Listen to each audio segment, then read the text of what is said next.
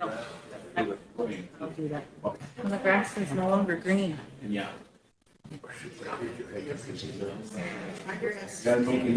As soon as we're done. We'll do our first roll call, council. Juan. Here. Christopher Eagle Bear. Todd Bear Shield. Oh. Augustine Wright. Stanley Woodenknife. Michelle Hollowhorn Bear. Royal Yellowhawk. Robert Radlingleaf. Charles DeBray. William Marshall. Wayne Frederick. Emily Boyd Valandra. Alvin Bear Hills. Jerry Wright Plank. Cameron Wilcox. Lila Kilsinsight. Michael Bolts.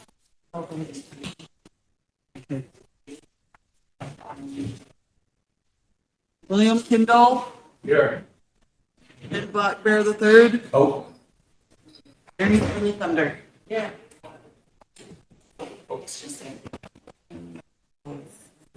Michael, sister? 15. Do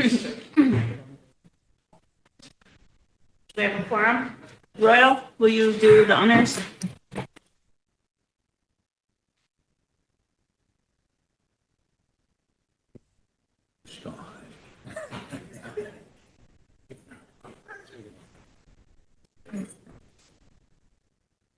Hala Peter, hoci topic tak hala leo kinaji ka hekta ke omne chu cha topic te ka ko ste chu se hoci topic to lo it hacha we na isam it hacha na ha we are wapska na wa egleg na ha maska wa kapo na administration na na ha wogla ka we na wogla ka we cha le omne na ji ka hekta ke ta ko ste chet ke oyatit khata ha wo ik to cho haplo Tako wagla kapitan wagla koktalo na oyate kanta woikta chapalo oyate ke unshi kapalo tako waste chetke hoki chapin talo na ha hakaka wakhaja keksi apin talo wichozanik talo na ha tona kuju tipo khwapi na ha tona woki chikte hena keksi apin talo hena wichozanik talo walking talo na la petuki ija Wachupa koza, wahuto pana, tako washe chetke, apetu washe na bloketu, wana kiela, opto kioki na ptayetuki, wana kiela lo na oyatuki, wana iglonia pikta na tako ichukupi, wanietuki, hena iglonia pi na osniktelo na tako wosni na waki, waheyokteki, hena. Tale. Tako wojekto chapalo na ukiksa pikta cha le hoci chapin tlo mitaki ob mazanik tlo mitaki asi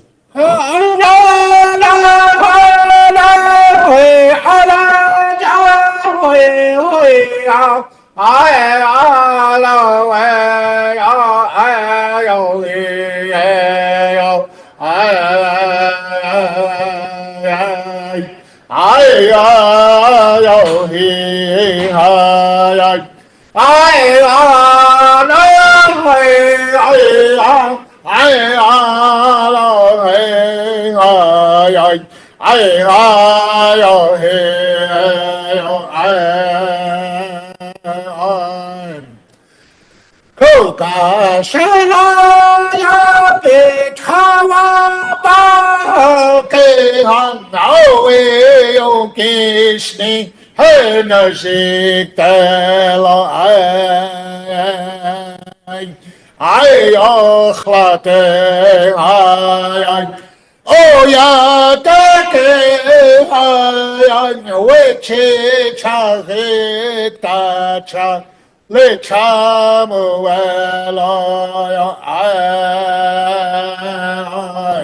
apelo. Oh, still, watch still.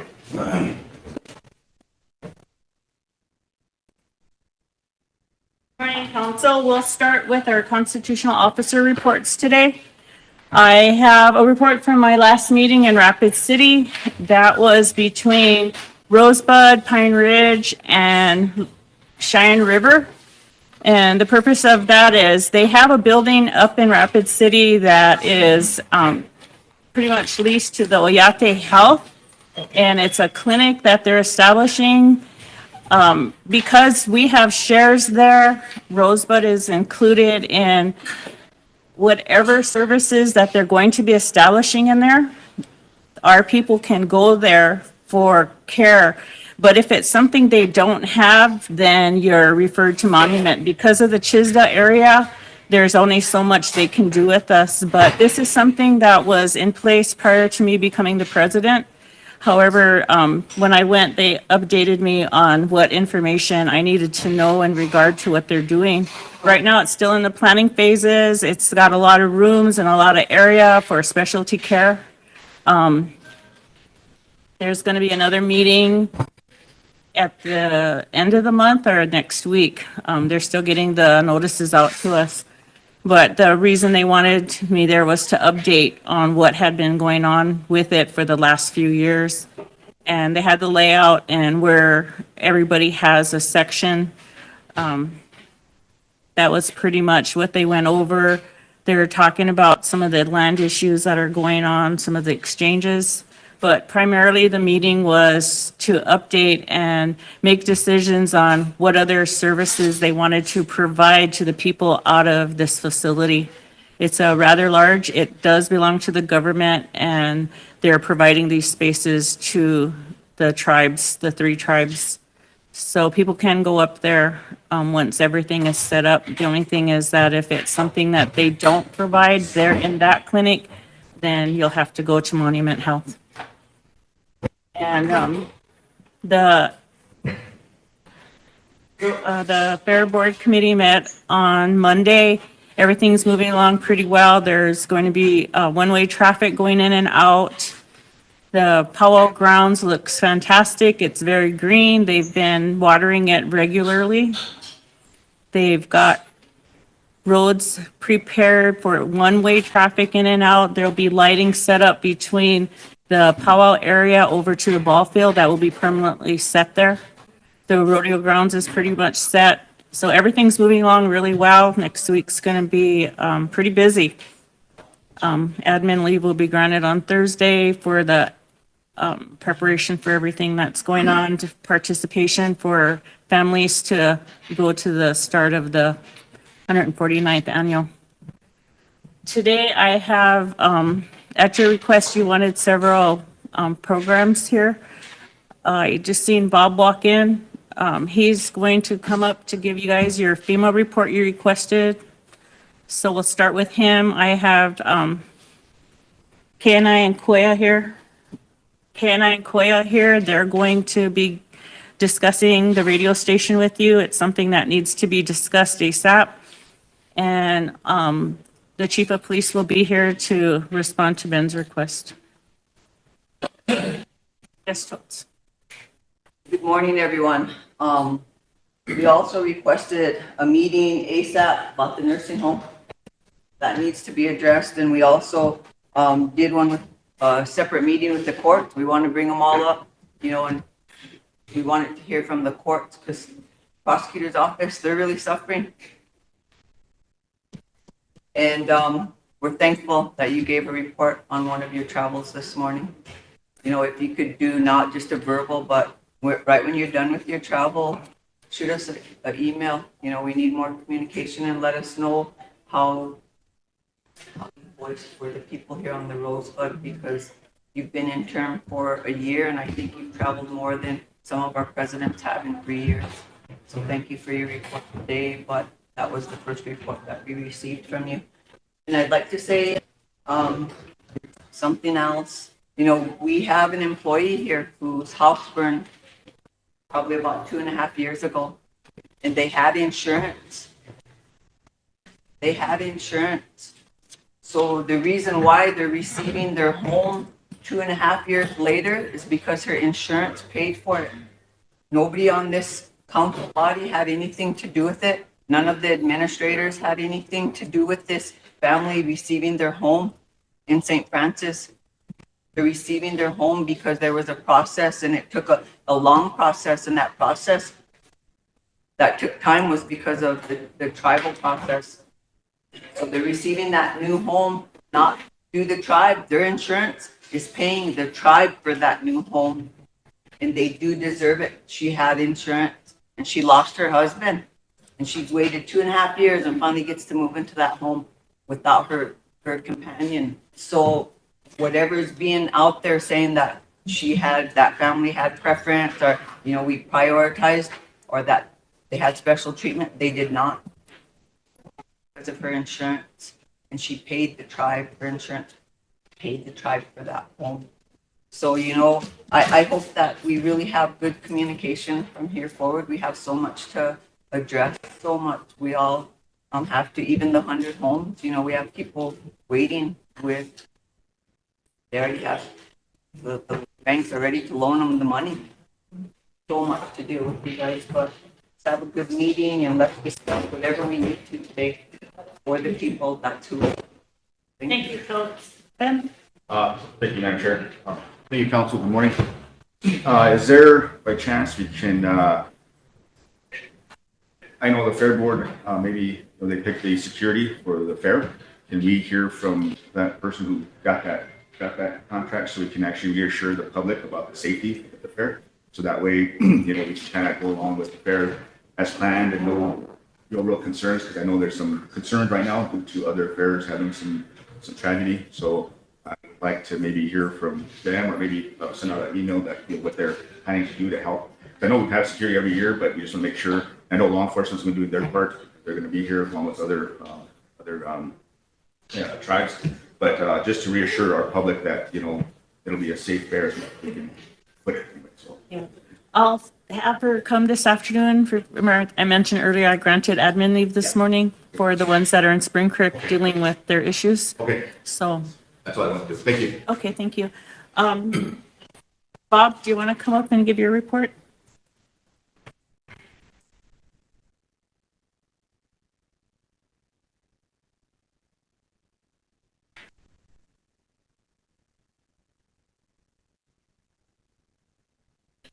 Good morning. So, talking about FEMA is like a whole different world these days because of what's actually going on with this presidency, I guess. We did do the declaration, and did the application. We did everything we were supposed to, and we sent it forward. And actually, I think it was actually wanted a copy of it because he was going to try to help the tribe and get that pushed forward.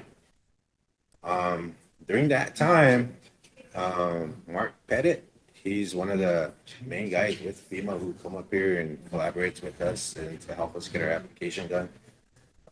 He was actually going to Crow Agency. Crow Agency, they did a declaration earlier this summer, and it was signed by the President of the United States.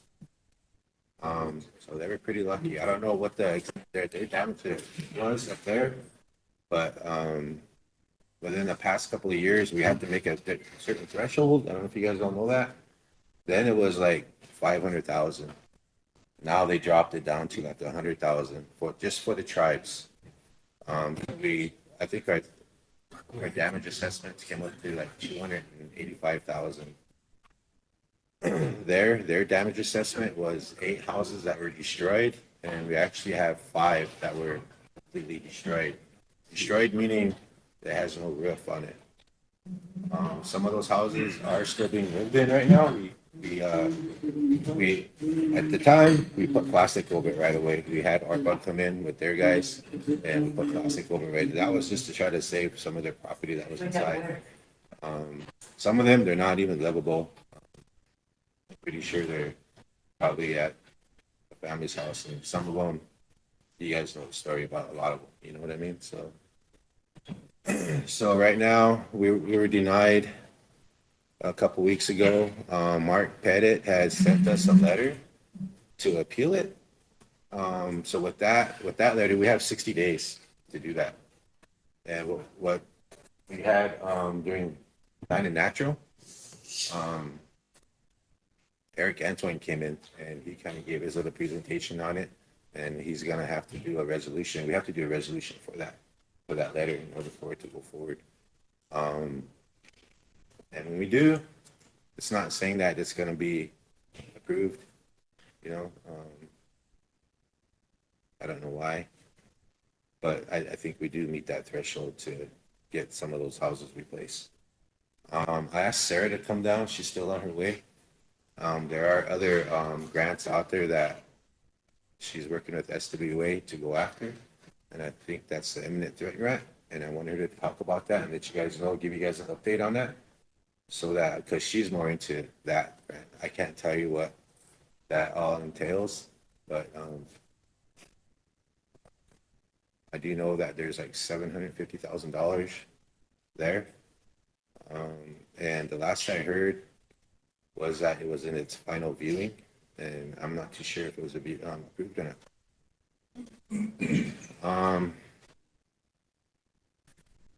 And I just want to tell you guys that I went to other counties in the past where they did declarations, and they weren't too happy with FEMA. The very first time we went to FEMA in 2019, not much of those people were helped. When they bring their damage assessment people, it's different from what we see.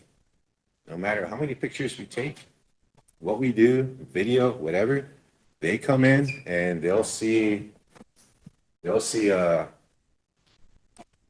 sheetrock. So sheetrock tears, it gets wet, it tears, falls down. They'll say that it was purposely pulled down because of the tear. For certain tears, there's different ways that they see it. Some of these inspectors, they come from like Missouri, Mississippi with flooding events where the houses have like 4 feet of water damage. Pretty soon their house is deemed not livable, and they get fully funded. So it's different for us. And I back then I argued about it, and I wasn't too happy. I think anybody was too happy with that. Ben, and then Totes. Good morning. Thank you for coming to the witness report.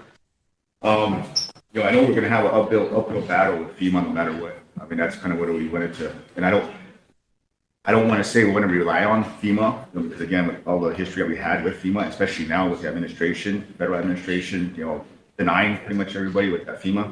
So I guess for me, right now, looking at what we can with our own, I guess maybe get resources, but at the same time too, are damaged.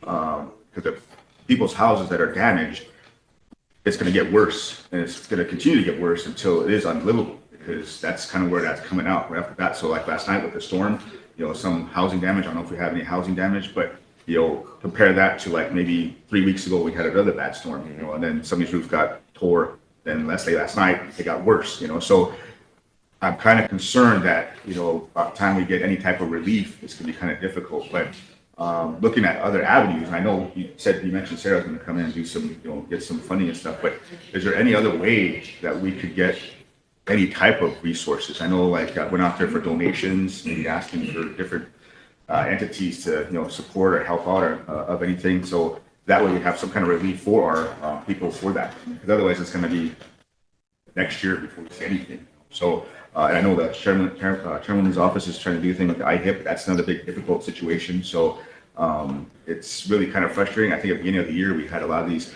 discussions about a lot of these houses that are, I guess, damaged, and they're going to get worse because of the natural stuff, wind, hail, all kinds of natural disasters, I guess I'd say. So I'm just, I guess, concerned, also hoping that we could look at a different avenue rather than the FEMA. I know we relied on FEMA all these years, but I'd rather see that atmosphere and some kind of a protocol, different avenues of what we can look for. So I know it's a lot more, but I know that's what we have SRD. But these are things that I guess for me, I would like to probably see so that we can say, well, we're just going to keep relying on FEMA, just keep hitting FEMA. But if we can go in a different direction, actually get some relief somewhere else. I know there's a lot of other entities out there safe transmission relies on donations. That's another big thing. I mean, they got quite a bit of that can help out too. So I'm just making sure that we look at different avenues before things get really bad. And of course, winter's coming up, so we want to make sure those houses get addressed before winter. Otherwise, we'll get frost and those things, whatever. But anyway, those are just my concerns. And, again, we're supportive of what we can do to try to help.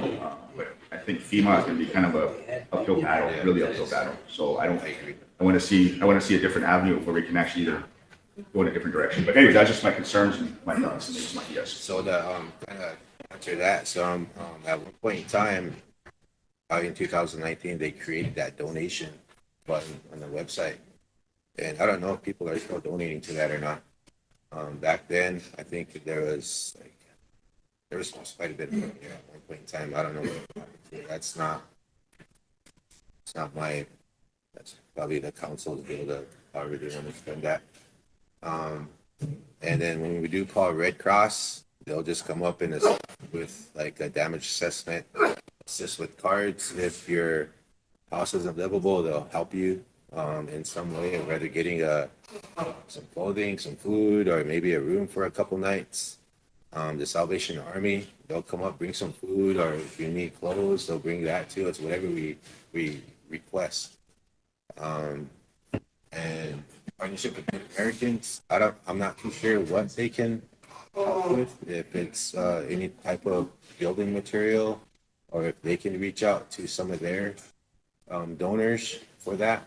That's something I probably have to call up and talk with Laura on. And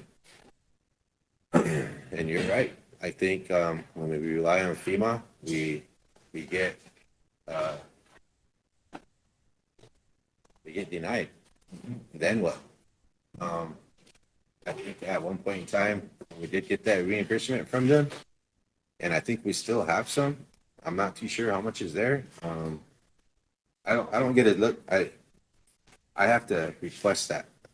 If we have to get fuel or food or materials, I have to put in a request. I really don't know the dollar amount that's there. Brenda will show me once in a while. Oh, okay, well, that's probably going to change. And then there's all these budget mods that come in, and I have to approve them. But I don't know. I should read that stuff, but then they say, "Can you approve this?" All right. But I know at some point in time,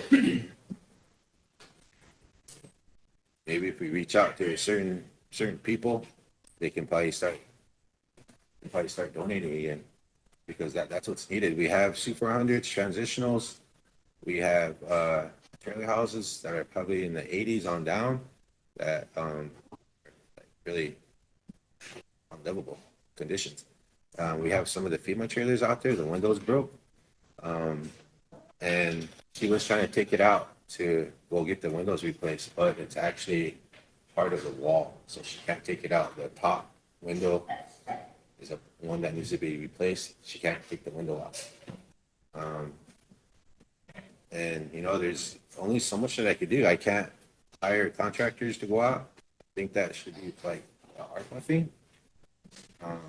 I think there should be different resources out there that should be able to assist, but it sounds like all their money's tied up. But if they can at least help with something.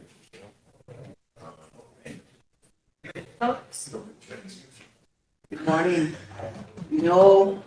We should always have plan A to Z. We say this all the time. And we should have had a plan knowing that they weren't going to help. And we shouldn't think that this person's going to do this or that person's going to do that. That's why we have meetings. And is there a plan in black and white? So if FEMA's not going to help, we have a plan in black and white what our next step is going to be, because we have winter coming and we have families waiting, some without homes. And how do we inform these families? We should actually be informing them. Someone should be every week. If not, and it shouldn't be a verbal. I really don't like verbals. We should have everything in black and white. People can come give us a report, a verbal report, but we want to see it in black and white. So that way we can always refer back to it. But these families, they need to know what's going to happen, because it's going to be winter, and how are we going to cover other places? And you mentioned the Red Cross, Bob, do they ever do work? Do they ever come in and fix somebody's home and say, we're gonna reimburse you? Okay, they only do the gift cards and what they normally, the standard, right? Yep. Okay, now, holy buckets, we got hit with the storm last night, didn't even expect it to be that bad. Look at tonight, we're probably gonna get another one because of the heat coming in today. You know, something's really backwards here because holy buckets, we had one of our tribal members from Grass Mountain go on the news without any authorization. And now that woman's getting a new car and she's getting money from buoys and all these places to feed our people, and she doesn't even feed our people. I think she needs to come here and give a report, but we need to put something put something out there about people donate or asking for donations on behalf of the Rosebud Sioux tribe or doing those things. But maybe we should, Bob, maybe we should call Dan in, maybe we should call Calawan in, and let's take him around to these communities and show him how much damage and that, hey, FEMA is not helping us. They denied us. And look at this damage done to our communities. Winter's coming. We need help. And maybe somebody's going to listen out there and give us money to do these repairs, just like they gave that young lady who does not feed our people a new car and is providing her groceries to feed the people. You know, so let's look at it at a different avenue. And I'm glad Sarah's in here because, you know, there's all sorts of grants available out there too for everybody, for all our programs here. But, you know, maybe we just need to go a different route with everything and plan accordingly and have plan A all the way to Z to help our families. But we really need to stay on top of this and keep planning every day if we need to, because some of them need to be placed somewhere because winter's right around the corner, and that goes with all these other repairs too that we asked about yesterday too. But yeah, do we have any other? So I think what you're talking about is that we need a public information officer. We need a really good one. Somebody who has a gift to gab. I don't have that gift to gab. I'm pretty quiet. And my mom never taught me how to argue, so I don't know how to argue. So I think getting a really good public information officer who can do that. Maybe Emily can do it. Or somebody in here, you know? Well, you know, we've been trying. We have been trying since day one because we are silent. We don't even do PSAs to the people. You know, we need to inform them on things, but even on the process of if, you know, there is a disaster, what happens? So then, let me go back to where you were talking about the funding part of it was, I don't know how much is in there. I know Wayne might know how much is in there for that FEMA reimbursement stuff, where we could probably go out and fix some other houses that are still livable. But we're probably not going to be able to put back on what they expect. Can you guys have a special meeting and balance that out and inform the people or show us step by budget and finance, really. show us step by step what the process is going to be for those people that So that we're not behind closed doors or anything. If we do budget and finance, you know, we can get it out there, you know, Yeah. because I don't have nothing to hide, you know, I mean, however we can do it, but Right. we have to do it on the budget too, you know? Right. So, Okay. because a lot of these houses, I'm gonna tell you right now, if you walk on them, they probably have a half inch plyboard on there.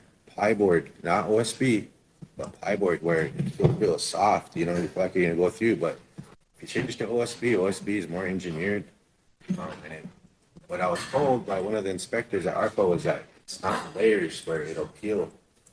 OSB is all layered, engineered, so And it'll last longer.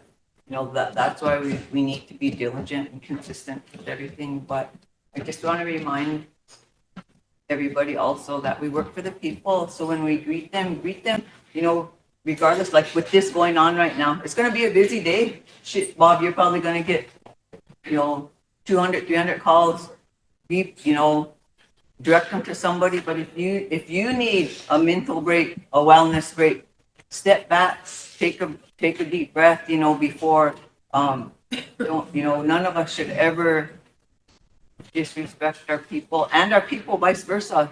You know, have patience. A lot of things are happening. But I'll tell you this though. Yes. Whenever that tornado came through, you know, we're having a hard time doing a lot of different things, and we're going over there buying plastic from RBP. Serena actually said that if people don't want to wait for FEMA, don't want to wait for the tribe to fix their windows or anything, that and if they work, that they can come over and do a payment reduction and get the windows that they want. Not what we put in, but what they want, you know, at their own price. And I thought that was a good idea. Yeah, and then, so like when we know that information, let's just get it out there right away. Let's do a PSA or get it to Madam Chair so she can get some information out to the people. Because right now, from this day forward, you guys, we really need to work together and we really need to Contacted the community communicate. chairs and told them about it because I said, nice if everybody just like went to the community chairs because that's why they're there. Yep. And then if they can't handle it, go to you guys. You guys are the next step up. You know, because it's easier when there's a flow rather than a boom all in one area, you know? Yes, and do reach out to the community chairs because that's why they're there and some do an awesome job too. I know Mike too does, but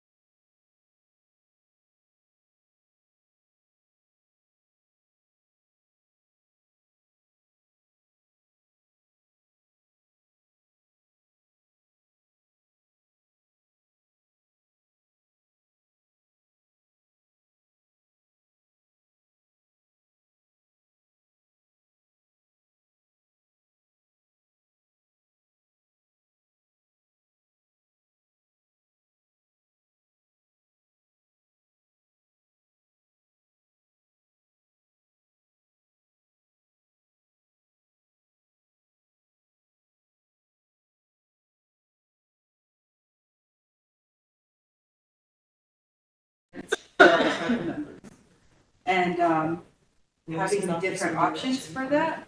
So we could offer a cheap home insurance. I don't know if it's something we can partner with SWA on, because they do have insurance. If it's something we can partner with the tribe's insurance. I know there's a difference between the residential insurance and the commercial insurance, but I think that thinking forward is something we need to do so we're not constantly in this position. That's a good idea. Sherry, that's something we can have, that's kind of in Rose's purview to do. So we'll talk with Rose on it. SWA? Oh, Rose, okay. So I'll put that into a motion form. I would like to make a motion to have the business office research homeowners insurance and bring back some options for the council to review and look at for consideration. Motion by Sherry, second by Chris, question by Totes. All in favor? 1, 2, 3, 4, 5, 6, 7, 8, 9, 10, 11, 12, 13, 14, 15, 16, Opposed? 0, Not voting? 2, 15, 0, 2. Thank you, council.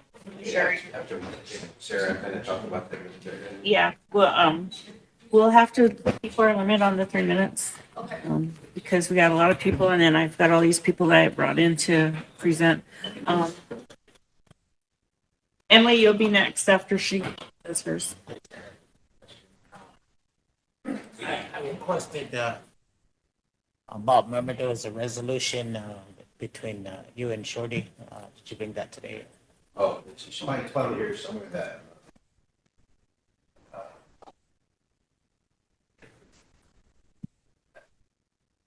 You? Yeah. Yeah. Yeah, yeah, I remember I asked last week, I think it was when we had a council meeting about that. Morning, sir.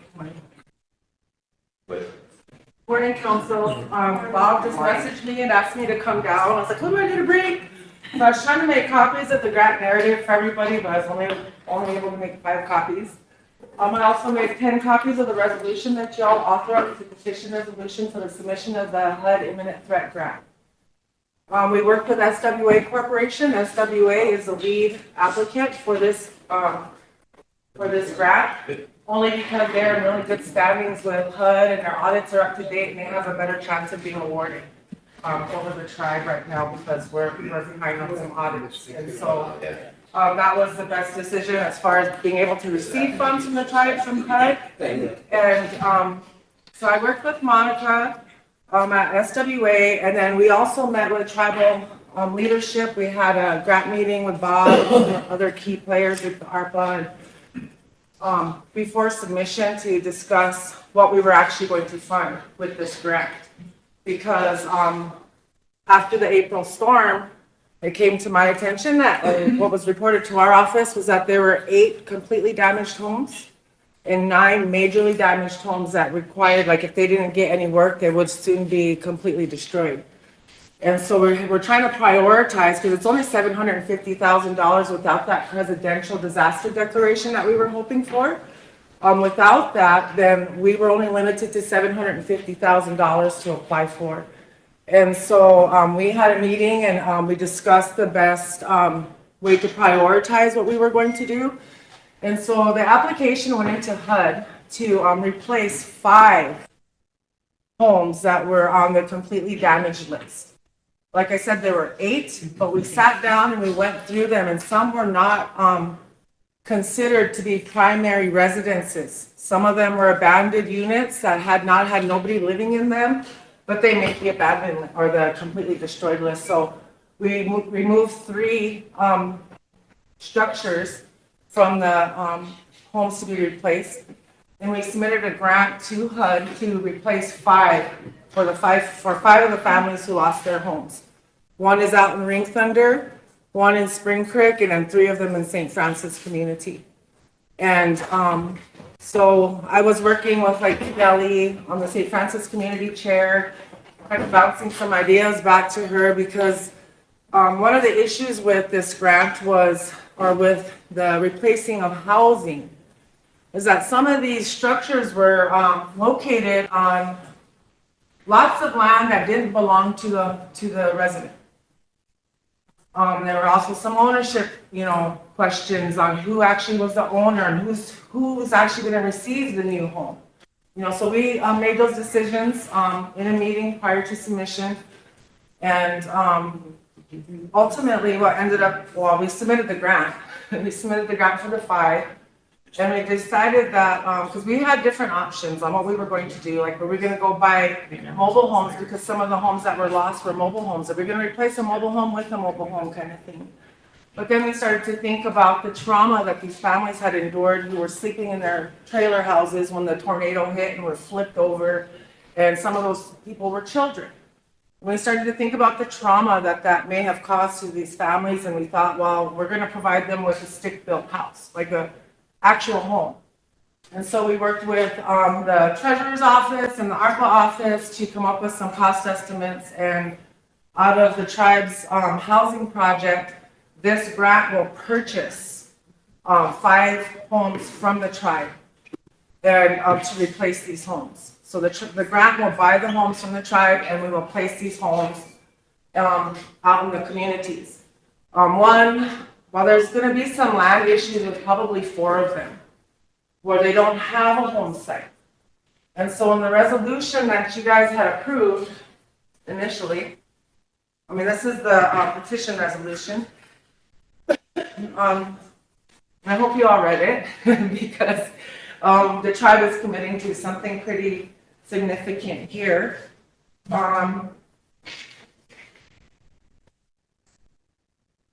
So the Rosebud Sioux Tribe 50 Homes Project aimed at providing home ownership opportunities to eligible tribal members, home buyers, in an effort to free up public housing for LMI individuals. So this is just explaining like we're going to be using the housing stock from this project that the tribe already had. And what its intent was, because we don't want to say that we were going to give these houses up anyway, because it is, what the purpose of those homes are for is totally different from what we were trying to use them for in this grant. So I have to describe that to HUD. And the tribe will make available 4 3-bedroom, 1,344 square foot homes at a cost of $92.51 per square foot, and 1 593 square foot, 1-bedroom at a cost of $92.51 a square foot. All costs include foundation, utility hookups, and appliances.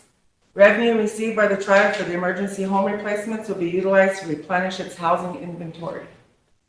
Whereas contingent on funding, the Rosebud Sioux Tribe requests SWA Corporation temporarily house the 5 families who may be experiencing homelessness and or living in overcrowded conditions on an emergency basis for a period of up to 12 months, and to waive past tenant bills and limit rental costs to $50 a month plus utilities for each household impacted by this tornadic weather event. And whereas, contingent on award, the Rosebud Sioux Tribe shall make available 4 25-year home site lease agreements in the St. Francis community and 1 in the community of Ring Thunder at a rate of $1 a year for the first 25 years. After the 25-year leases expire, the lease rates will then go up to reflect actual lease rates. And therefore be it resolved that the Rosebud Sioux Tribal Council authorizes Sichanga Resource Development and Sichanga Huchoti Awayankapi Corporation to collaboratively submit the ICDBG IT application to the Department of Housing and Urban Development in the amount of $750,000. On behalf of the Rosebud Sioux Tribe for the 2025 Spring Thunderstorm EF1 Tornado Recovery and Mitigation Efforts due before July 13, 2025. This grant was submitted to HUD on July 2nd. And I went on cultural leave, and while I was on cultural leave, HUD called and said, hey, headquarters is considering an award to you guys. We need you to make some minor revisions to your application. So while I was on leave, I had to participate in several calls with HUD and make sure we got the revisions in, and we got those submitted on July 11th. And I have since been in contact with Kendrick Terry. He's our project officer at ONAP, it's the Office of Native American Programs with HUD, last week. And I was inquiring about an update because I do have these people who are impacted, who will be receiving a home if awarded, calling me on a weekly basis asking for status updates on the award. And so I'm providing that, we're still waiting, and I'm sorry that you're still waiting, and we're still in these conditions, some of them are still living in the trailer. One of them's living in that trailer over there with no water, electricity, or anything. Their living conditions are really hard for them right now, so I understand the concern and urgency behind replacing these homes. As far as the majorly damaged homes, before submission of this grant, it was understood by me that the tribe, if HUD decides to fund the replacement of these 5 homes, then the tribe will then use whatever FEMA reimbursements are sitting there to replace the repair the majorly damaged homes. And so that's what I have for you guys as far as what my understanding is of everything. And so if you have any questions, I'd be happy to answer.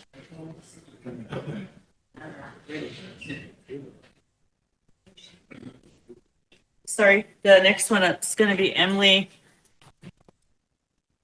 My questions are about something else, so if somebody has a relevant question for Sarah, I can wait. Okay, then Michelle, Royal, If Mike, nobody has and Ben. questions, then I will. Is there no questions for Sarah? If not, if you want to wait, then I'll put do you have a question for Sarah? I got a question. Okay, I was like, oh, I did a good job. I did a good job for once. So, no questions. The families that were determined not eligible that you had to turn down? There was no families, that were turned down. The, two of the structures were like abandoned buildings that and what I had to do also to ensure, because, there were people saying that they were living there. And so we had to contact Cherry Todd. And what I did was go back till, 6 months and see if that residence had any sort of utility service to it at all. And I do understand some people can't, afford it, and some people do live like that. But that was part of the criteria for determining whether or not it was a primary residence at the time of the thunderstorm. Okay. Just wanted to make sure, 'cause I know some people were upset that they didn't make the list. Yeah, I know one specifically where there's a single person living in a trailer house that was, considered damaged prior to the storm, but the storm just kind of made it worse kind of thing, you know what I mean? So, that decision wasn't left, I was at the meeting, but it was up to the leadership in the room to make those decisions on who would receive the replacement. And I just followed, instructions. Okay. Thank you, Sarah. Can I be put on the list for the FEMA stuff? You mean rotate around? Yeah. Okay, yeah, it's kind of throwing it off because I have the list according to when you were talking. So, Mike, Emily, Ben. Mike. And next, thank you. Hi. You said that the tribe is going to take on some obligation here, I guess, in terms of these homes. And then you mentioned a number of $92 a square foot. You're trying to get into what, or is it cheap? what that means as far as the tribe's pocketbook? So, the ARPA office, came down to our meetings and, had proposed, using some of the houses at what they're purchasing them for. Not at what their market value is gonna be worth or whatever, but whatever they're acquiring them for. And how much is that, did they say? It's the actual dollar amounts are in. Can that information be passed out to us again? Sorry for cutting in, but we all received all that information with that resolution at one time. Can it be passed out again so we can all look at the square footage and the? Well, I have, like Sarah. I said. No, Sarah, Oh, Sarah, okay. if you want to give it to her and she can make copies? Yeah, I have like, Sarah. there's gonna be more copies. This is the actual narrative. Just pass out what's there and keep a copy of each and then go make the And then rest. on page 13, there's a breakdown of what that means. And if you want me to, I'll read it to you. It's a part of the budget justification and it's under the procurement of homes section in the amount of $555,000. The Rosebud Sioux Tribe ARPA Construction Department will be contracted to manage coordination, preparation, and delivery of 5 new homes drawn from the tribe's 50 homes home ownership initiative funded by ARPA. These homes include one one-bedroom cottage, 592 square feet, at a rate of $92.51 per square foot, totaling 55,000. 594 square feet? 590. Okay, so it's really a small house. It's a tiny house. Okay, It's all right, just tiny, for all an right. individual tribal member, he Okay, has a yeah, family. tiny house, that. He has family, but not no children. Yeah, yeah. And so the total for that house is $55,000. Okay, all right. And for the 4 3-bedroom homes, 1,344 square feet each at $92.51 per Now, square foot. that's where I have a problem. You can't build a house that big for $92 a square foot. And those are the costs they gave me, and they provided the documentation to go along with it, so we I'm not used the it. only guy in here that's got construction experience, but $92 a square foot is. So, that was totaling 500,000, so I think it's $125,000 per home. When it's all said and done with. It was like coming out to 124, but I rounded up to 125, and so it comes out to, the I $500,000. wish Wayne was in here, but I really, He'll be right back. I really suggest you strongly check those numbers out. I have the same concerns, I was like, are you Whether or not sure? they're doable, And they you know. said I yes. could be totally off base, but Well, because to me, those costs also include appliances and foundation. And I was, in my mind, I'm thinking, is that even possible? Foundations alone are 40 to 50,000. Excuse me, Sarah, Sherry has an answer for you. I kind of had the floor, you know, so, Yeah. But anyway. You still have it. She just wanted to answer you. Hey, are you gonna be honoring fighting today? well, yeah. So I just wanted to explain, because you're asking Sarah for an answer that she doesn't know. What she's talking about is taking homes from the formerly 100 homes. Remember, it was 100 homes, but then this council came in and took a bunch of money out of that, so it's down to 54 homes. So now we're calling it 50 homes. And in order to try to get people to be homeowners and purchase, we dropped the price down to $92 a square foot for tribal members. That's So gonna be the obligation on the homeowner. Who's gonna subsidize the difference between the $92? the tribe is, The so tribe, look, how much money is that? Can I finish explaining it to you, please? Okay, so because we're purchasing them with ARPA funds, we're gonna sell them at a loss. And we obligated, remember we sat in here that day and we obligated the remaining funds for ARPA money to, set up all these houses for people and be able to How much is sell. that? There's an additional 7 million, I believe, that we set aside for, getting the home sites ready, getting the foundations So ready. there's $7 million sitting in a pot somewhere. Yep, for there's contingency, Well, that explains there's a all lot. of that. Yeah, that explains a lot. Okay, so it's not something she just pulled out of a hat. This is the formerly 100 homes project. They want to take buy 5 houses, but I don't think they should buy them at that rate. I think they should buy them at full cost. So the bottom line is, of it, the homeowner will have to find financing to pay for the 90, whatever the $92 a square foot is, okay? Yeah, and the Then intent, that $7 million fund will subsidize the balance. Of Yes. What the cost of the house is. Okay, for moving the house. Everything, For the foundation, yes. well, you put it in those terms, you know, it makes some sense. That's why I wanted to explain it to you. Thank you, Everything Mike, for makes, sharing the everything floor. makes sense on paper. Yeah. But, Okay, Mike, are you done? Did you have some more to say? yeah, for now, thank you. Okay. Ben, Okay, thank you, Sarah, for coming. I guess getting back to the bigger, I guess, issue we have here about repairing most of these houses and stuff. You know, talking to Bob earlier about having to get some other resources than FEMA.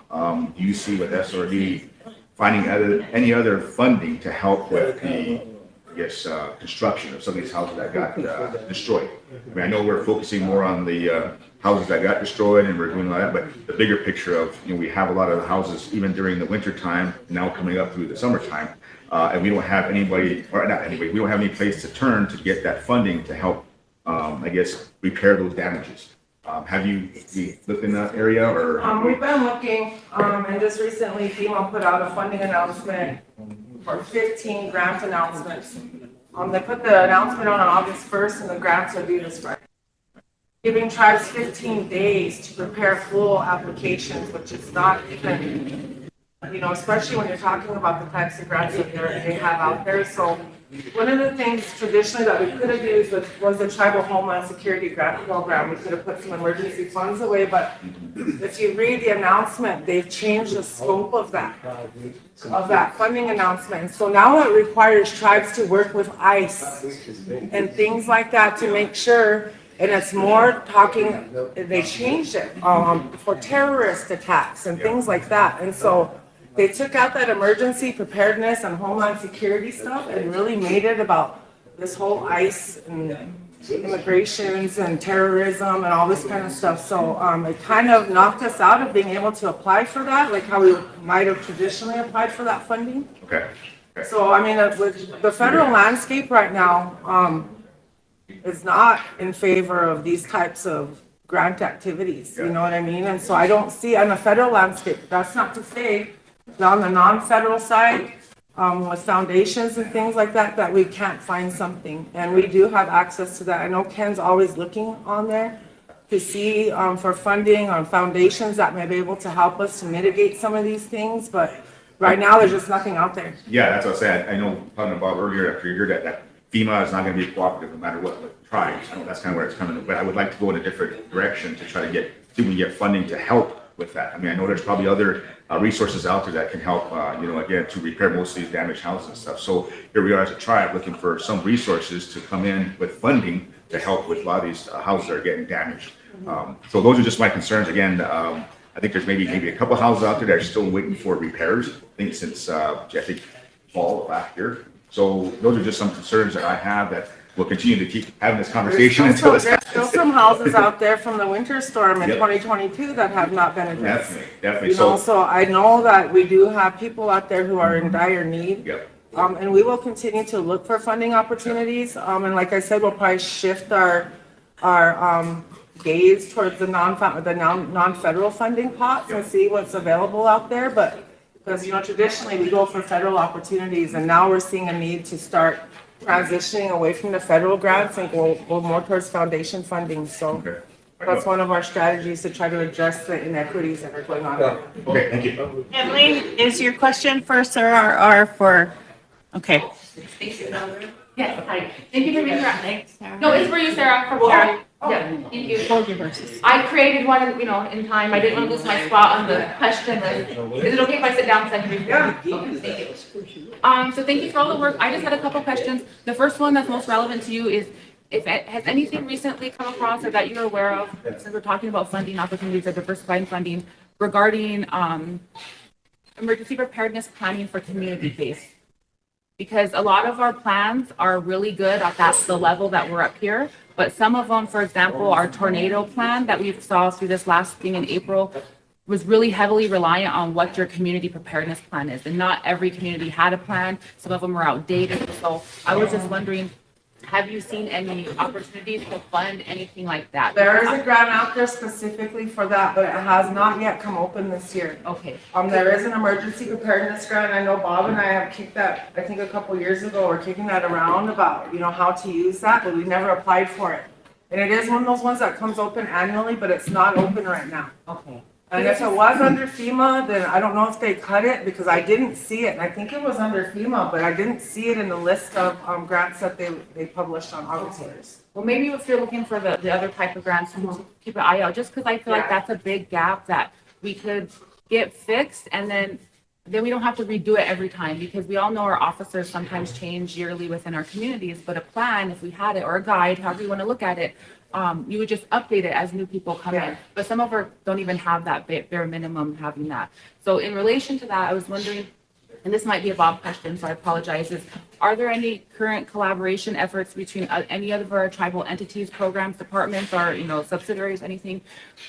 One thing that comes to mind, for example, is because we're all looking at this budgeting issue, storm shelters, right? So even those cement things that you see, I don't know how much those cost. I don't know if there's funding for that. But another thing came up about, I think our food sovereignty group, or one of our groups, had money for root cellars and for food sovereignty.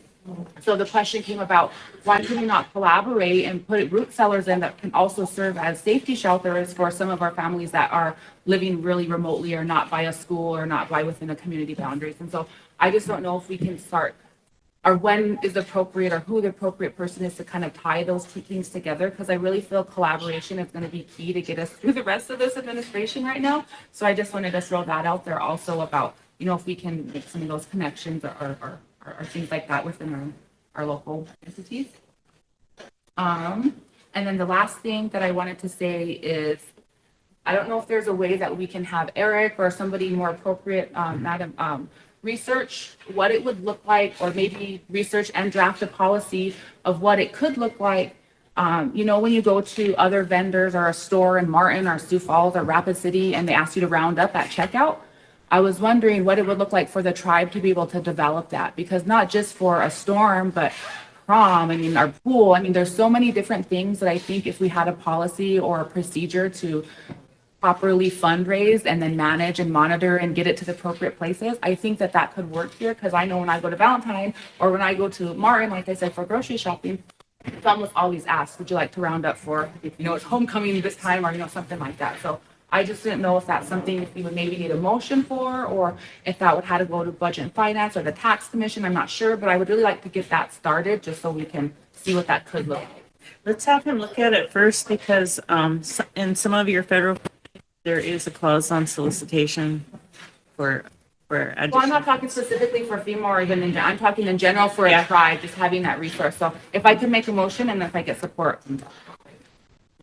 Okay, I'd like to make a motion then to request that Eric, research and draft policy regarding the potential use of, and I don't even know what this is called, so it's gonna be kind of vague, but the roundup option at checkout for local stores or vendors or things like that. Is that gonna be include like for the public or for the programs? What, is there a preference that you're referring to? I just would like him to research how other entities, cities, or, how they're able to do that and how that would look on a tribal side to see if we even want to do something like that. Because I feel like with some of our fundraising efforts, like he mentioned, we had a link on a page in 2019 and nobody even knows who's monitoring it. I would really like to see some policy in there. So when I go swipe and I'm asked that question, I know, yes, there's policy in place. Yes, this is actually going to the kids that need this. It's not just going to a general type Yeah, fund. the reason I ask you that is years back, there were motions made in governmental affairs regarding that because there were people, like when you go on the website and you go under Rosebud Sioux Tribe, there were people that were soliciting for funding that had nothing to do with the tribe whatsoever when you went to the donation button. And so at that time, he might still have it. It went through the committee, but it never went through council in order to monitor that, because there are a lot of people that will use the name of the Rosebud Sioux Tribe that have no connection to the tribe itself. So there has to be the clarity in that division, which category of donations you're requesting, That's whether why it's I requested personal. Eric to do it. 'Cause this came up at governmental affairs and he's actually been working on something Yeah. for copywriting and for some of these other things. So that's why I thought it'd be appropriate for Eric to fill this in or to do that. So that's your motion. Do you have a second, Totes? Question? Michelle, all in favor? 1, 2, 3, 4, 5, 6, 7, 8, 9, 10, 11, 12, 13, 14, 15. Opposed? 0. Not voting? Okay. Motion carries. Thank you. Okay, Michelle, has a question for you, Bob. Yeah. Then we'll move on to our next presenter. So a while back, I went to this governmental whatever. Anyhow, Kelly Kennedy was there. She was the FEMA National Tribal Affairs Advocate. I don't know if she still is or not. I don't know what's going on as far as all the changes within the administration. But at the time,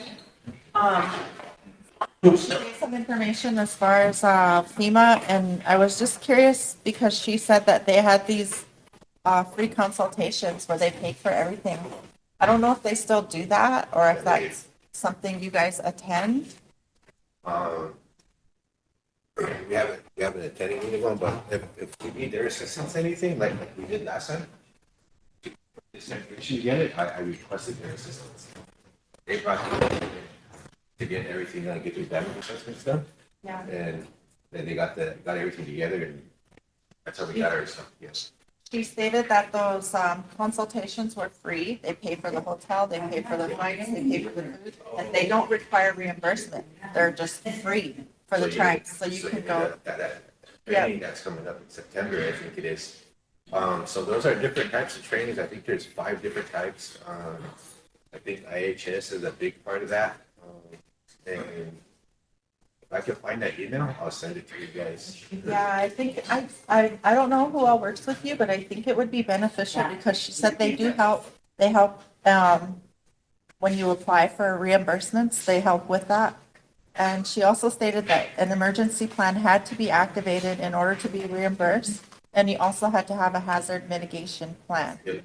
Track all the receipts. I know you guys do all of that stuff, but I was just curious to see if you guys were going to those free. Yeah, that would be nice to go to that, because I even think finance has a big part in that too, because they're the ones who actually monitor the grants.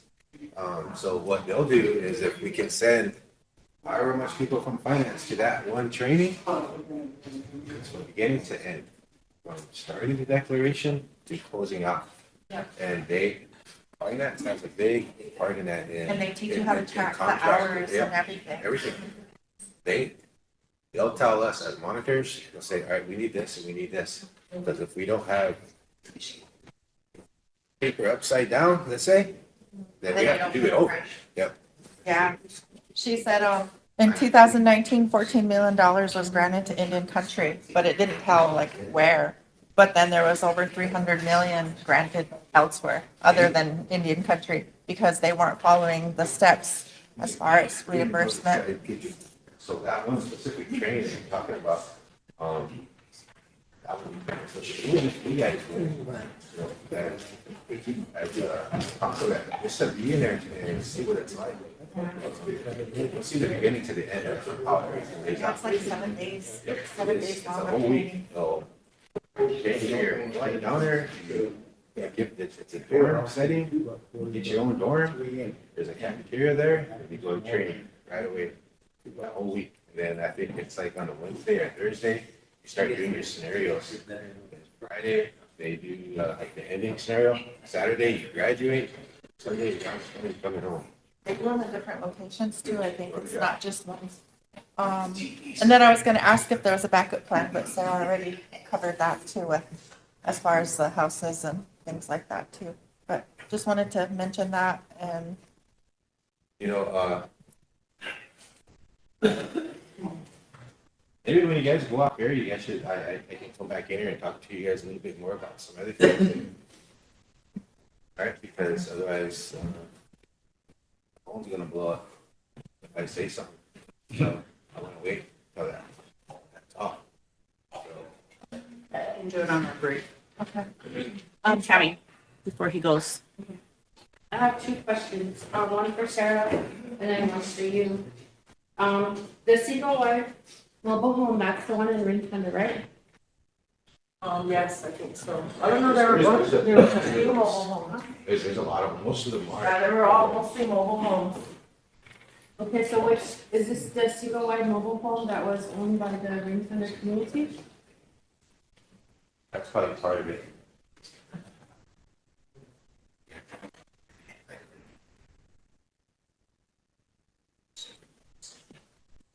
It's the number 5 unit is the one in Ring Thunder. Okay, the number 5 unit? Yeah. Okay, so is that mobile home, it was owned by the community, right? Okay, so with that one, was there any type of insurance or anything like that on it? No, once they were, what I understand is once they were turned over to the communities, the tribe turned over that responsibility to the communities as well. And insurance stopped being paid on them. So that unit or that trailer that was destroyed, which was a carriage trailer, had no insurance on it and it still belonged with the, community of Green Thunder. Okay, so if you're gonna replace that trailer or like a home, is that gonna go back to the community? No, it's gonna go to the person who was living in the, trailer at the time of the storm, that left them, their family homeless. All right, and then another, okay, this one's for you, Bob. Does the tribe have a mediation plan? Because from what my understanding, FEMA won't help if that's not the case. Mediation plan, Litigation? Yeah, Mediation. mediation, sorry, the way it was it's in the process of getting completed. in the process of getting. There's a guy down in Yankton, Vermillion. So we're going through our hazard mitigation grant, and in there we have funds to have our plan updated. Those have to be updated every 5 years. So 2 years ago, we should have been started. We actually started the process in last August or September, we started that process. Started it, and we're going in with Todd County. Okay. Todd County's gonna pay their part, and we have our funding is coming from that grant.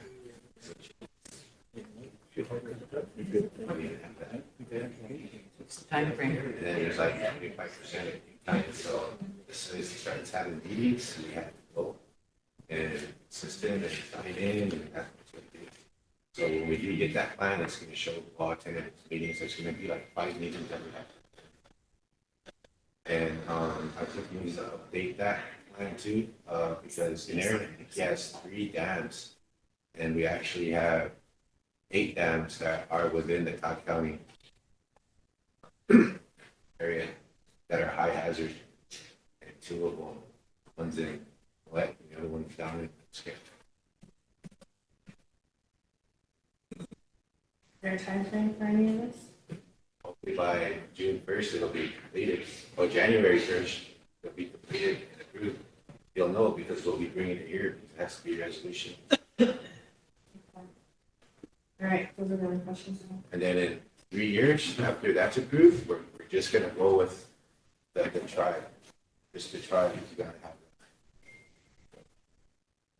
We'll take a question from Alvin and then we'll, if Bob's done, we'll move on to law enforcement services on the report been requested. I just read this here, and, says, requesting for bigger homes, 50 homes, prefabricated.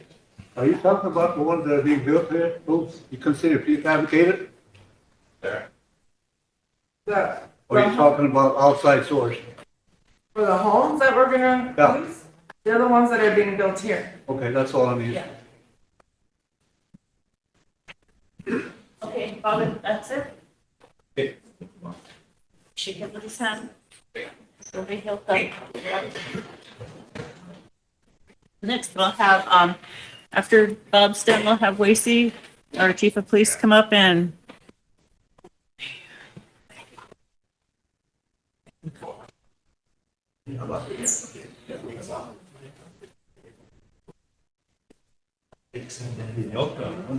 that's what I said, don't be killed then.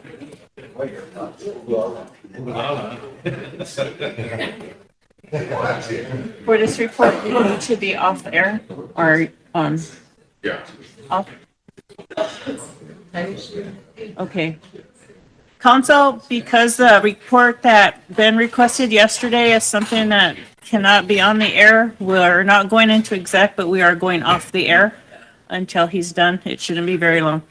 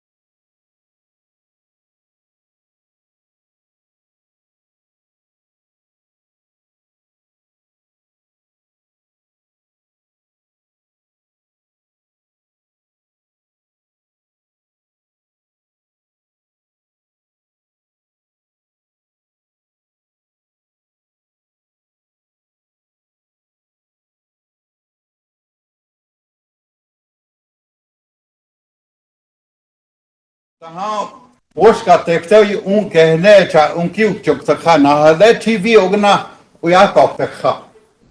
Hecha uyate ki soliakte.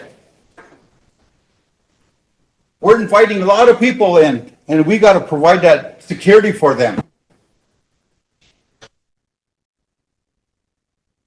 Hecha le yukja makahele atatakuku iwagla kamna ha. He lili blukja na ha skokya tokes ke uyate ki taha unkta gwang ka gene cha I blukja locha.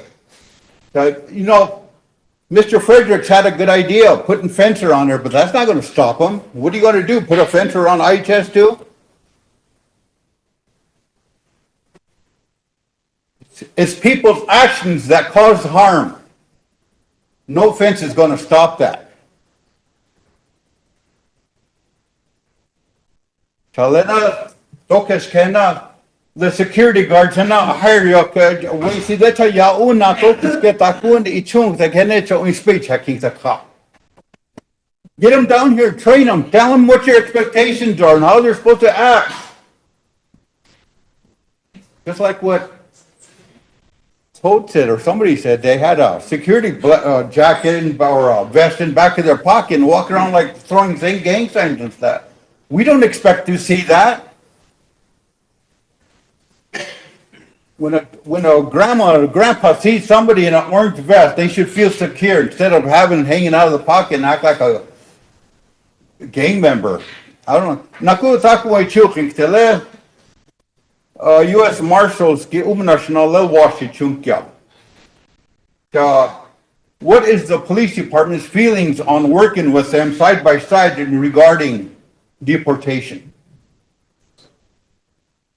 If one of the marshals come in and try to grab one of our tribal members and deport him, what are you going to work with him, or how are your feelings toward that?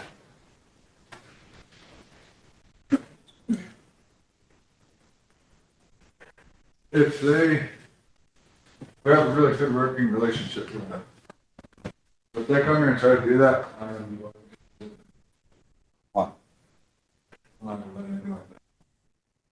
I hope my colleagues share that thought with him, but I am not going to tolerate that. I am not going to tolerate U.S. Marshals coming in and try to deport one of our tribal members. No, they're not gonna do that. Okay. I won't allow it. For one, I won't allow it. Two, they're only coming down, they're not gonna trample on our sovereignty. They're coming down to assist us. No, na hae chonki, uzen na khanke chante. Uzen noch chef takinte. O heche to lo, kacha wopilalo. Like I said, I think we're back on air, so make it known to the public while we're on air. We'll not tolerate any gun violence. There will be no concealed weapons, there will be no open carry weapons, there will be no machetes, bats, anything that could be of harmful nature. It will be confiscated from you. And later on, with proper documentation, ownership, you can come and get it from the police department later on.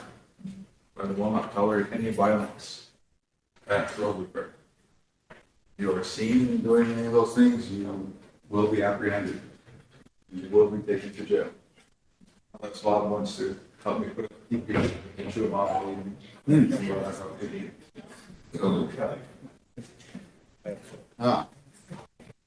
yeah, no, any of the outside agencies coming in to assist as far as ICE goes, all that stuff. As long as everybody's enrolled, every tribal member's enrolled. I'm about to finish your oil, but I might be the only one going to Ecuador. A lot of it. But no, that's not going to be taken. No need to be apprehension or anything of apprehension and fear of that. We're all enrolled. Everyone there is enrolled. Not going to be coming in. We're just there to provide security and help us. Emily? Just one last question, Mr. Chief Police. Do you have any kind of like rules or protocols about large gatherings, like 2 or 3 or more gathering? You know, like what I described earlier about us gathering and they broke us up. Do you have any kind of protocol on group gatherings, especially young guys? or like carrying backpacks or stuff like that? Not really, I mean, there's gonna be a whole lot of gathering up there, so. Well, yeah, it's gonna be a large gathering, but, you know, like small groups of, teenagers gathering, you know. Yeah, as long as they're not doing anything they shouldn't be doing. I have no reason to follow. Okay, thank you. Carrie. Thank you. Good question, Mr. Little Thunder. There is a law in the law and order code that states, 3 or more, gathering 3 or more, especially if they have wearing the same colors, it's considered, riding, gang affiliation, and a few other things I can't remember off the top of my head, but there's a law there that your officers can enforce. There is, but it just depends on what's going on. Rioting, that goes into a whole different classification. But what I'm saying is that there is a law in place that states 3 people or more gathering it. If they're committing crime.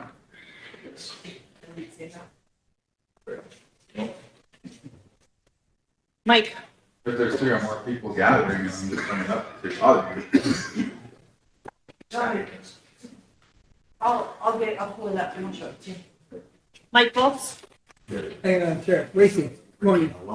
Hey, I'm guessing that, you get called out to, that place over there by Mission. Sunrise, quite a bit. Am I right? You get a lot of calls there? What was that? You get a lot of calls, Yeah. Sunrise, okay. The conditions of the roads out there, you know, the streets and stuff, the big potholes and whatnot, does that interfere with your officers' attempts to, you know, to deal with things? Our police cruisers take a beating when we go through there. Pretty bad, huh? Yeah. Yeah, and I bring it up because maybe that's something, you know, it's just a simple matter of somebody going out there and throwing some gravel in some of those potholes. Yeah, that would help. I mean, when we get a call there, we respond, but like I said, the cruisers do take a beating because Yeah, some of the potholes are pretty yeah, deep. those potholes are pretty deep, and I don't know how you guys navigate those things without, you know, traumatizing your vehicles. Yeah, pretty traumatized. I bring that up just for, you know, Madam Chair, you know, wouldn't be a big deal for, in addition to picking up the trash that's out there, having our sand and gravel or somebody go out and fill them potholes up, you know, our police department can effectively, you know, deal with what they have to do out there. You know, because I can imagine it only impedes sometimes, you know, if you had to chase somebody in a vehicle and whatnot, I mean,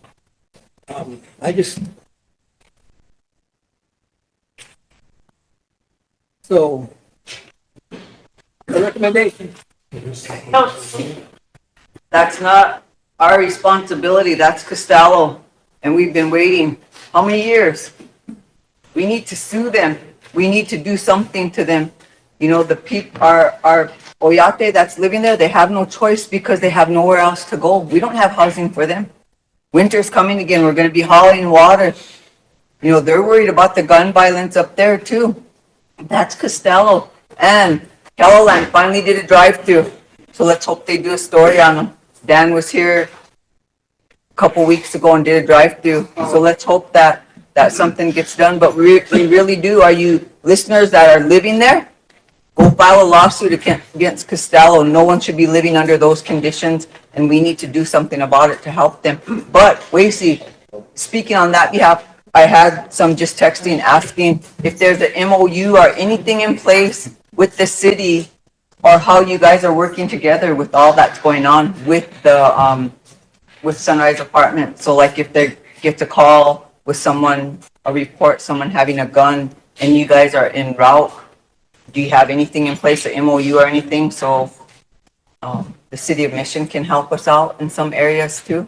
Not to my knowledge, we don't have anything like written down, like MOU, MOA, would be nice to, but that's up to judiciary. Okay. That's up to them if they're willing to deputize state entity. Right, okay, thank you, but we do need to do something about Costello. Thank you. Thank you, Toots. Ben? Just a quick one, I think, I know it's fair coming up, this is probably the last time we'll meet, but I just want to confirm that, you know, I guess with the safety of the public, is it safe to say if they were to see some criminal activity that they should be able to report that immediately? You know, you see something, you say something about it, you know, I mean, just something like that, 'cause it'd be kind of detrimental. I understand that there's, again, with the group situation, so, you know, families getting together, stuff like, the big issue is that, you know, to be safe, I guess, 911 system should be working, so if they see some crime, then send it over to the so I guess to the public, we could probably relay that information, so we could say that, you know, we're doing what we can to get out there, so those are just my thoughts, I guess, but we'll probably address some more later on this. Thank you. Yeah, we have, from my knowledge, from my understanding, I know that the office and a few of the other offices have been working hard, and we are getting a Batmobile.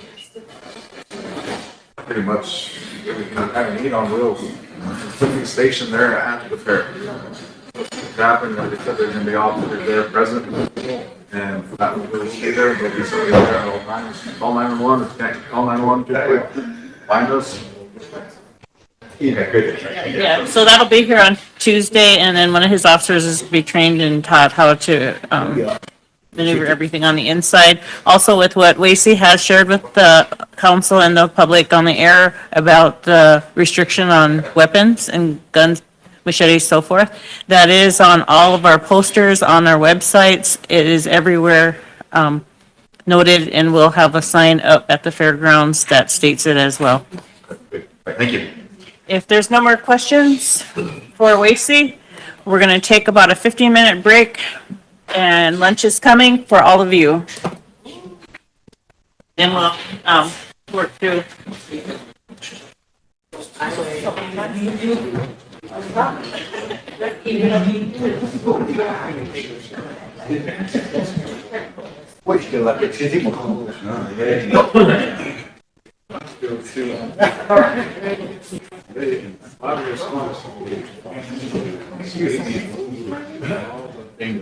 Yeah.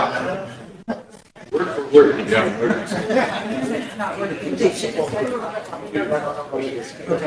Yeah, I mean, if we can see them.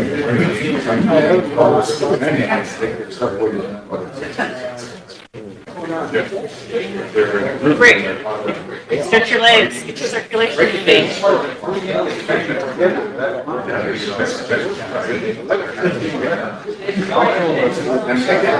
Back there. Have either chicken fried steak or cheeseburger fries or the chicken sandwich.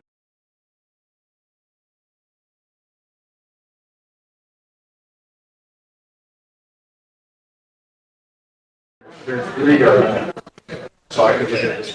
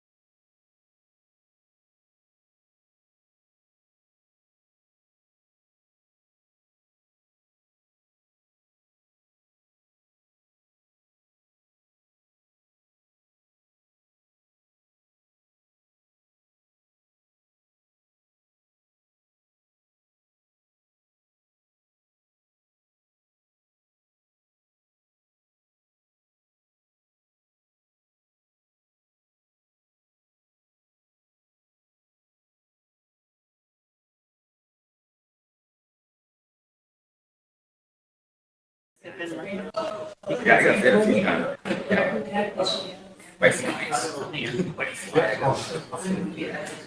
Okay, council, our days are rather long, but I did, under my report, I did have, the radio station. And after that, the IHIP, and then I'm done and we can move on. So go ahead with, Santi and John. Good afternoon, council. Afternoon. Well, do a quick update on the status of the radio station. We're going through some changes due to the student administration in DC. And I'll let John take over and he has more details. But right now, that big beautiful bill, they cut a lot of money to PBS and CPB. So COIA, which is funded by CPB, they have till September 30th to expend those funds, and they're not going to be renewed at all this year. So the question comes up now is, what do we do with COIA? How do we keep it going? That's another route, but I'm going to let Don take over so he can give you greater detail on the status of Don. Good afternoon, everyone. For those that don't know me, my name is John Miller. I go by the Middleman on the radio. The reason we're here today is, like Santi was explaining briefly, is that for COIA has been affected by the big beautiful bill in that respect because of CPB. But in that same respect, you may or not have heard that Senator Rounds did a deal with the Trump administration for $9.7 million to fund the 35 tribal radio stations nationwide, because his feeling was that all the tribal radio stations were caught in the middle of this battle between CPB, NPR, and the Trump administration. So because of that, we are going to be receiving funding.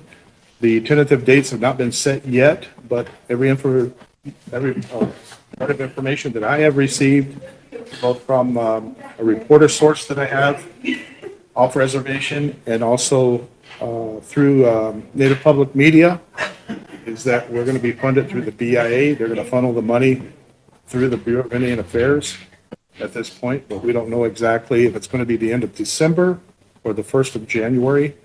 That is still in the works, it has been reported. And it's really devastated a lot of tribal radio stations.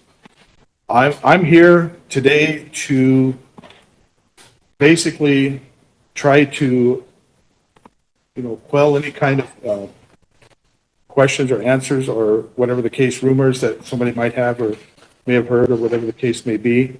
We're working diligently. I don't get a chance to do this, but we have a total staff running 2 radio stations of 5 people. And, we have Gunnar Krogman, we have Kellen, Star Chief back there in the room. He's both a DJ and he's doing the audio visual here. So we're multitasking. We have Alicia Claremont, who is also, she's learning the financial aspects of it, and she's also doing our secretarial and clerk work. And we have Regular Rob that just came back after 20 years. He's back on the radio doing a bang-up job. So I never get a good time or a good chance to say thank you to those guys. So I think they do a really good job. Everybody's multitasking. I manage both radio stations. I've been involved in radio for 40 years.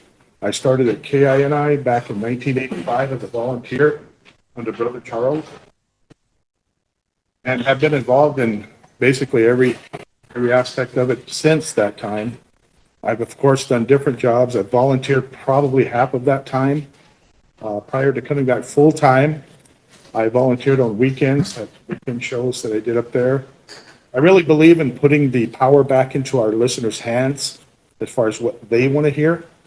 And when I do my programs, that's what happens. I do 100% requests, as with Kellen's show, he does the same thing. It's empowerment, because we know we have a lot of our tribal members that are or don't have internet service. So we are kind of like that person that they don't see in their residence. They'll have the radio on. It's a company thing. And what I mean by not a company, but like being company with somebody and being friends with somebody. So I really push that effort. Anybody that gets hired on, the very first thing I tell them is I say, we're here for the people. That's all we're here for, the people. It ain't about me personally. It ain't no ego trip, nothing like that. I mean, my passion has been radio for 40 years. I've seen a lot of people come and go. I've seen a lot of managers work with a lot of very awesome people early on. But the reason I'm here today is we had a meeting a couple days ago, and with not knowing the exact timeline of that funding, the last thing that I, as a manager for both radio stations, it would be to have to shut down one station temporarily. To me, that would be devastating. And I'm going to go into and lead into my next point of my discussion is that Rosebud has always been at the forefront of just about everything that goes on in Indian country. There is a lot of reservations that don't have radio stations, period. There is a lot. There's 34 other, reservations that have radio stations. We are one of the only ones, except for maybe Navajo Nation and Hopi, that have more than 2 radio stations, or at least more than 1. And with that said, that's unique. All stations are unique within their own parameters. PINI, which is the original station under the church, and then sold some 10 years ago to the Tribe for $1, has it changed over to a current hit radio station. So it serves a demographic of younger listeners. Whereas Hoya, from its inception, it's always been a station that is for the people. And we try to keep that same mindset every day. We try to, mix things up. We do. I get people that talk to me all the time. I'll be in a store. I'll be clearing Rapid City, and they'll say, hey, what do you think of this? And I say, I invite any suggestions all the time. If it's a certain amount of programming that a person wants to hear, or they want to change, or they want to add, I'm all for it. I mean, since I've been up there, I think we had initially had 2 hours of Native American music programming a day. I've increased that to 5 hours a day. It starts at 4 a.m. And the reason it starts at 4 a.m. and listening to the elders, they said, we get up early morning. We have our coffee, and we like to listen to the music. So that's the reason behind that. At this point, I've been programming those shows for the last 5 years. 4 years, or whatever the case may be. So, and we always try to be a little bit diverse. We'll do a little bit of rock and roll, a little bit of country, a little bit of traditional wachipi music, whatever the case may be. And in respect to that, we're trying to fill that void with a lot of people. So, and I can talk. I've been on the radio, but if anybody has any questions, Wayne and then Ben.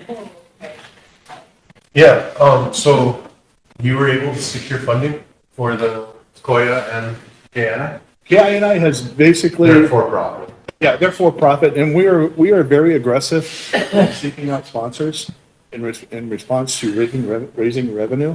And we're continuing. Gunnar Krogman, who is an ideal person, he's an outgoing, really ultimate type man. Everybody knows him. He's a musician himself. He's the person, he's the contact point that or I send out to the businesses to speak with them. And we've had, we got one of the bigger accounts, buoys. And as a result of getting buoys, we had another business saying, we want to, so we're bringing them on. So we're generating revenue, and our mindset is we are going to go gangbusters on after the fair is over. We're going gangbusters and seeking out more.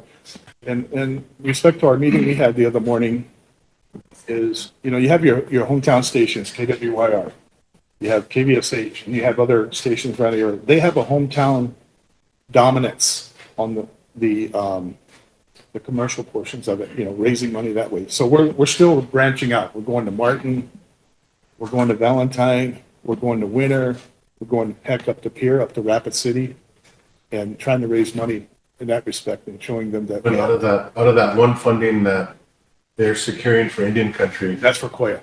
For Koya, yeah. being able to be accessed now, or do we have to wait and like, I'm just wondering what action we're gonna be needing today, or is this just informative?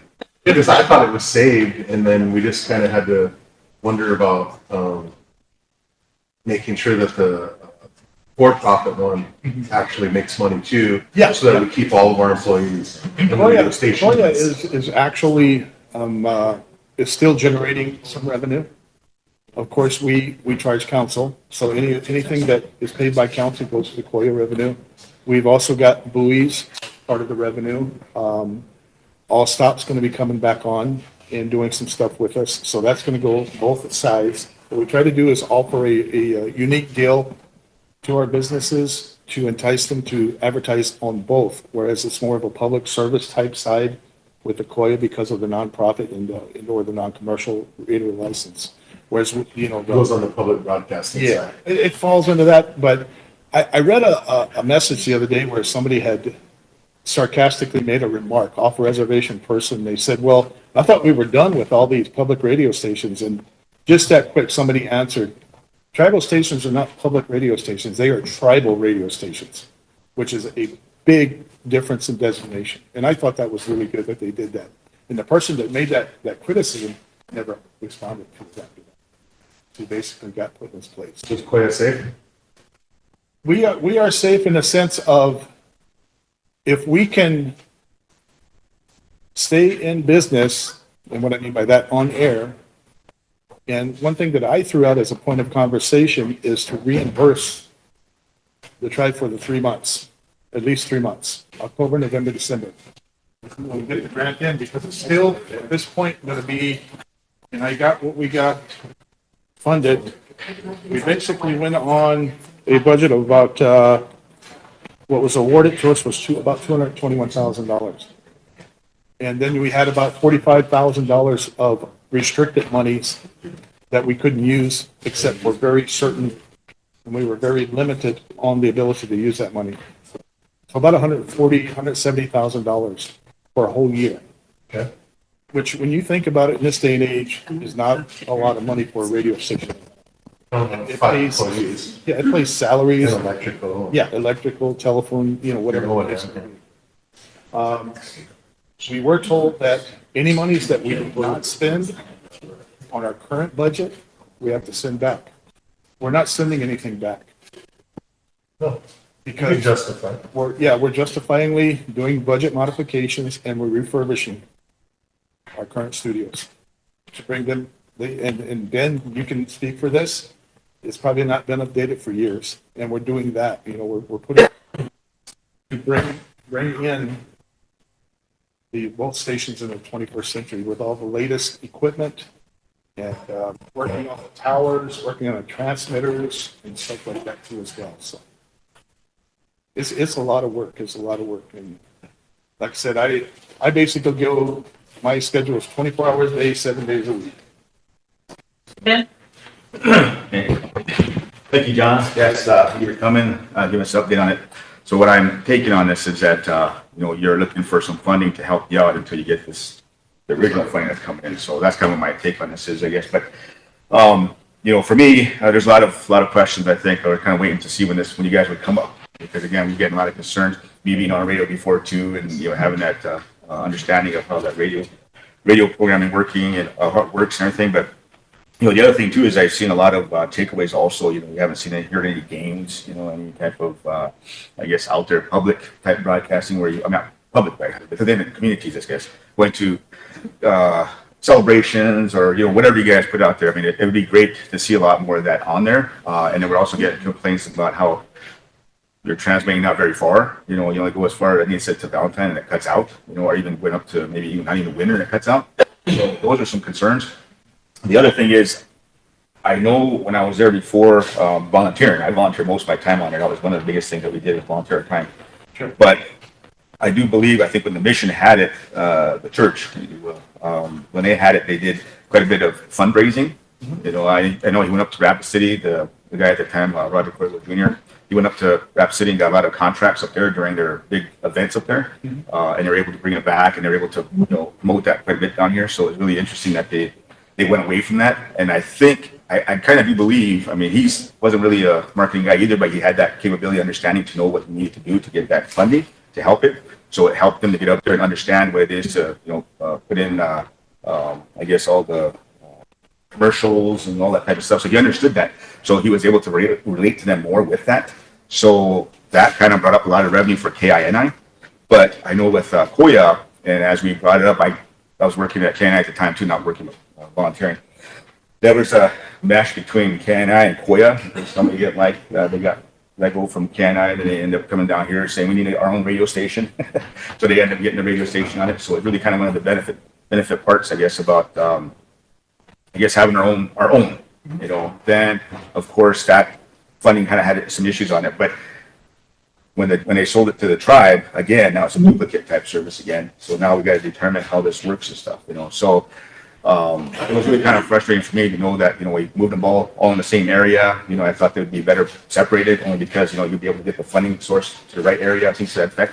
I do believe that some radio stations in Rapid City do comply with each other by having multiple radio stations within, but they built that. They were expecting that. But we weren't expecting for KNI to bring in Koya, so the radio, so the transmitter, I'm going in depth with it, but I'm gonna probably lose a lot of the people on it. But so my concern is if we go out and start getting, sponsorship.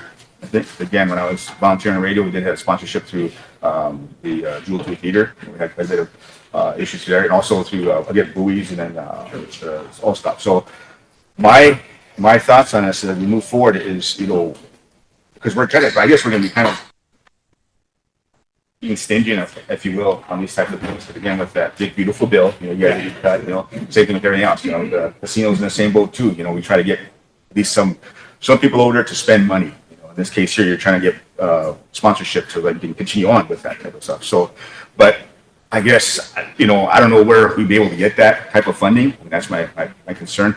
I know it's only be for 3 to 4 months, I think, but I don't know if there's anything that we have that could possibly be capable of doing that. I do pay attention to the public broadcast, so I did have some articles on that too. I was going to call you and ask you about how that's going to work, but you're here now, so I figured that's what's causing some issues. So, but again, I guess if we put it out there and make sure that we have an understanding of what we're trying to do to help not only our listeners, because again, like you said before too, a lot of our tribal members don't have the internet, and they all have to focus more on the radio. So even like weather reports, things to that effect that could come up to I guess, issue weather warning and stuff. Anyway, so that is my concern. My 3 minutes are up, so I guess that. But so anyway, those are just my concerns. John says if we can't go out to do more. No, I appreciate your comments. In reference to like Koya, for example, we have had issues in the past with Koya and the area and the coverage area. Right now, we are at about half our power, have been for a couple months in that respect. But in that same respect, I mean, you can pick Koya up all the way up to all the way up to almost a wall now, and just south of Pier. And you can pick it up in winter, but it's what they call a directional antenna. So it's going to concentrate its most signal to a certain area, and that's based back this way to the Rosebud. And that's why if you tend to go back, say to the northeast or to the north or the south, you will tend to start losing that signal. We do have one little portion on the bottom of the Koya antenna that's going to be replaced. And that's not going to be a lot of money. It's just getting the part instead of what really hurt us. And I should regress here. What really hurt us back in 2023, after we had that big snowstorm, back-to-back snowstorm in December and then January, where we had a lot of things happen that weren't really good, both to the people and both to the area. I took it upon myself. I seen it come open. It was Next Generation Warning System grant, and I took it upon myself to take under that grant and submit it. But when I came back in November, I was working on it. 15th of December or February of this year, they stopped it. They put a hold on it because of all the stuff, the turmoil was going on in Washington, initially in the first part of the year and continuing now. It was on hold for 2 months. It was off for another 22 days, and then it was back on hold for 3 months. And it came off about 3, maybe 4 weeks ago. But in calling Washington Corporation of Public Broadcasting, Next Generation Warning System grant that's funded by FEMA, they said, we can't guarantee that money is going to be there tomorrow. Okay, now there are stations that had started their repairs, upgrades. See, we were going to go for an HD antenna, or excuse me, yeah, antenna, and a high definition transmitter. And when everything was said and done, it was $500,000 that we got awarded. But it was a reimbursable grant. It wasn't, we're going to give you the money, spend it, and then send us reports. It was a reimbursable grant. So I didn't feel it was conducive to try to come to council and ask for money, not knowing if it was going to be able to be paid back. So that's where that stands. We're basically, it isn't gone. What the Corporation of Public Broadcasting is still trying to do through the Next Generation Warning System and FEMA is see if they can get an extension. If they can get an extension, then we can carry forward. But I've also done some due diligence in respect to the price of what it's going to take to repair the tower.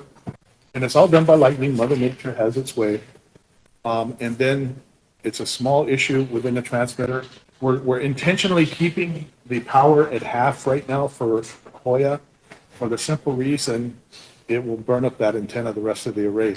And that'll lead to about a $50,000 or $60,000 versus say a $5,000 repair. So that's kind of common sense. And on the KINI side, we're doing good. You can reach it just about anywhere. So improvements have been made. And with both stations, both of the studios are going to be refurbished. Like I said, we have the money available to do that. It's earmarked. It can only be earmarked for that type of repairs. It can't be earmarked for, say, working on the tower or whatever the case may be. So. I got a quick one. It was 9 million, I think, that was actually allocated. I'm trying to think about it too. But so against the state radio stations, so I think there was like 3 that actually were awarded that. So 9 million, not 9 million, not $1 million, I think is what it was. So to divvy that up under 3, it was like 3 million or 300,000, I think. But is that, I don't know, as far as I was read it, maybe I read it wrong, that it was only a one-time funding deal for only a year. And after that year, we're going to have to try to supplement that for additional costs. Is that right? I mean, well, I was, like I said, I have a contact within the kind of like a news person, and she had actually talked to Mike Rounds about this, and I'm just reading off my notes, and there was, of course, 9.7 million allocated for all 35 radio stations. When you do your math, it's about 200,000 per se per radio station, which is adequate for most stations to be able to operate for a year.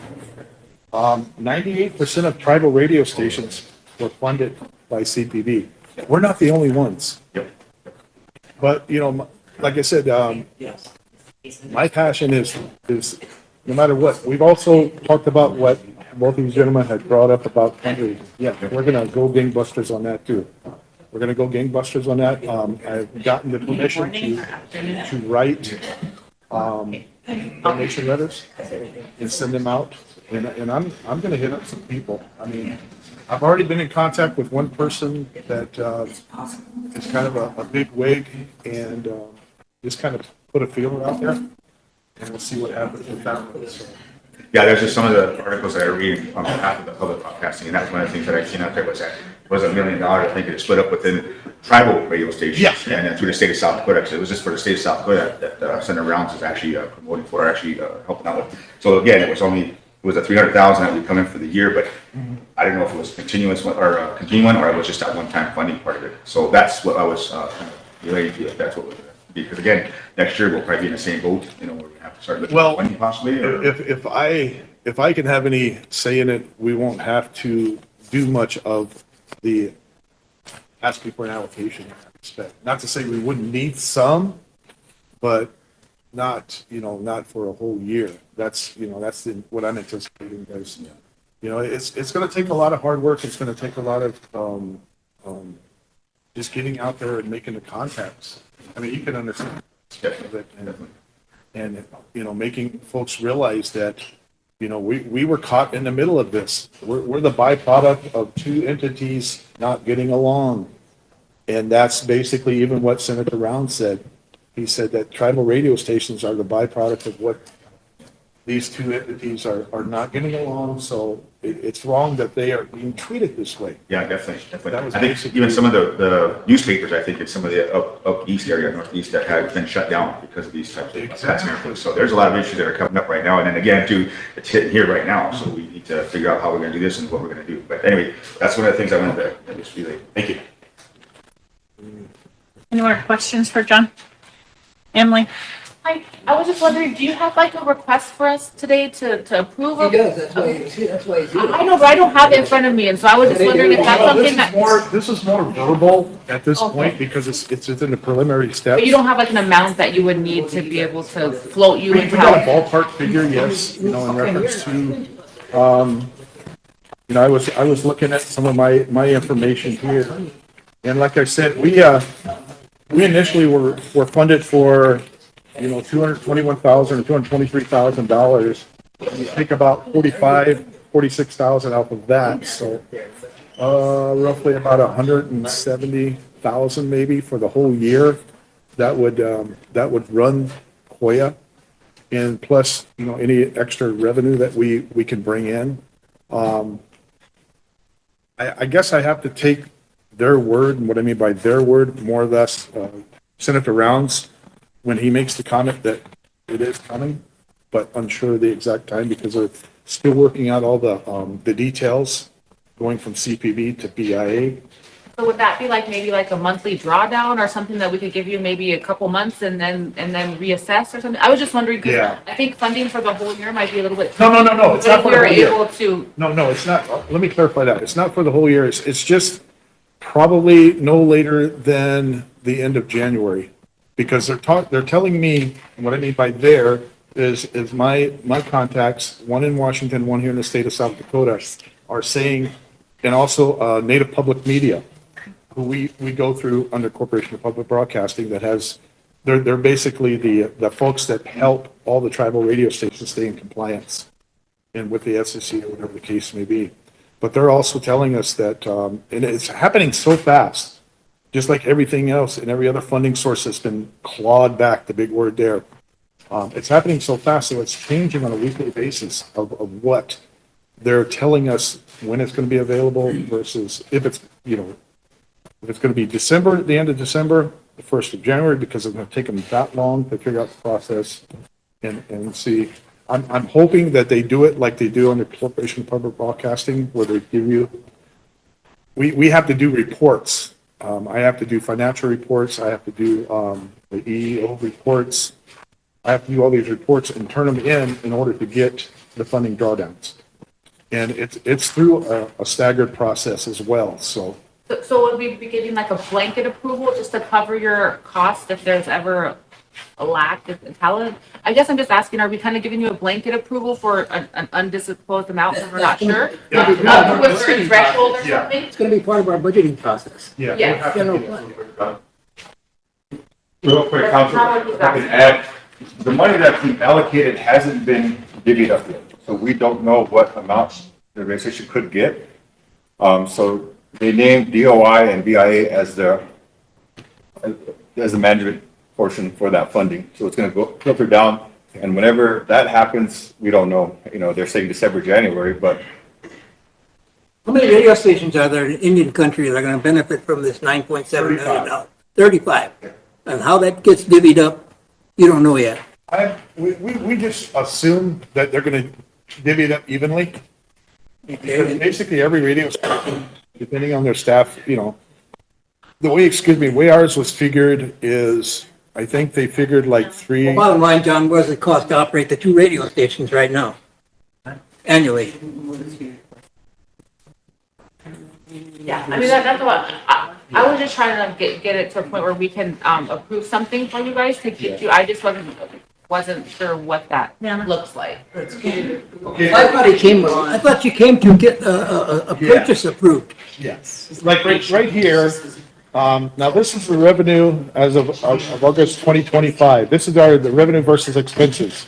Okay, we still have $41,625 in the restricted grant revenues.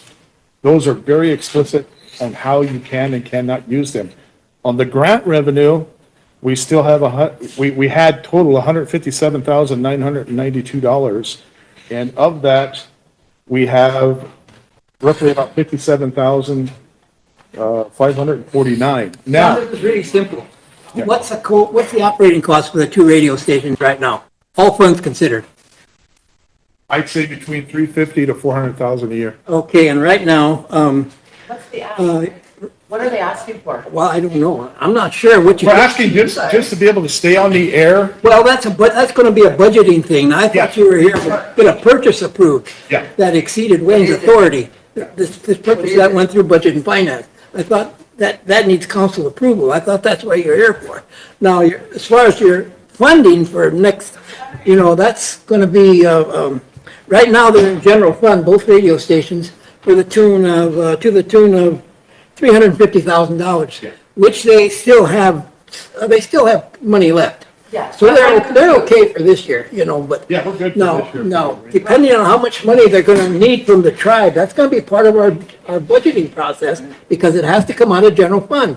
And we're just starting to do that examination right now to see how far we can stretch the tribal general fund dollars. That's simple. That's why I was confused about what the ask was today. That's why I asked him, how much do you need, and how much you're gonna get from, the money that Rounds was able to save from the clawback, if that's roughly 300,000, then for next year, 200,000, I think he said. yeah. Yeah, roughly between, I would, Now, whether or not general fund is gonna be able to afford that, I can't tell you right now, because, Mike, we've got Wayne that's waiting with his hand up. Basically, when I brought them, it's for them to give you all a report on what's going on with the radio station. Part of that report is that they're going to have a need, but it was to update everyone on the big bill. I'm not going to say beautiful because it is not beautiful, but the big bill and how it affected our radio station. Very bigly, very Go bigly. ahead. Okay, thank you. I want to make a motion to send this to Budget and Finance. taking out the big The next beautiful meeting. bill.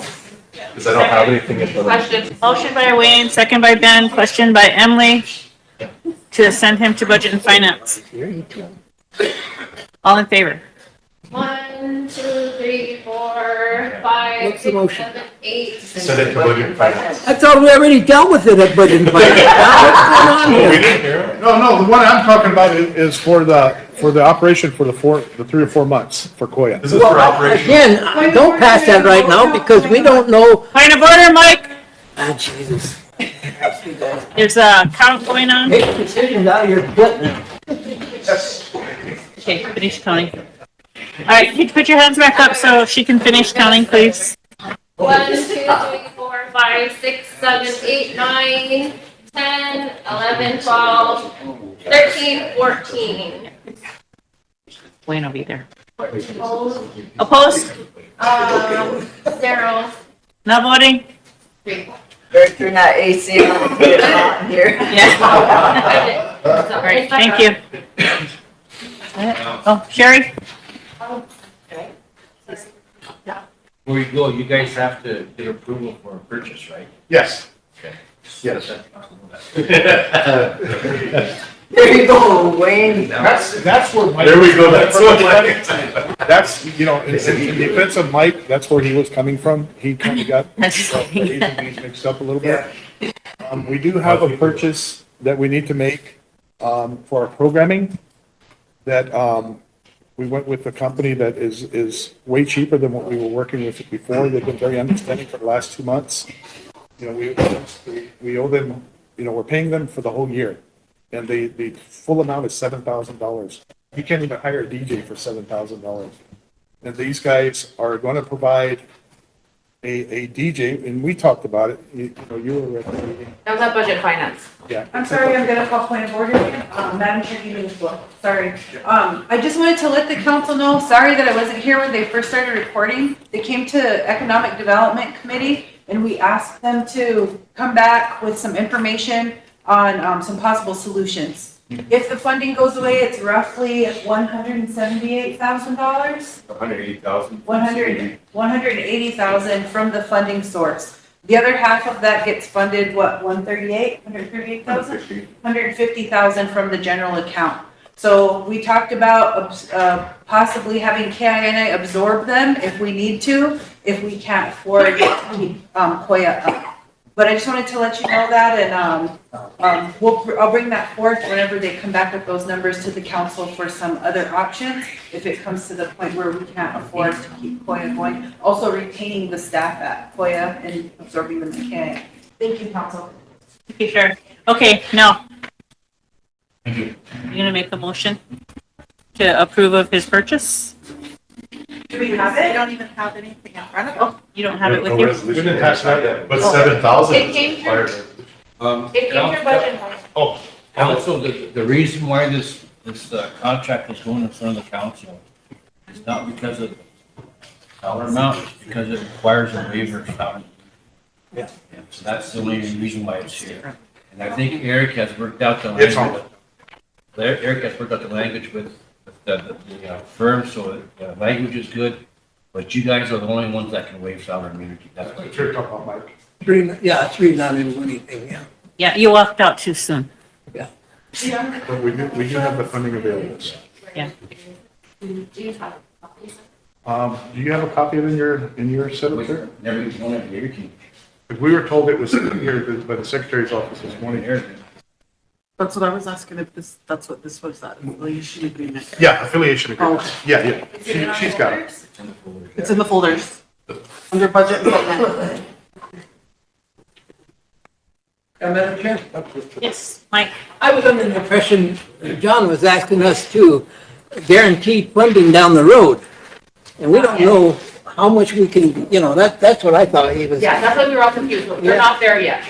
That's why I got exasperated, because it sounded like you guys were ready to do that. Like you. Calm down, Mike. Motion sometimes. Emily, Tammy. We're all confused by that. I just wanted to say the other day, they needed a rover for, budget and finance, so I did sit in on the meeting that discussed this. And there was a little bit of a conversation around it. Just briefly wanted to update that there was a couple questions about long-term versus right now. And so after that discussion, I think it was a lot more clear that this is a temporary fix to get us through some of these hard times and transition times. And I know he already said it, but he was very vocal about long-term goals, bringing our own DJs back, taking ownership, having all that. But just right now, we're in a situation where we need a little bit of help. So this is a transition agreement to kind of help us get those extra DJs. They're not going to be local, but they will help us at a very low cost to meet the need right now until we can get to that next stage. Thank you. Thank you, Emily. Tam? Really quick, all I want to suggest, and I don't know if it's going to require motion or not, is that all our committees, commissions, and boards, the minutes that come out of these, I believe should be shared with the full council, not just the committee and board people, but the full council. So we're all on the same page and we can see what's going on. That's what we're here for, see what's going on with everything. But we only get the boards and committees and commission meeting minutes whenever, for those boards. Does that need to be a motion? Because it should Maybe automatically be happening. If you do make a motion, I can second, because I know we've had discussion last year on that, because it helps when we do our, community reports, or it helps me anyway to do the community reports. Yeah. To update on the boards and committees that I'm not on, so it would be helpful to have those if it's not. Yeah, that's why they're on the agenda, but we never get down there. Oh, I know, but I think what she's saying is the minutes, whenever the minutes come out, sometimes they only go to the committee members that are council, not full council. So we're just asking if those minutes can get shared with everyone. So if you're not on that committee, you still are, up to date on what's going on. And then can report that back to the committee. They did it for a little while. They did it for a little while because that's what I was using for my. I'll make that motion. monthly report. I'll second. Who made the motion? Tammy. Emily, second. Michelle, question. All in favor? 1, 2, 3, 4, 5, 6, 7, 8, 9, 10, 11, 12, 13, 14. Opposed? Now it's for all three committee meetings? Yeah. Committee minutes? Minutes. It's separate council. Not voting? Yeah, all the one like the drafts, whatever, because. All right, opposed? Oh, zero. Not voting? Motion carries. What was that count? Sorry, I missed it. Ben and then Mike. No, it was all. No, I was voting, I'm sorry. Yeah. Oh, sorry. Well, I was just questioning, so do they still need to go back to budget and finance then with this request? They already went there? Which one is it? For this one, no. Yeah. We've already went. to That's budget different, finance. what they're going Yeah, there We went for. to budget finance. Okay, that's what I was saying. So to send it back, I don't know what it was, or maybe that request, maybe, I don't know, I'm just kind of The other two. The other one. curious. Okay, that's Yeah. okay. Okay, just making sure. Okay, if there's no more questions, they'll shake hands. Bob? Sounded like a bar room in here, so I couldn't understand you guys. But what was that purchase, that $7,000 purchase where we're gonna support common immunity? What's that about? I couldn't understand that. That's what we're gonna discuss next. Yeah, it's in the folder, but it wasn't necessarily sovereign immunity in that, in totality. It was just, we had to change the verbiage and they were like on it within 5 minutes. They got back to me and they said, no problem. It's just that if something happens, you know, where you can take it to litigate it, and they agreed to the district court of South Dakota or the Rosebud Sioux Tribal Court. We took out Michigan because that's where they're based out of. And this company works with Navajo and also Hopi Nation and dealing with their radio stations as well. That's how I found out about it. So they were They're really okay. good people. They're really good people. They've let us slide for the last 2 months based on that we would have had this done earlier, but you know, with other things going on, we weren't able. So they let us slide for 2 months in the program. So.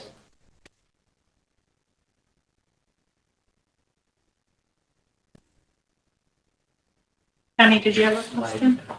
No? Is that all? If that's all?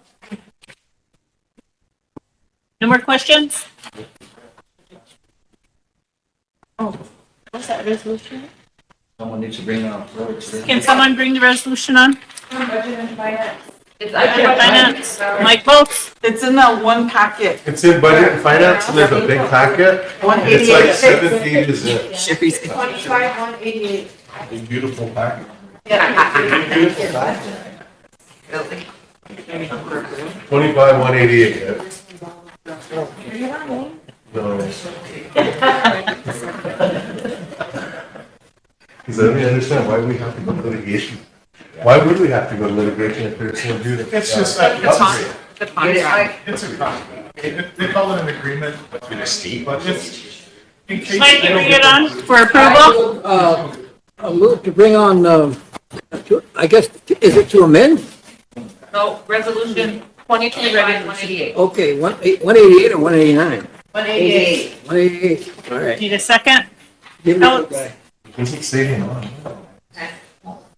Okay, Mike. I gotta make sure I got the right one. Sherry, did you show? I thought I was looking for something separate here. Sorry. Oh, mine says 189.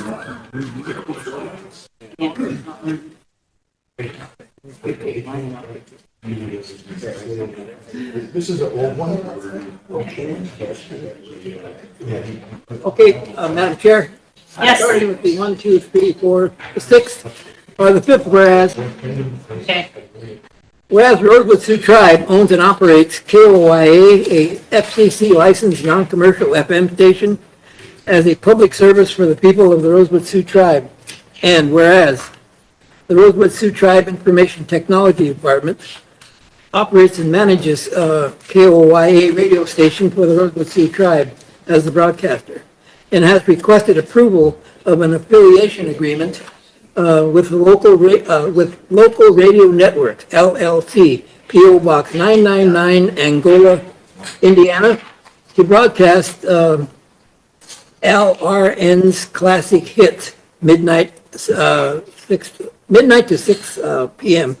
Mountain Standard Time, I guess, and mainstream rock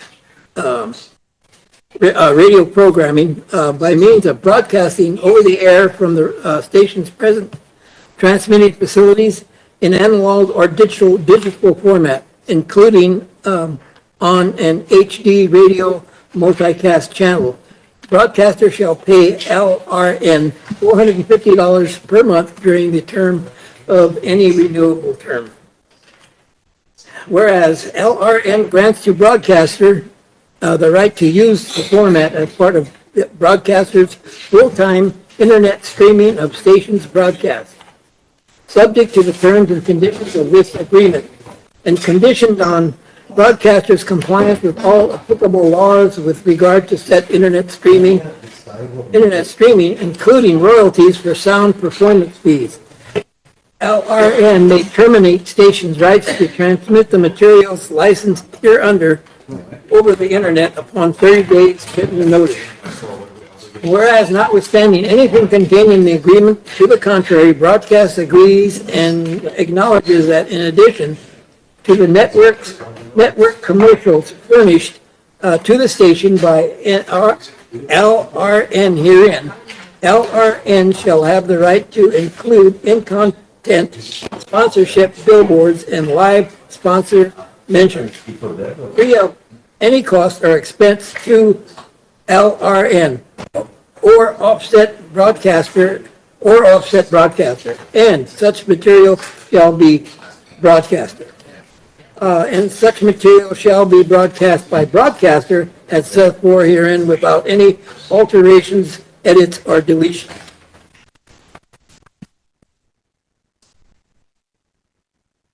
And it goes on and on.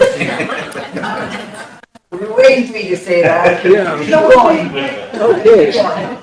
I want to read, I'm going to jump down to the whereas it deals with the sovereign immunity issue.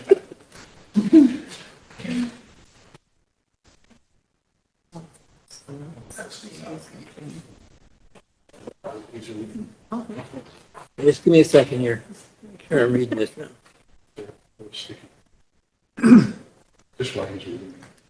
Whereas relevant law, this agreement shall be construed, I almost said misconstrued, shall be construed and enforced in accordance with the laws of the United States and the state of Michigan without regard to principles of conflicts of law. Do I have the right one here? Including all matters of construction, validity, and performance, regardless of where this agreement was negotiated and signed, regardless of where a broadcaster is located or performs under this agreement, and regardless of where the cause of action arises. The parties agree that should any litigation arise out of, in connection with, or relating to this agreement, such litigation shall be commenced in the court of competent jurisdiction, the Rosebud Sioux Tribal Court, or in the United States District Court for the Central District of South Dakota. That is the federal court. Provided such court shall have subject matter jurisdiction. The parties specifically agree, however, that either of these courts shall have personal jurisdiction and venue. And whereas the Rosebud Sioux Tribal Law and Order Code, Title 4, Chapter 2, Section 4-2-1, Sovereign Immunity, provides that, except as required by federal law or the Constitution and bylaws of the tribe, or specifically waived by a resolution or ordinance of the tribal council making specific reference to such, Rosebud Sioux Tribe and its officers and employees shall be immune from suit in any civil action for any liability arising from the performance of their official duties. And whereas the Rosebud Sioux Tribe Budget and Finance Committee recommends that the Rosebud Sioux Tribal Council accept and approve the affiliate agreement with amendments with Local Radio Networks LLC, and therefore be it resolved. And oh my God! Any discussion? If not, I need a question. A question? Alvin, all in favor? 1, 2, 3, 4, 5, 6, 7, 8, 9, 10, 11, 12. Opposed? 1, 2, 3. Not voting? Motion carried. Thank you, council. And I want to thank Sheriff for helping me out. Okay. You got so many more questions now.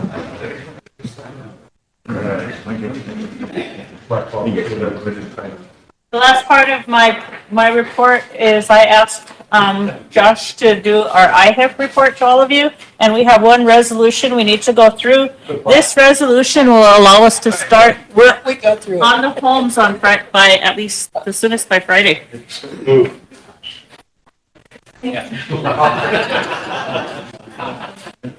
Oh, yeah. Wayne has a, for you guys. From earlier? Yeah, from earlier. You're right, that we're on there. It's fine, Yeah. I You have did reach anything out to hand to, out? Gaming The Commission resolution. attorney. I did reach out to the Gaming Commission attorney and there's a lot of other stuff going on here. So So when he it said needs to that be there's amended. no enforcement action being taken right now. There's a request for information, not from Mr. Fry, but from the casino. Would you give it to him? And so they're just trying to gather information. There's no license impact or I don't have it on enforcement this being list. gathered right now. But he's gonna be here tomorrow at noon. So I told him that this is something that we have to iron out right away. So we're all on the same page. So tomorrow at noon, we'll be in the office, so whoever wants to attend, now's the time to do it. To our office? Bill should be there, Mike and the chairman, whoever else wants to come needs to be there. So that we all have the same information, we all know what all the issues are, so that we can resolve it tomorrow. Where, you find it? Should be. We're gonna meet up in the It finance needs to office be tomorrow. amended, right? Noon? Yeah, noon tomorrow, we'll be here. What time? 12 o'clock. Oh my Noon goodness. tomorrow, Mike. And that's with Sandman? Yeah. Get it from me. Get there, Mike. And apparently there was a lot of information that was sent out already. I didn't get any. So I told him I need to have that information and he sent it out to everybody. So you guys check your email before tomorrow so that we're all on the same page. Is that okay, Bill? Oh, yes. Okay. Noon, is that 12 o'clock? High noon now, remember that. Is that Wait, down there or here? Annex. Oh, Alex. The finance office up there, yeah. Oh, we got enrollment tomorrow. Got enrollment tomorrow over It's there? just whoever wants to attend. in the finance? At what time? Yeah, I think we're doing finance. My enrollment's at 1. Go ahead, Josh. Good afternoon, Council. Joshua Jordan, I'm the Housing Improvement Intake Specialist. We'll come and do an update to the council on the program overall. Since being hired, I've conducted I guess, a review of the previous application from when Chip was with I don't SWA. read them anyway. Office of Management and Budget utilize a application BI 6407 that is supplemented with BI 6407B, which is the portion or criteria that identifies or scores applications. It was to my determination that the form previously used with SWA had sections in there that touched on some of the SWA's subsidiaries, which I deemed irrelevant. So therefore, implemented and began using the original BI 6407, which is specifically for housing improvement program under the BIA. So with that, I've supplemented applications with a consent for release of information. That is a BIA form. That form there, once signed, will allow me to assist applicants in specific circumstances, whether like our elders who can't always make it to the office to complete their application. Once that's signed, that allows me to get the information for them. It is on a case-by-case basis to where going out in the field and doing home visits has become common practice, not only with applications, but for following up with current projects. We have 19 awarded applicants who are waiting to get their homes repaired. I would like the council to understand that my office is budgeted for 2 positions, an intake specialist and a coordinator or / construction liaison. I've taken it upon myself in recent months to pursue a inspector certificate or license in a year so that I can ensure added compliance and ensure that if no one is hired within a given amount of time, whether it's from the tribe or the BIA's end, I'm still able to conduct pre-assessments and final inspections when projects are complete, so that there's no holdup in the process. Now, as of recent, the last month and a half or two my focus has been all 19 projects. They have been made aware that they are going to receive an award. And we just need to know, if the council is going to ratify this resolution today, which the contract award is listed on the resolution. So inspections were done accordingly to eliminate a potential conflict of interest from any contractor applying for the bid for these projects. An outside inspector was hired to conduct 19 inspections. So with that, those inspections were supplemented with the bid form so that the companies or contractors who submitted a bid have something to reference and determine a cost to complete 19 projects. Yes, ma'am. When you're done, sorry, I was just telling her when. So with that, I have determined that there is no direct order in which projects need to be complete, so long as they be complete. Now, with that, when this program was brought to the tribe, it's come to my attention, based on research, that one of the main things was overlooked in this entire program and process. And that main thing is alternate housing for awarded applicants. That was extremely overlooked, and that created chaos. Now, having to find alternate housing for applicants, the majority of whom are elders. The idea was entertained to park fifth wheels outside of their homes, but mind you, they're elders. They can't get upstairs every day on a regular basis. You mean all that houses we worked on? Yes, sir. Okay. And with, there was a recent meeting with the SWA board. Myself, my supervisor, chief of staff, Louis Goodboy Siegel, Councilman Marshall was present there. SWA has extended professional courtesy to continue providing alternate housing with 2 units that, we are adamant on using for an extended period of time. Now, with that, as one project is complete or 2, there are some applicants who have places to live, some don't. So it's my hope we continue utilizing these units and just keep recycling them. If not, we go the additional alternative measure of providing fifth wheel campers for those who can get into one of them.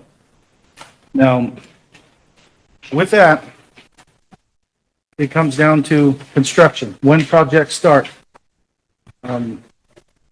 added clarification. I had questions regarding light bills. So I established correspondence with the LEAP office.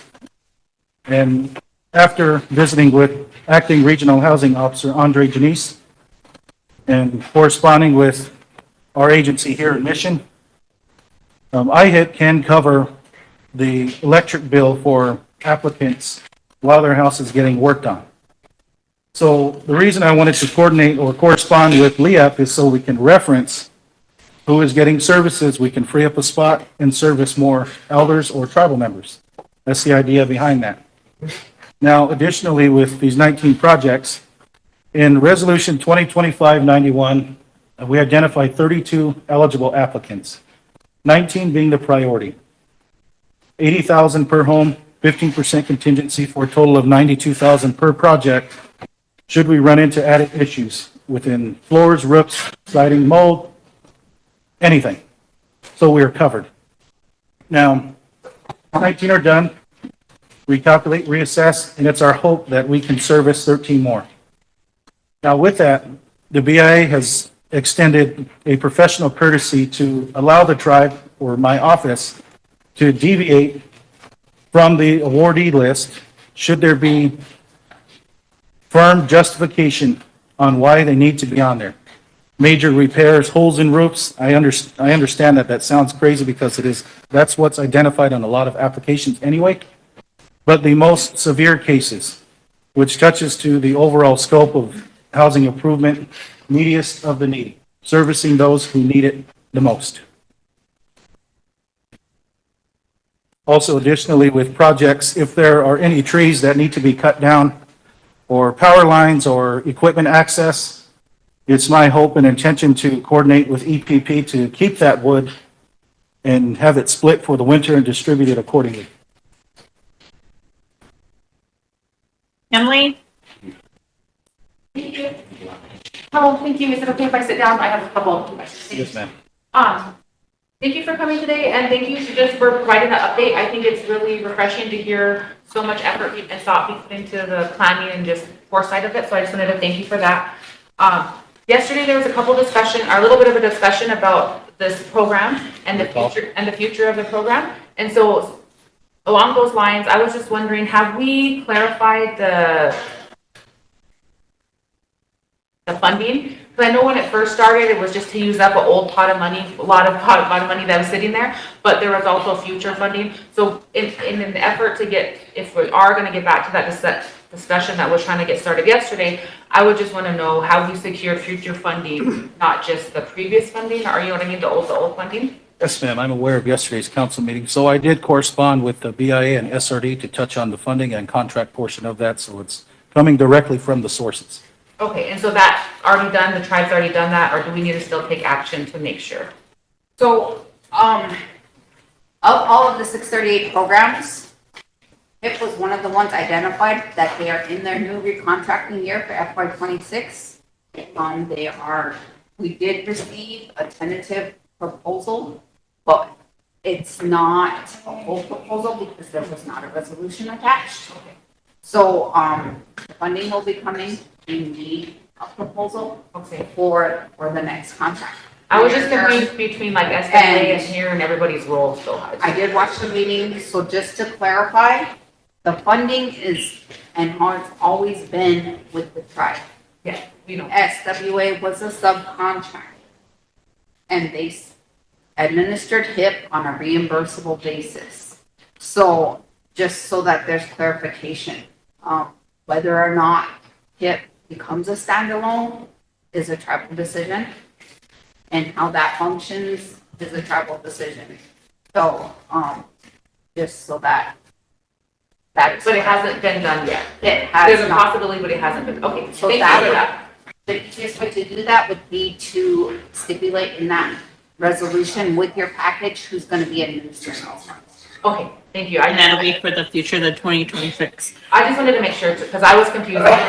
I was on the same understanding that there's been talk about it, but there hasn't been any official change yet. So I just want to make sure, and thank you for that. So my second question then is, it sounds like you're wearing many hats, so do you have plans to hire the assistant? And the reason why I'm asking is because a lot of the calls that I've been getting regarding it just have to do with simple things like communicating back. Was my application complete? Is everything okay? Versus, or some, was it approved of? So it sounds like you have already chosen 19 of all of the applicants. So have the other people been communicated with that they were not successful in this first round? And then what follow-up or what next steps would be available?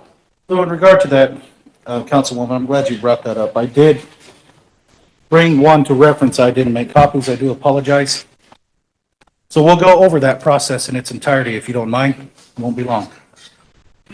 So the BIA 6407 form is supplemented with the United States Department of Interior BIA Housing Assistance Application Instructions. Now, there is a lot of jargon in here referencing 25 CFR Part 256. Talks about the Privacy Act of 1975. So, short and sweet, the information that's needed, I generated a letter that goes with the applications. So it breaks it down for our tribal members so they can understand clear that this is what they need. Dear applicant, you will need the following documentation before submitting a signed and dated BIA 6407 housing assistance application. 1, proof of tribal membership. You can acquire a copy of your tribal abstract from RST enrollment in the annex building, or you can contact them at 605-747-2381. You may also provide a copy of the valid tribal ID. Income verification, proof of unearned and earned income by submitting copies of wages, supporting income letters, bank statements, and if a disability claim is relevant or applies, please provide a doctor's statement and/or documents verifying disability. IIM account. You can request your individual Indian money account information at the BIA Rosebud Agency Mission, South Dakota by contacting Melissa or Natalie at 605-856-4965. Housing verification, provide proof of ownership of your residence and land. Aerial photos, lease, bill of sale, proof of veteran status. Provide a copy of a veteran's card or DD 214, release or discharge from active reserve duty. Any questions, concerns, or need assistance completing your BI 6407 housing assistance application, please contact me at the RST President's Office, 747-2381, extension 416, or you can reach me on my cell at 605-319-6171. And for the public watching, my cell phone is work cell 319-6171 if you have any questions regarding your application. Now with that, going through the process in its entirety, once all of the information is collected, everything relevant here, it goes into the tribal annual performance report. That report is due before December 31st of this year. So now I correspond regularly with the acting regional housing officer, Andre Denise of the BIA, Aberdeen. So this form here, I created an example. It's a name, Josh Jordan, my enrollment number, category of service requested. So all of the information that's taken from the application is put into the tribal annual performance report, which is part 5, household income and family size. That's identified. Their age. You get points on the far right. Now, it's tough to determine how much points you get because in the application, income guidelines are also provided. There's two income guideline sections of criteria, one for Alaska and Hawaii, and one for the lower 49 or 49. So with that, it varies on income, family size, on how many points you get. Age of a person, date of birth, let's say May 1st, 1961, for example. That's 9 points. Disabled individual, check yes, that's 10 points. Part 8, dependent children under the age of 18, I put 5, that's 15 points. Now there's an option here for homeless or dilapidated home. This I checked dilapidated, that's 0 points. Homeless, I believe, is 10. 11, overcrowded, check yes or no. Check yes, 5 points. Veteran, yes, 5 points. Are you applying for down payment assistance? Provide a certificate of eligibility letter from the lender. No, 0 points. So an overall total, that's 54 points. And at the bottom, eligibility status determines eligible. So now this goes on to the tribal annual performance report. A number is generated on the far left. It could be 181, 182, whichever application was, or whichever number that's next applies to this application. Now, those numbers on the far left don't determine selection. What determines selection is the eligibility criteria, the selection factors of points. So that goes into the system. I don't select who gets services. This goes to the regional. The regional housing officer makes that determination. So then once applicants are selected for legitimate awards, for example, the 19 currently on the queue, and we'll generate award letters. We'll go through a project file, but we'll touch on your question map. I'm getting there. So we created project file.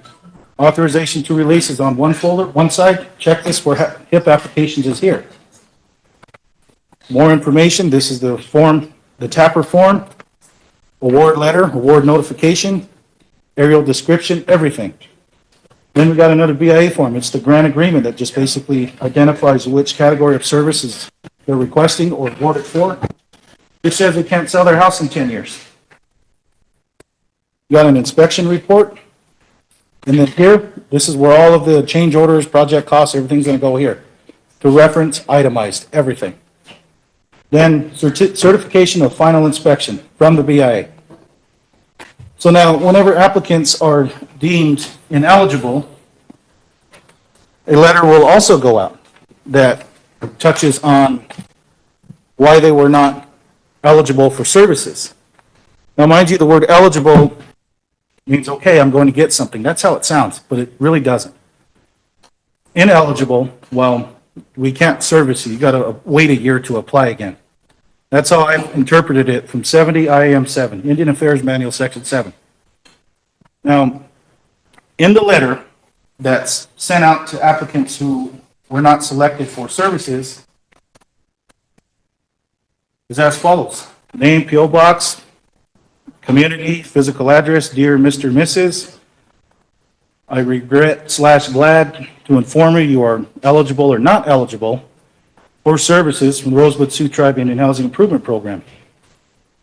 Now, if they're eligible, this is parenthesized, you will now be placed on a waiting list pending funding availability. The information you provided in BIA 6407, housing assistance application, states that you are a, let's say, 6-person family consistent with this.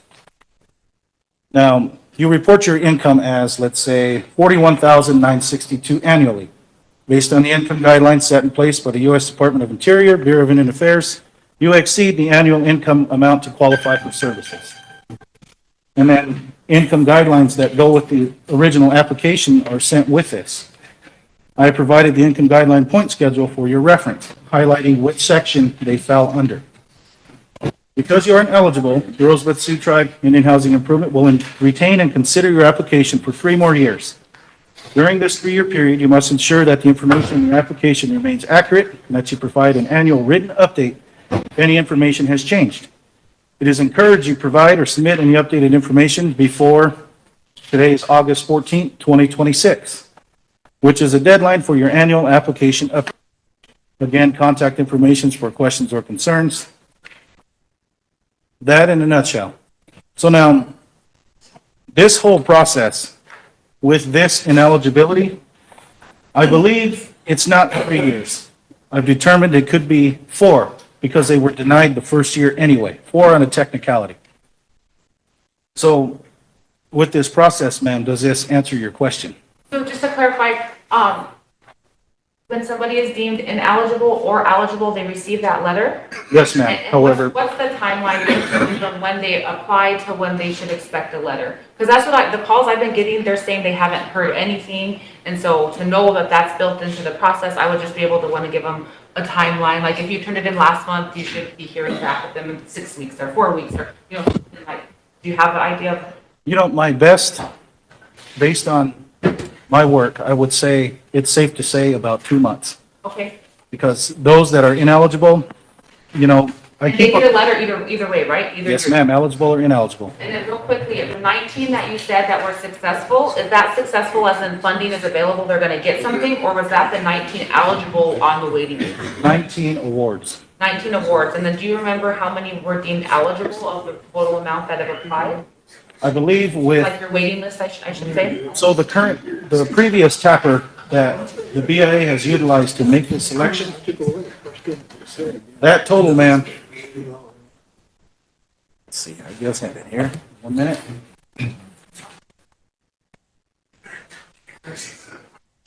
Sorry, these are just gonna help me answer the questions better whenever I get calls, so I appreciate your answers. Right.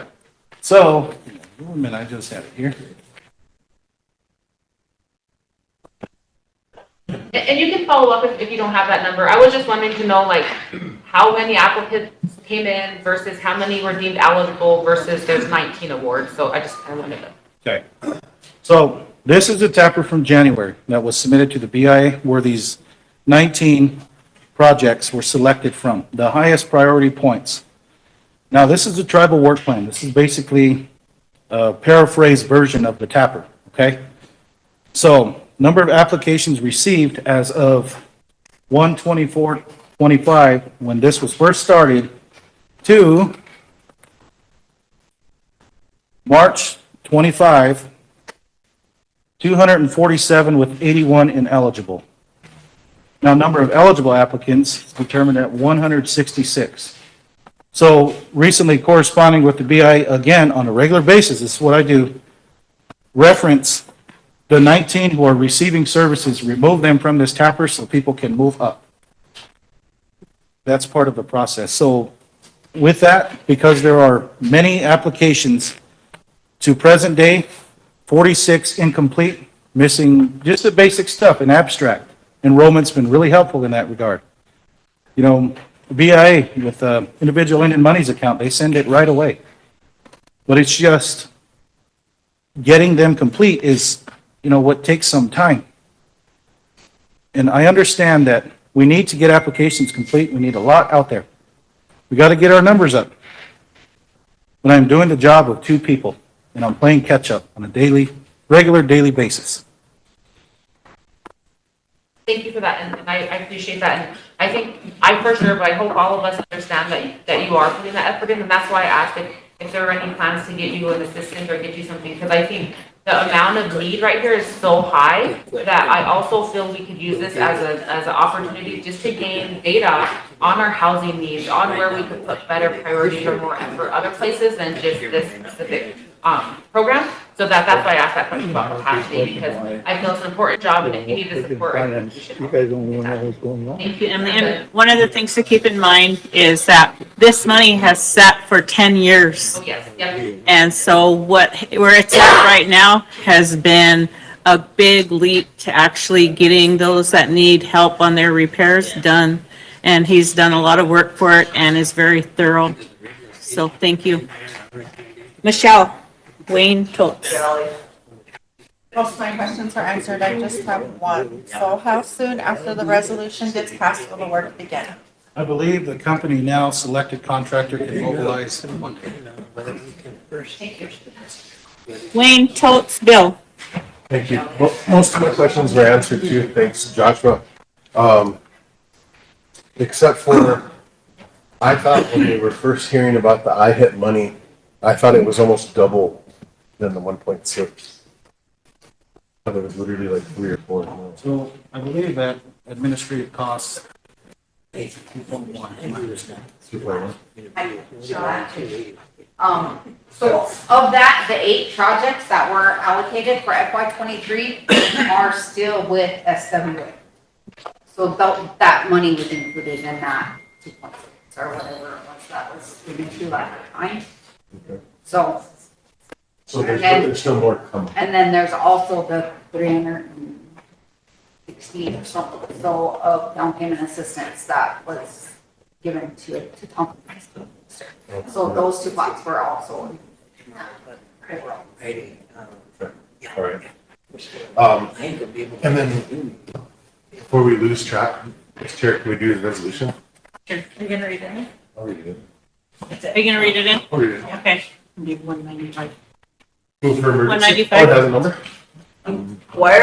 Can the rest of us finish asking questions before that's read in? Maybe we have some things that we'd like to bring up too. But it doesn't change the resolution. I know it doesn't change the resolution, but. Totes, Bill, Alvin, Tommy. Oh, just now we have some of our own contractors listening and they're asking, what was the process? You know, we always avoid our own people. We do have good people here that can do things. We have good people at IHS that should be moved up and they're not. We have good people that are out there applying for jobs and they're not. So we chose a non-Indian firm, right? To do this. And we always say, and we know who are contractors who can accomplish things here and who don't, who drink beer while they're doing repairs, who clock in and go waste 4 hours gawking around and then put 4 hours in to finish on the home. You know, we and like with you said 247 applied, the ones that were awarded, were they sent out notices that they're going to get their homes? Yes, ma'am. Now the ones that weren't, were the notices sent out to them already also that their application was incomplete or they're not eligible? Were those all sent out? So as far as not eligible, that's whenever a complete application is processed to determine ineligible. Now, when they're just incomplete applications, you can't put anything into the system to make a determination. It doesn't work that way. So I go out in the field and make contact. We're missing this. Follow up with me. Let's get this done. Okay, have you gone out and filled? Yes, ma'am. On a regular All basis. of those ones and gotten the information? Because you told us previously, I don't know about any of you other ones, but he's told me that he was gonna get a small copier and go out, and this was months ago, and make sure all those applications were complete. You know, what I'm just trying to point out here is, no matter what you do, follow up on everything. Because we're already, when did you start this program? When Who was it hired? I started in the program, it was February 13th. Okay. So in February, so you know, what, we really need to keep the communication going. You know, we fail because look where we're at with the casino right now. We just sit here. So we as a body need to start meeting more, communicating more, and getting information out. The bottom line is, you know, winter's coming. Winter's gonna be here. And we have some elderly people. They're gonna be living in tin cans with their grandchildren, and they're on that list. They're on that list. So let's prioritize, you know, and with that resolution that's gonna be coming up, you know, we can get it in, but I just want it to be heard, you know, all the way around. We need to start making people be accountable and inform the people of the process and what's going on. We're too silent. The people have that right, and we work for them. So if I may, ma'am, Thank you, respond to Phil. So as far as the scanner, I've since got a work phone, can scan documents on this. Keep them all in a separate file, they're all named accordingly. This is it, ma'am. So I'm doing my job to a T, just so we're clear. And we need to get somebody in there ASAP, so that way we can't overload or say he's the only one working. We need to set you know, and if nobody wants to advertise, let's pick someone and put them in there, because we serve the people. We serve the people. We need to start diligently working hard. Jelly has her hand up. I wanted to clarify that Josh is the intake specialist. The construction liaison position, which is the higher position, has not been. So,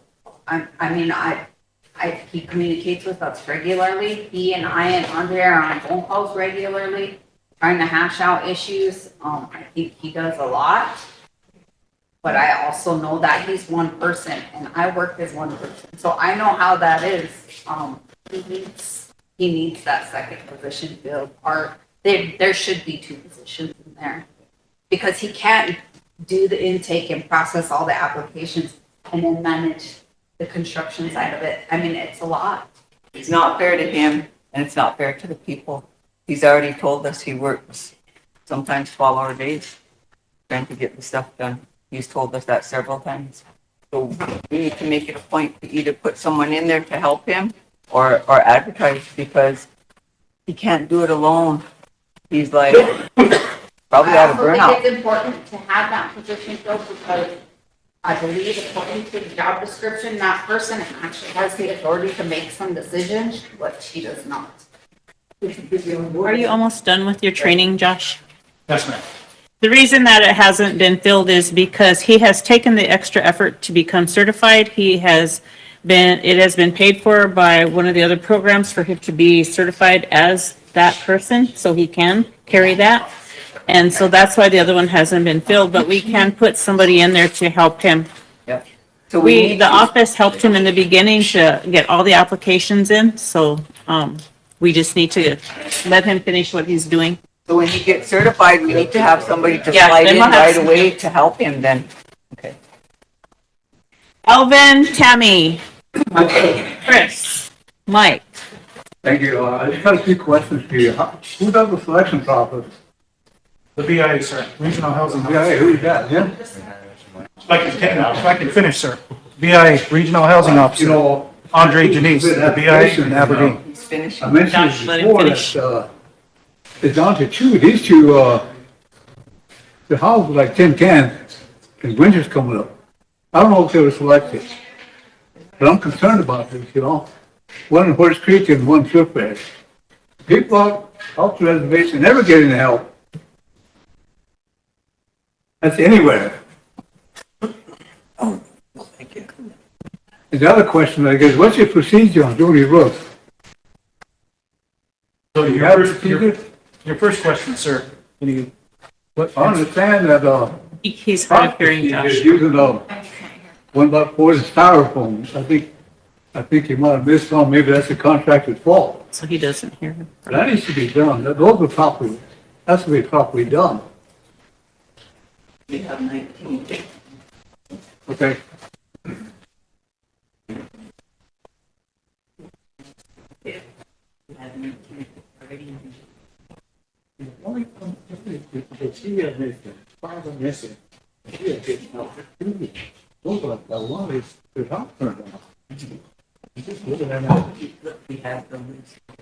Sure. Yeah. I thought this, company, I could pose this question. I thought it was an Indian company, state-owned company. I'm not sure. They work with it. Josh? Yes, sir. It's, Pro Roofing, I thought it was a native-based company. No, sir. No? No. Yeah. Where are they from? I believe they have an office in Sioux Falls. Their main is in Kansas City, Missouri. Was there a reason that we didn't go with like the contractors currently that are here? I believe it was based on availability of materials, supplier purchase agreements, low bid. But It was bid out and they were low bid. after an advanced scope of work was determined on all houses. Okay, we'll get back online with Tammy, Chris, Mike, and then Wayne. I have a couple questions on when this first went out, I took some applications around to my community and handed them out, and then some of them I turned into the president's office. There was 2 individuals specifically, I guess were calling for like a status. And then I know I did speak with you on them, and they were waiting for you to call or reach out to, this conversation came up before because the application wasn't completed, I guess, or something. So they've been waiting for you to reach out to them. I just got a text message from one of them that said that she never did get a letter regarding her application, whether it was approved, denied, or lacking information. Okay.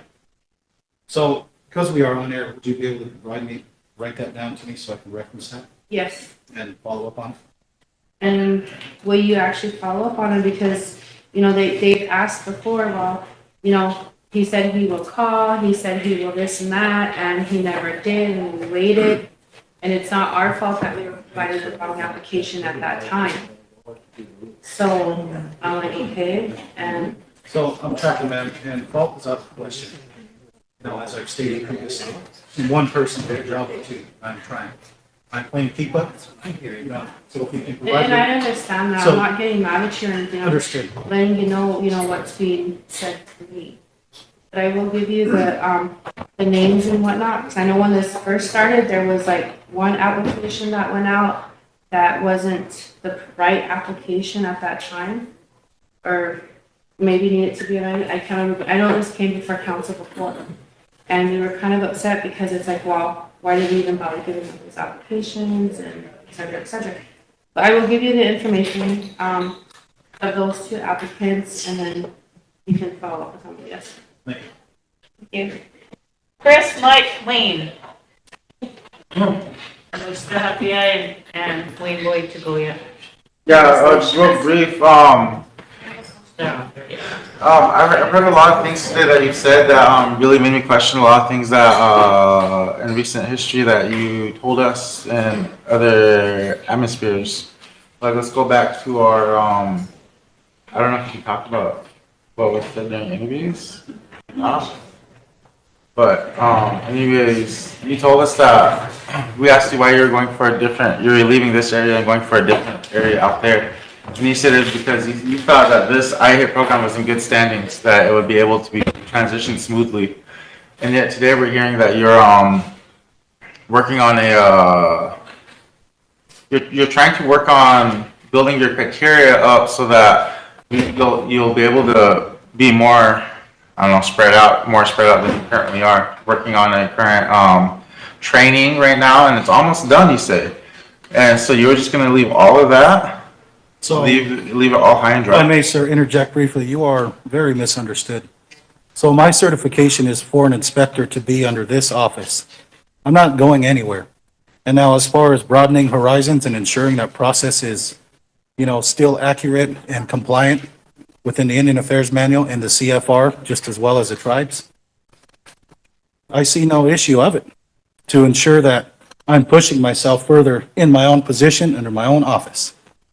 So broadening criteria, well, yes, to learn more, to do more, to be able to make more precise decisions and have that authority to make the right decisions on houses and projects and ensure that there's compliance, not just with the CFR or, the Indian Affairs Manual, but we go to safety too, OSHA, or the IRC, International Residential Code.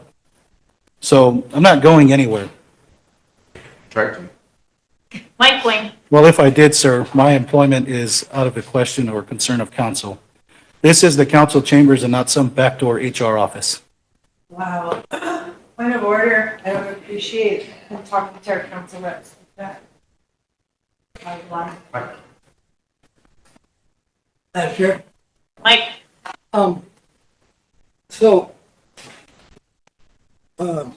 just to catch up here and get current with, the whole HIP program.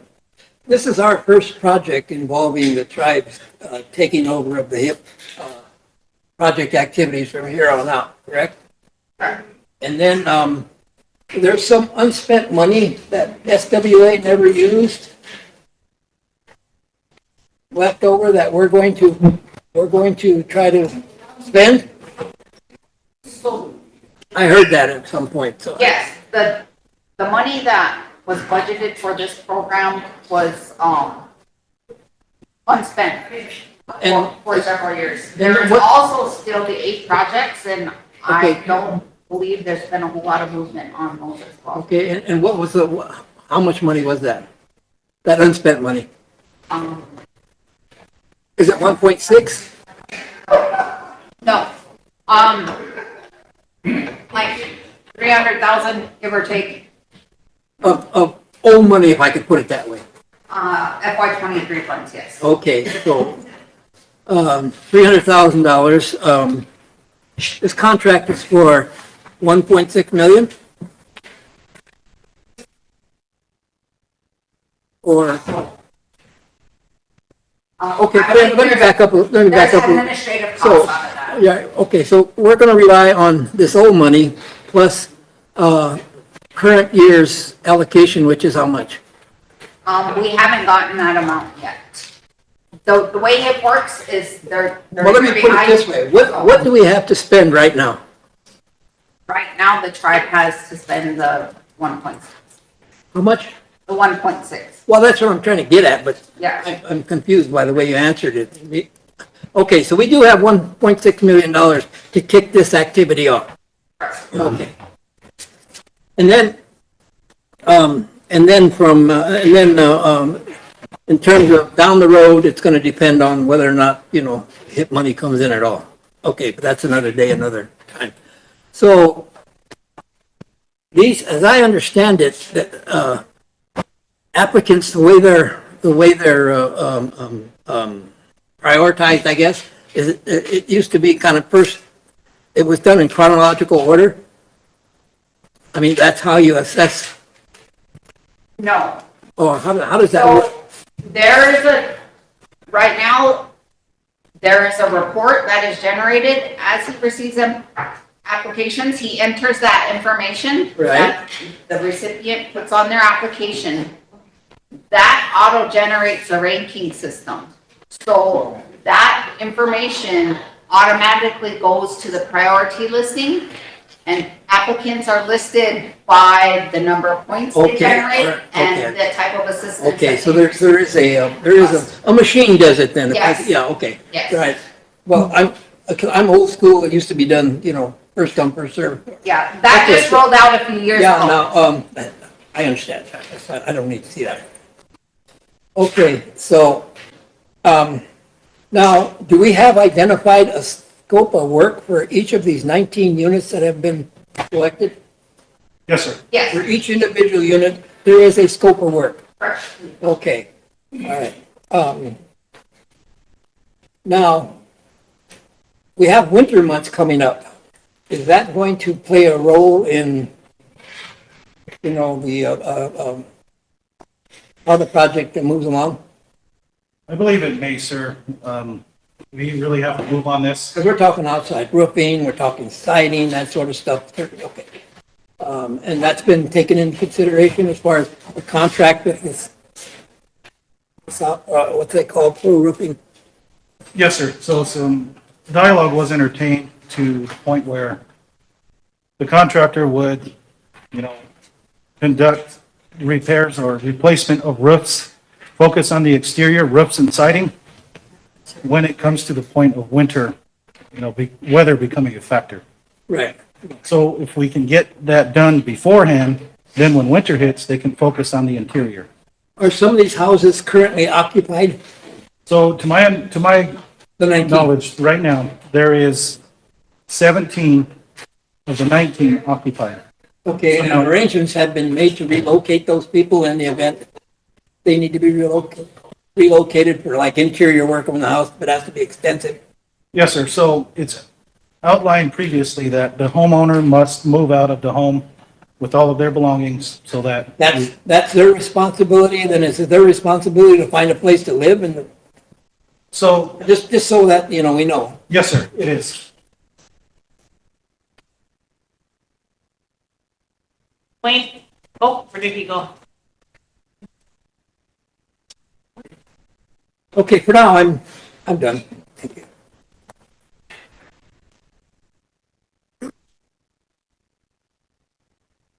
Alvin? I just got one more question for you. Do you have a time limit on these units that you're doing? It's my hope to complete 19 in a year. I was wondering, because, weather permitting. you got contractors working, basically the way the contract work is that you got a deadline. You go over that deadline, it's a fine from $100 to $500 a day that you don't get the unit done. I don't know if you go by that or not. But that's what I was just wondering about. It's my hope in a year, sir. That's the only question I had.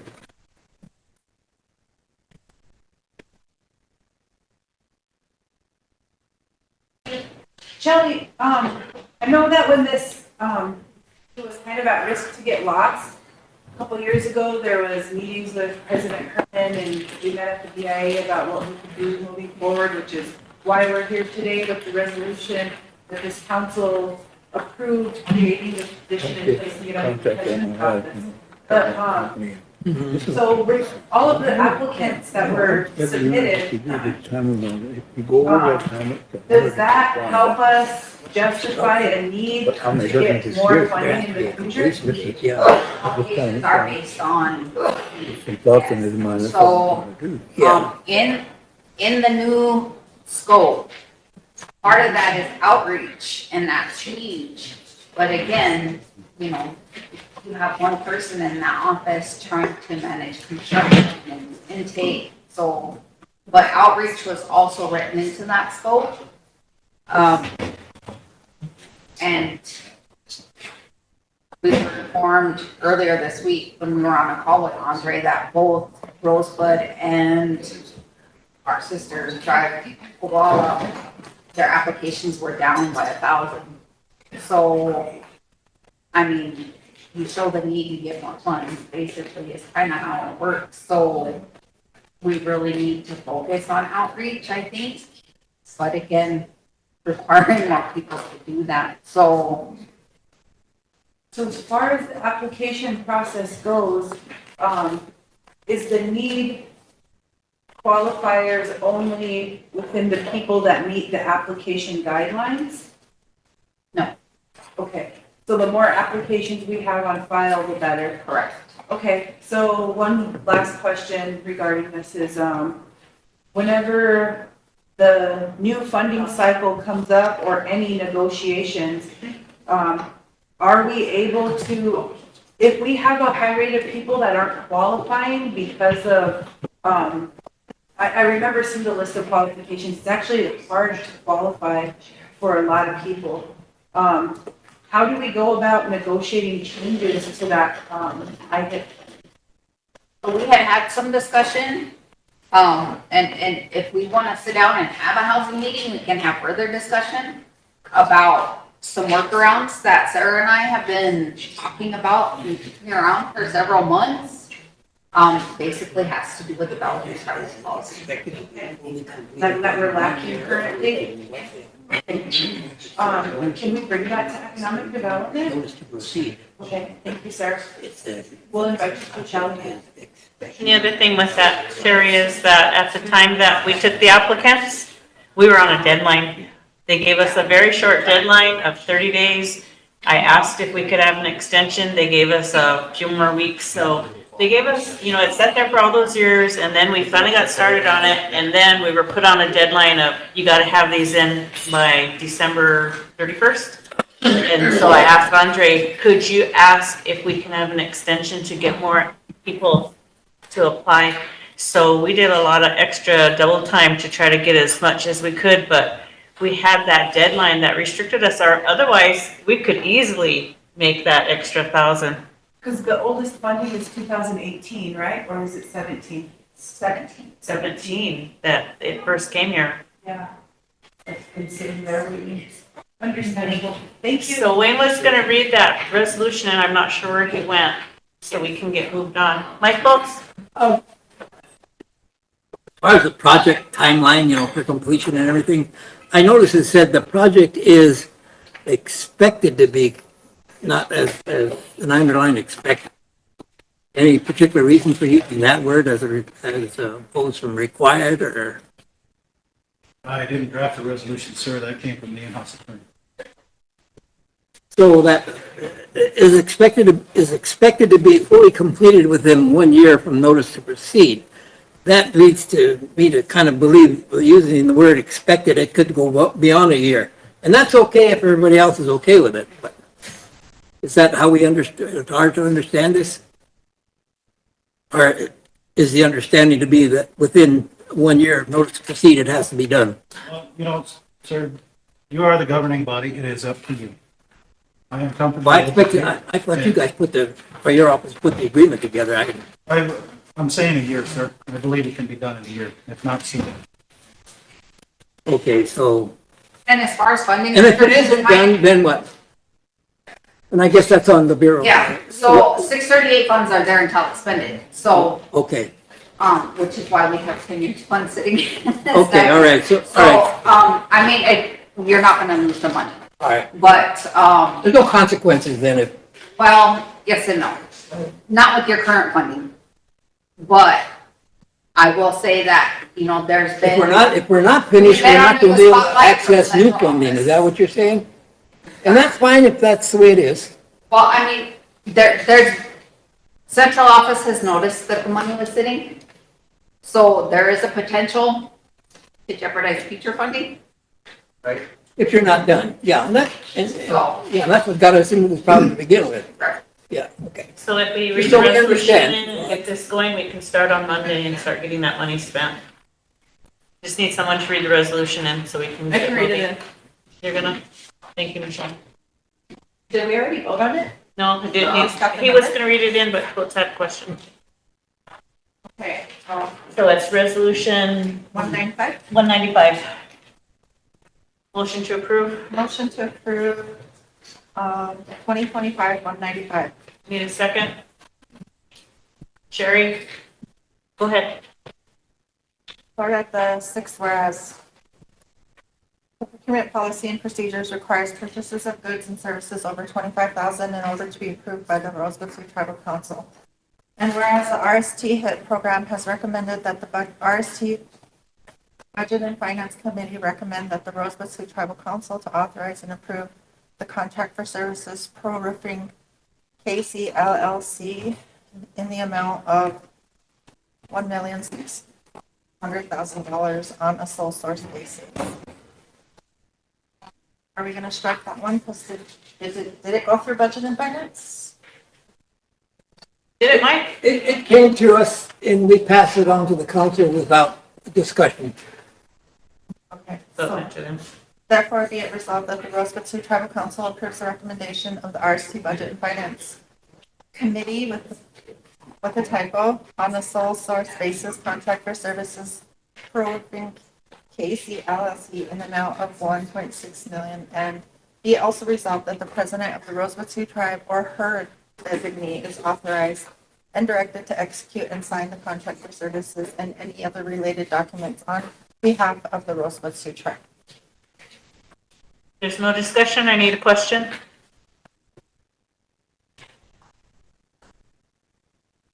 Chris?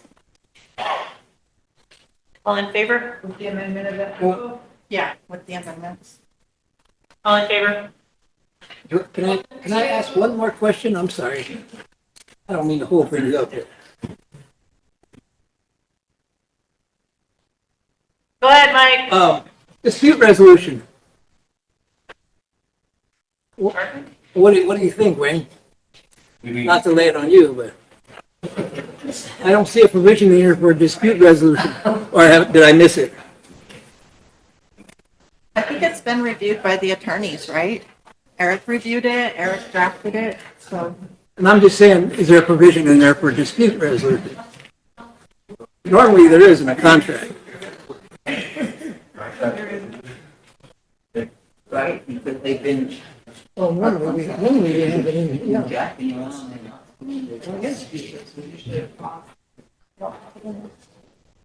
I don't care, I just don't want to, we have a problem down there.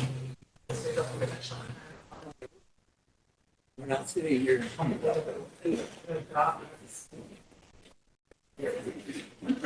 Just so we know what we're passing. Can we approve it with, Eric, to add our normal dispute resolution to our contract? Yeah. Thank you. Okay. Now? Our dispute resolution? Yeah. Yeah. She'll add it in, amend it. Eric, can you add the dispute state? Resolution into this contract for us? Good afternoon, council. If the street resolution isn't in the contract, by getting a business license, those vendors agree to the jurisdiction of tribal court. It's in our code. That's why it's not, if it's not mentioned in there, then by default, tribal law applies to the contract. Okay, good enough. All right. Okay. All in favor? Okay.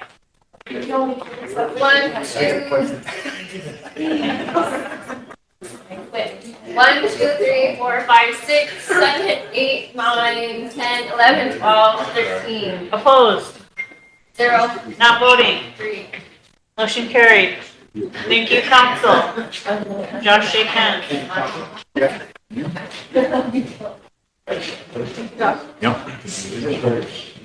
Thank you. Now I'll turn it over to Wayne. I'm sorry, BIA, unless Wayne wants to let you go first. Before I do, I just want everyone to know that in October, the Lions Club has been working with us, and they're going to be doing glasses for anyone and everyone. If you need an extra pair, they'll make you an extra pair. But they're going to be coming, I think it's the first week of October, and they'll be at SGU. We're working to transport people in that don't have transportation, but they're coming and they want to do as much glasses as possible. Exams or just classes? Exams, glasses. Okay, I just want to let you know that. Before we start, are we going to get to IHS as well? We never get through our agenda and we have so many issues, so. Well, IHS, we're going to do a special meeting so that they can answer all those questions everybody asked. Okay, well, I have So more we'll do questions that. too, so. So When's the special meeting scheduled for? can't see the calendar. We'll probably have to do it the first week of September. Is there one on there? There's not one on there. No, I mean, so this is all full, so we'll do it the first week of September, so the special meeting. We're just IHS. Is that when Amiat's coming too? And, or is, the admin staff coming as well? Yes, this time. Okay. Thank you. Go ahead, folks. Holy bucket. We didn't waste time. We got through a lot today, but When are we gonna get through our agenda? We're back on it with Lane. I know, but I wanna make a Well, the point. rest of it, We need to, start bringing in, setting us a couple days and let us hear these directors out so we can hash all this out before we get to the floor. We've had people waiting all day and it shouldn't be like that. So in order for this agenda to start moving, more smoother, we need to hear people out before we even get here. Or maybe move it to the committees immediately. And yesterday, we recessed. Yesterday's meeting with IHS, with Dune's officers, should have been on the air here in this council chambers. So everybody could have heard it. Because there was nothing to hide. You know, we gave, we expressed how we needed things here for our people. So they should have been able to listen and then the tour. Very thankful that they came down though, but it should have been on the air live for the people to hear. But agree with Michelle, we need to start hearing people before it comes to the floor and this happens. Because we all get concerns. Thank you. Lane.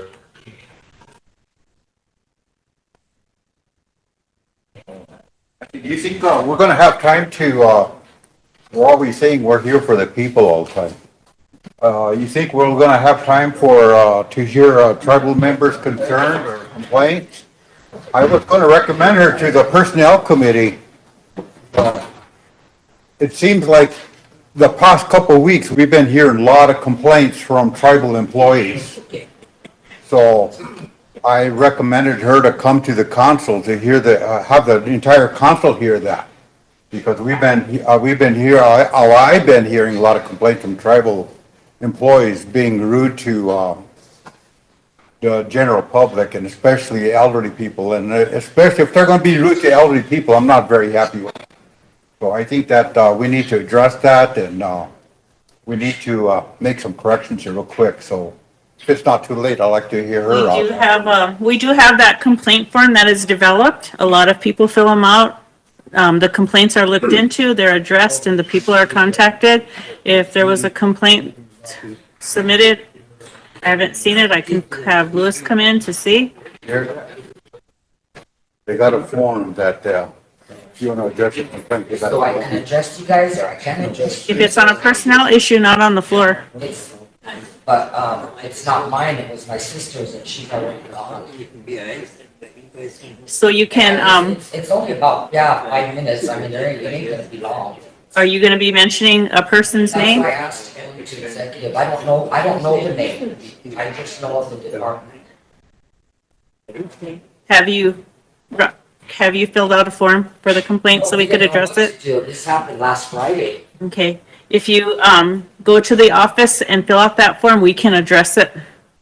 Who's gonna address it? I mean, okay. Because once we start opening the floor to personnel issues, we violate a lot of people's rights. Personnel under the Constitution is under the president, so if it's a personnel issue, if you fill out that form and bring it, I will address it. We have been. Okay, but you're not allowed to tell us what happened or anything, right? Correct? I mean, you can fill that all out. That's why a lot of people don't like to, because we fill out all this paperwork. Just like a few years ago, I know some of you guys know at the past administration, I had a thing out with them, a 20-page report, nothing's ever got done. And yet, I had employees lie, but yet that was supposed to go under the table. Yep. I mean, to where literally, I should have filed something because I didn't come down here and do violence, but yet that's what was told. Yep. And I just wanted everybody to hear, there's really rudeness going on with our own people. And so like if it's 3 years now, and it's 3 incidents happened within the same department. So if it's not a director and it's an employee, then when you complete your form and tell what happened, then we address it with the director to bring in their employee to address it. Okay, Kathy, how can we do this when my sister is from North Carolina and she just came down to do business and this is when it happened? And you guys were closed at 5 by the time she came over here. I told her where to go. And had happened and it happened again. And I don't know the other people when we were coming out a year ago, 2 years ago. There was another family from Denver and Nebraska coming out, and the elderly said, please, they were really rude in there. I heard that. I turned around and asked her to go and write it up. And since 3 years ago, I mean, if even our higher up people can do this to our own, and I write a 20-page report and nothing gets done, and yet I'm being told I was the one that done all this, and when none of it even happened. And then I was ordered and told, Willie knows, I was ordered and told by the past administration to do my business outside those doors. So I haven't come in this building for 3 years.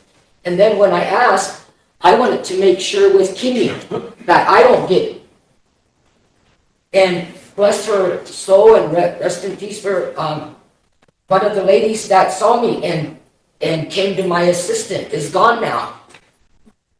So that's why I wanted everybody to hear about it, but I can't mention names, and we're still allowed for it to go on 3 years. And here's another incident. There's another incident happened with my Florida family. Just came down just to do business, to do their cards and that, and they come in, they're so mistreated. Okay. You guys, it needs to stop. It needs to stop somewhere, you guys. I mean, how long are we supposed to go on being mistreated? I didn't even want to come to the doors. Willie's done my work. Thank God for Willie here. Anytime Kim or Nicole knows I was taken off the agenda 5 times to address it. How are we supposed to come? Some of the people were here are gone. Fredericks knows. Sherry knows. I never got anything done, but yet I was told I lied about stuff. This person is 5'11", but yet I was supposed to have gone in there and jerked her up. Look at my size. But yet that was told. Then when I got back, I was told I got cops called on me. That didn't even happen. I didn't even come down and do that. But yet it was still on the thing as me not coming in there. I was told verbally by the past administration, one person that sits high. Now, if he can do this to us, why is everybody else getting to do it? Why? Because they see the higher ups getting away with it. Yeah. Since I've been here, Rock, I have not allowed that.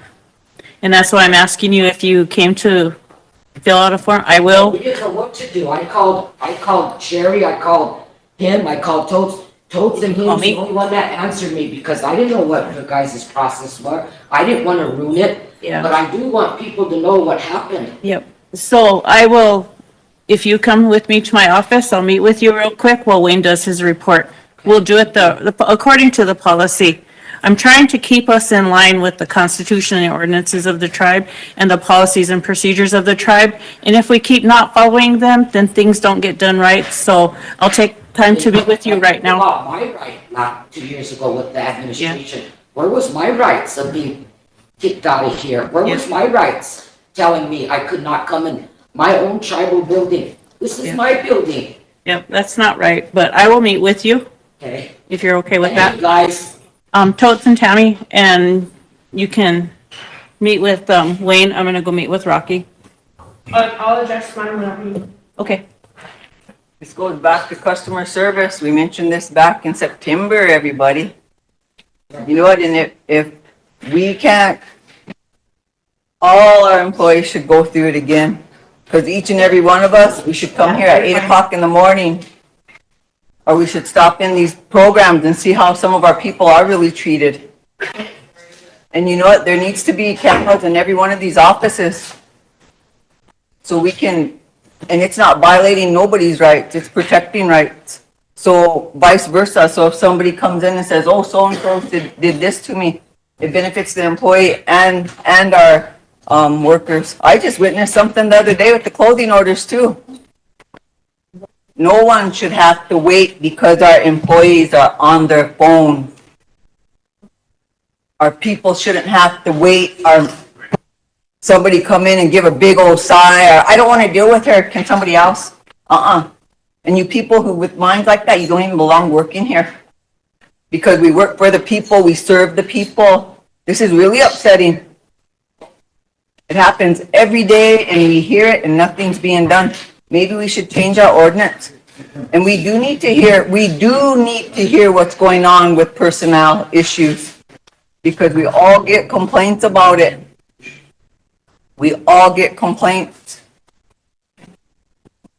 You know, just a huge lack, but Wayne, what would it cost? Can I make a motion? Who would I direct it to? IT to get a quote to us for getting cameras into these buildings, because we need them. These workers need to start working for their money and working for the people. Second to IT in our office to get quotes. I'm gonna make a motion that IT get a quote for us. So we have, because some of these facilities already have cameras, so that there's cameras in all our working programs.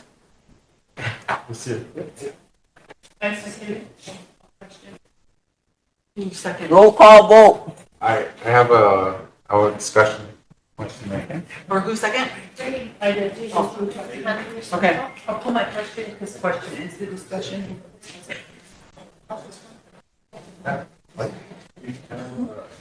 Okay, so just for clarification, you want to add a camera into every tribal employee's workspace? Not in the president's office, or not in like. Tribal employees. Yep, tribal employees, yes. Now, when you say tribal employees, are you talking about just the annex, just the tribal building? Or are you talking about all across the board down to all across the our board. directors, their underlings, everything like that, all the way down? All our tribal employees, so there should be cameras.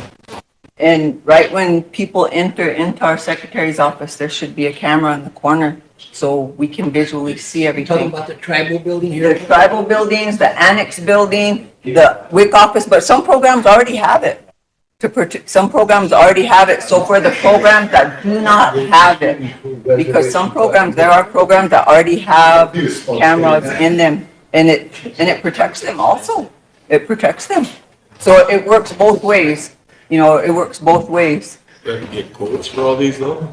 Yep. Just a quote? A quote, and then we'll go from there. But I'd like to have a quote to see what the cost is, you guys, because we're getting way too many complaints about how our people are being treated. Well, then how could we add ourselves into that too then as council?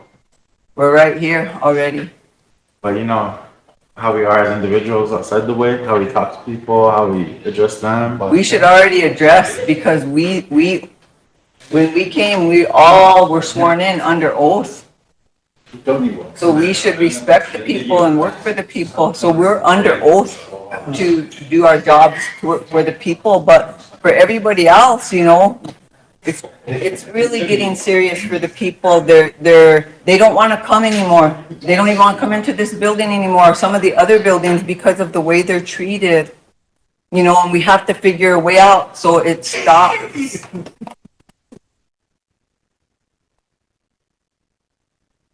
And I had another motion, I forgot it now that you said about that. Yeah, I was kind of, wondering, I mean, that's a good idea to get a lot of these, cameras and a lot of these programs under, some kind of surveillance type system, I guess you could say. Yeah. But, you know, also put into it as I said before, too, mentioned is we should have some kind of, security system with all our programs to, I guess, help them with, security issues as far as like breaking and entering type issues.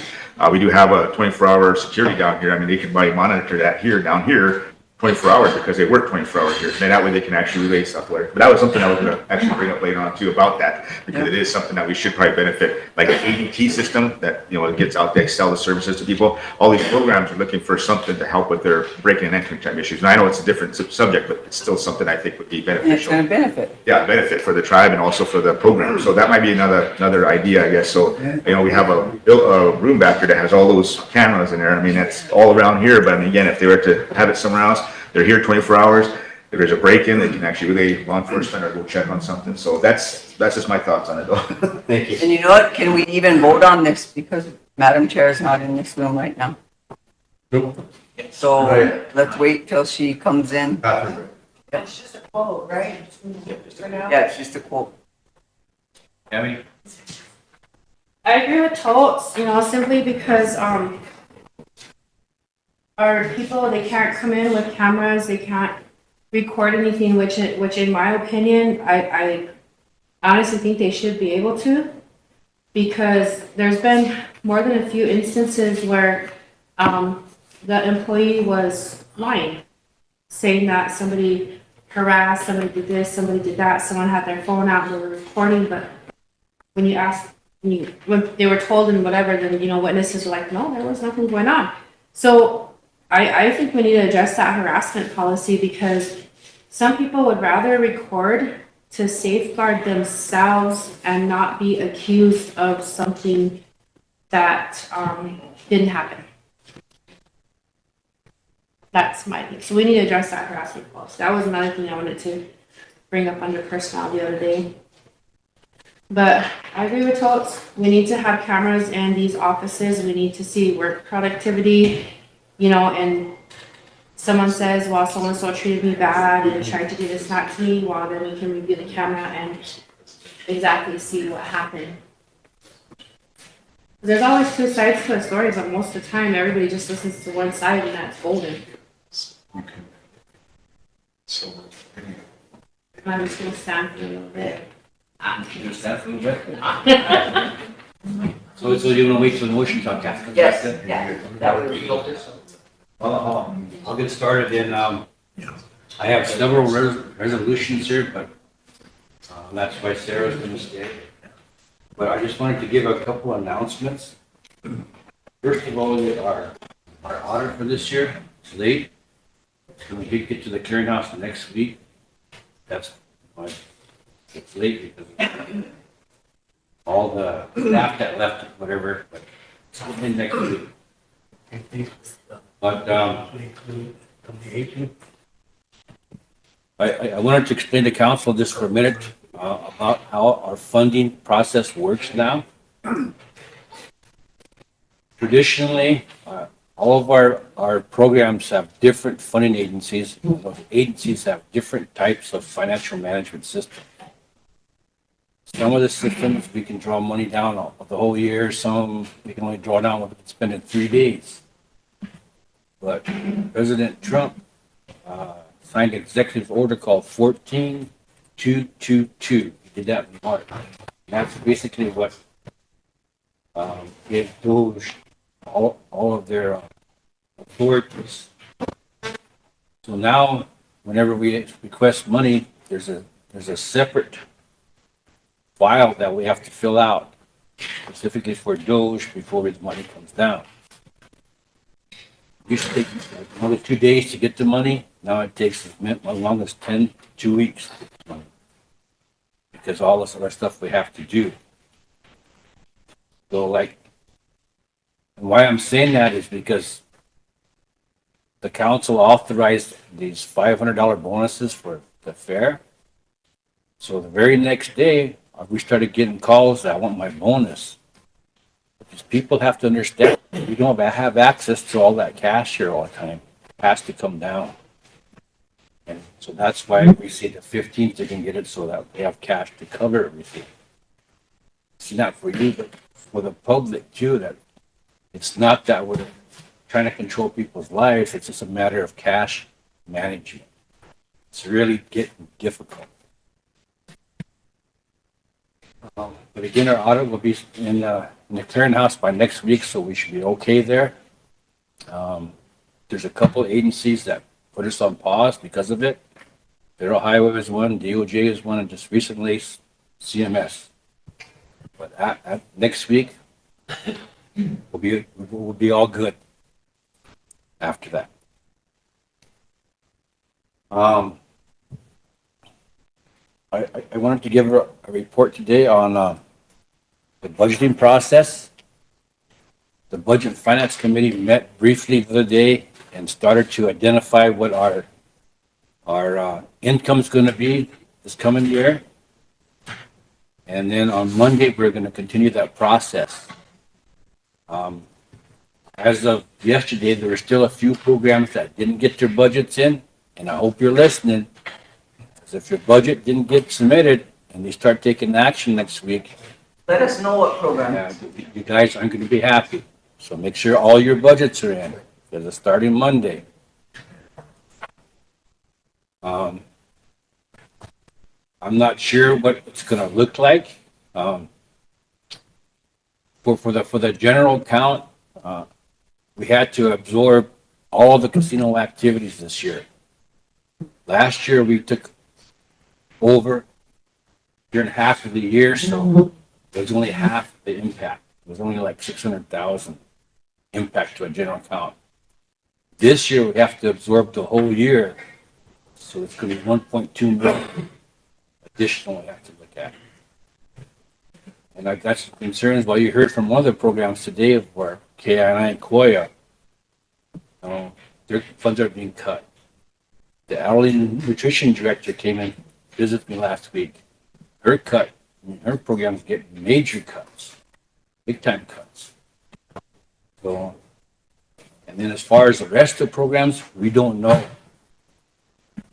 Congress passed the Big Beautiful Act, Vision Bill, and trying to negotiate an appropriations bill now. Those bills have different languages in there that impact the tribes. They will give us exemptions for certain things. But people are having difficulty in making them mesh because one bill doesn't say exactly what the other bill does. That whole process has to be worked out yet. A good example of that is what's going on with the federal broadcasting. Under the rescission bill, Congress took back all that money, but Senator Rounds got a 2-year exemption, tribes in there. But in order to fund that exemption, they're going to take money from the green energy, pass it through the Department of Interior to the BIA down to us. That was just done, but there hasn't been a process set up yet. And that will probably take several months before they even get the department within DOI to accept the money and how they're going to get it out, who's going to get what, still has to be determined. So, I mean, there are all kinds of things like that that we're going to have to deal with that where we are going to have to make estimates or guesstimates on what we're going to need. I personally think, and again, I could be wrong, but I think that we're going to end up, the federal government-wise, operate under a continuing resolution for at least through December, possibly the whole year. To us, to me, that would be our best case scenario. Then we operate under the funds, the budget like we had this year. Our Congress does get their acting gear, which I don't think they will, but if they do and pass a budget, we could get some serious cuts. But we aren't going to know that until after the appropriations bill, if it's ever passed. So we aren't going to have much time to react. I'm just giving you guys scenarios so that you can understand what we're going to have to deal with. Mike? Wayne, in our examination of what our general fund income might look like, it does, am I correct in assuming that it does look like it's going to be down by, could be down by as much as $2 million?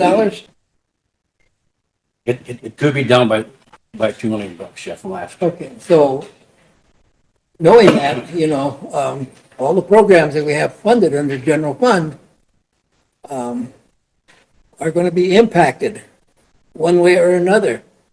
Some tough decisions are going to have to be made, and they're going to have to be made from a standpoint of let's take care of the people first.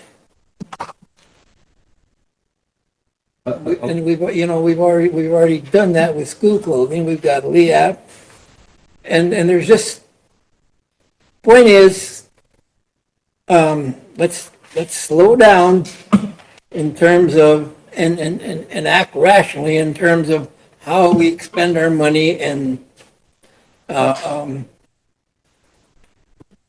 because we're going to have to get used to a different lifestyle here. And as Wayne said, they're going to probably go on continuing resolution till December. That means all the federally funded programs right now are gonna be okay.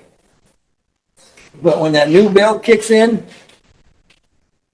I mean, we're gonna be dealt with, looking at some really serious, decisions, laying people off. People being owed annual leave, working for a federal program and there's no money to pay it. Lots of unknowns. You have a question, Tan? Yeah. We've been discussing this like since, what, January, February? There was motions made and directives given to have the directors do budgets, to, you know, do a plan if they have to cut, you know, different scenarios were thrown out there. And that, all that information was supposed to have been brought here, and we were supposed to be able to address it, come to some type of plan of our own, but that has never happened. We understand there's cuts coming and how drastic it can be, but this council has tried to address those scenarios. So it's not like we're, to me, it's not like we're trying to spend money. It's not like we're trying to, you know, go above and beyond. We're trying to be reasonable here, but we haven't seen anything. And you're not gonna see anything from the directors. You're asking them to cut their own, affect their own employees and stuff, you know, that's, as far as they're concerned, that's our job. That's a dirty job and that's gonna be laid on us. But we can do it. You got Sherry, Wayne. They ain't gonna wanna do it. I wouldn't either. Thank you. Council, this is why I really wanted us to start working with our sister tribes and start a business off of the reservation so we can start generating revenue and bringing that revenue back here. We had one meeting with a few of of our sister tribes. We didn't get a chance to invite all of them. But when my mom's issue happened, I wasn't here to continue them. But I do think we need to continue these meetings and really come together and start talking about different business ventures and stop worrying about the casino and depending on the casino to bring funds to the general account.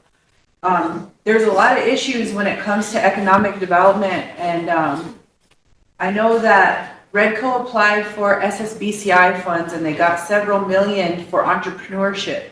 However, entrepreneurship isn't going to work here if we don't have specific things in our UCC or an agreement with the Secretary of State so people can do their filings, because that is a participation loan where that entity would give a portion of the loan to an entrepreneur and then they would participate with a larger bank.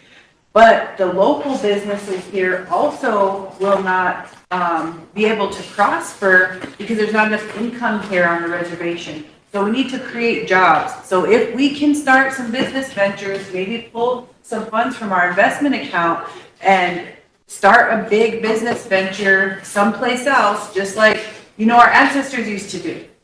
If there wasn't anything here, they went and would raid, they'd go do whatever they needed to do, or they would move. But because we can't move our reservation, we could think outside the box and start businesses elsewhere.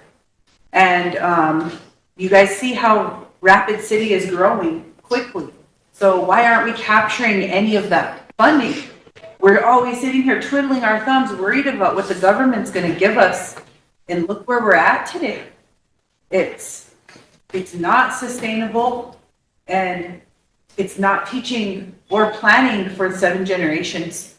So I really do think we need to really push for that. And as the Economic Development Committee Chair, I'll start doing that, but I would like for a lot of the council to participate. One other thing that I want to share, I know I'm always complaining about people going over the 3 minutes, and here I am. I don't know how far I am, but you can give me the hook if you need to. But one other thing that I think we really need to start looking into is possibly reaching out to a consultant. There's a tribe in California Their casino didn't work, they went bankrupt, they called in these advisors, these financial advisors. Those financial advisors came in and helped that small tribe build up their wealth again. So that's another issue that we need to think about, because I know how difficult it is to have us sit there and brainstorm which best business ideas are there, because we have so many other fires to put out. But if we do reach out to a financial advisor, that's gonna cost us money that we don't really have, but it might be worth it in the long run, might be an investment. And I know it's hard to talk about investing right now because we're in dire need of funds. However, if we start investing into our communities like this, I can see us coming out of poverty. That's the key for us, is coming out of poverty. And I just hope that when the time comes that the council is supportive of this idea, moving it forward, because depending on grants, depending on the feds is not really helping us right now. Thank you. Wayne, Chris, and Mike? I just wanted to say that also, I think that, you know, it's not getting carried away as of yet on anything, but in October, there will be a lot of answers, and we never had any answers. There's multiple bills, they're contradicting, and there's also funds that are being on pause but being renamed. And so currently, there will be some changes, but we have no idea how drastic. Like just as of Friday, the app was basically going to be on the cutting room floor 100%, and now they're going to relive and revamp the app. The only thing that they're probably still going to do, unless that native exemption goes forward, then it'll be a work requirement kind of assistance. But otherwise, right now, they're not seeing it as being impacted. So that's a good thing. But then there's also going to be some real contradictory ones that are like kind of obscure federal funds coming in. And those are going to be ones where there's actually going to be like lawsuits and kind of holding it up. So they'll probably do like what Wayne's talking about and going on a continued resolution for whatever funding was for the previous year, just so they can solidify the shortfalls or find out where there will be shortfalls. So it's not like you can have a perfect plan. The people out there have to know that you can't just go into a 2-week session, basically kick the can around and come up with this master plan, because some of these things are not known to even us yet. So it's just that you need to kind of, just like he said, moderate, watch the spending, and keep an eye on what's happening, and we'll get more answers in October. But it's not the end of the road. Okay. That was good.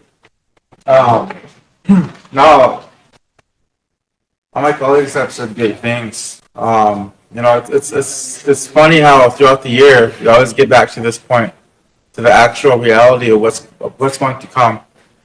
The great unknown. The great unknown for the things that we try to prepare for is always hard to prepare for because we don't know.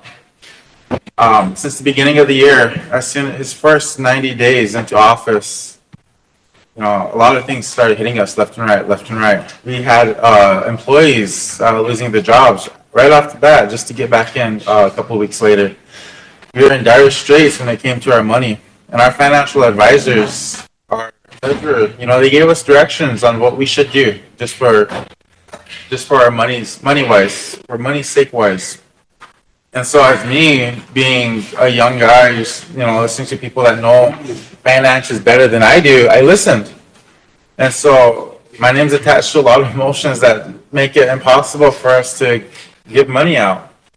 And I tried involving council in that, and you know, we like to follow the rules all the way up until it's us that have to be restrained. And you know, I get it. You know, we do need to be in places. We do need to be at these things. And in a perfect world, everything should go that way. But in the reality that we live in today, it shouldn't. We can't afford to do a lot of things. And even more so now, we definitely can't afford to do a lot more things, because ever since February, we've been pushing that boundary because we're safe now. We're safe now. We're safe now. We don't make decisions based off of the next 7 generations. We don't make decisions based off of when my children grow up, will they have a reservation to live on? We make decisions based off of Facebook likes and Facebook posts. And I understand that the unknown is very scary. And right now we're just trying to ease that idea of fear. We're trying to ease this idea of whatever it is. And what do we do though? When we don't know, we get mad, we get angry. You know, we have tribal programs not wanting to work with tribal, with the council based off of how it's been throughout the past. You know, I don't know. Sloshny, I wasn't here. A lot of us weren't here. The only ones that were here since the beginning all have gray hairs now. And, and anyways, the point being though, is that it's those ones with the gray hairs that know the knowledge of how to get us back on track through all the dark times that this tribe has been through. It's those ones that we really need to rely on to this point, that when they tell us something, we should listen rather than think maybe doing something else on our own. You know, Mr. Boyd has been a big, crucial part of everything that's been going on with this tribe. Willie, the cultural liaison over there, you know, Mike has a business in St. Francis for the last, 30, 40 years, and it's been 50 years. That's something to be proud of. And yet here we are as a tribe, barely making it by day, somehow managing to get through to the next day, pointing fingers, getting mad at one another. You know, there's one thing that I understood as soon as I got on here, that everything that you want to do is not what you think it is when you come to council. There's so many moving objects, and all we're trying to do at this point is just get by. You know, appease the people in front of you, the colleagues. You know, try to minimize the arguments and just get by. And that's what we've been able to do because of everything that's led up to this point today.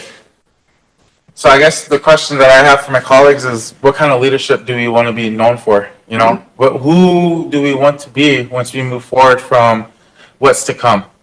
Are we going to walk into it hand in hand? Or are we just going to separate even more? We're going to start pointing fingers at one another and saying that was his fault for dropping the ball. That was his fault for dropping the ball. Her fault, his fault, my fault. I understand that no matter what it is that we do, we have to do it as a cohesive unit. We have to do it as one mind, one body, because that's the only way I know how we can do things in a beautiful way. We just got done with every Wawangwachi that just came up. We just got done with all of them. You know, it was a beautiful season, whether you come from this side of the family or that side of the family, whether you pray over here or over here. At all of these Wawangwachis, people find themselves, they find their purpose, and they find a higher level of understanding. And that's what we're missing. Anytime we do something, that's the only thing we're missing, is that higher level of understanding, which is self-love at the end of the day. Knowing that we have to take care of ourselves before we can take care of each other. And if all of us were to take care of ourselves first, just imagine the power we could actually bring to the table to help the rest of our people in that way, in that fashion. And I know that I'm going off on a rant, so I'll stop there, because I see Leona in the background going like this with me. So. With that being said, though, you know, just look at this carpet, look at those teepees. Understand that we're those teepees, we're those representatives trying to form a circle, and what's in the middle is the logo at Chanupa. Two Chanupas with the importance of that star in the middle. And what that means is that's a representation of our people. You know, no one gets left behind. And we can't move forward without everyone moving forward with us. And it has to be a cohesive unit. We have to understand that we're all here at the same time, experiencing it at the same time, trying to do what's right for all of us for the next 7 generations. So next time we make any type of decisions going forward, it's hard to say, hard to do, but we need to think of that 7th generation. How can we save them? Because they're not even here yet. They won't even be here until long after we're all gone. But that's how we make that decision, is based off of how we can help those guys. And I know that Wayne is very smart. When he talks, we have to listen. Thank you. Council, what I passed out for you is the election budget. The election's coming up. You don't have enough money to run. To have general election, there are $53,000 or $55,811 short. What I'll recommend, if one of you would make a motion to reconsider and amend the tribe's general count and move $55,811.23 from the unbudgeted line item into the tribe's elections account. I will move. We have to wait like the chair gets back. Motion on the floor, still In a second, but, so we can't do any votes till it comes back? We can get ready. Let's go get ready. Who's gonna get fire off first, Vegas?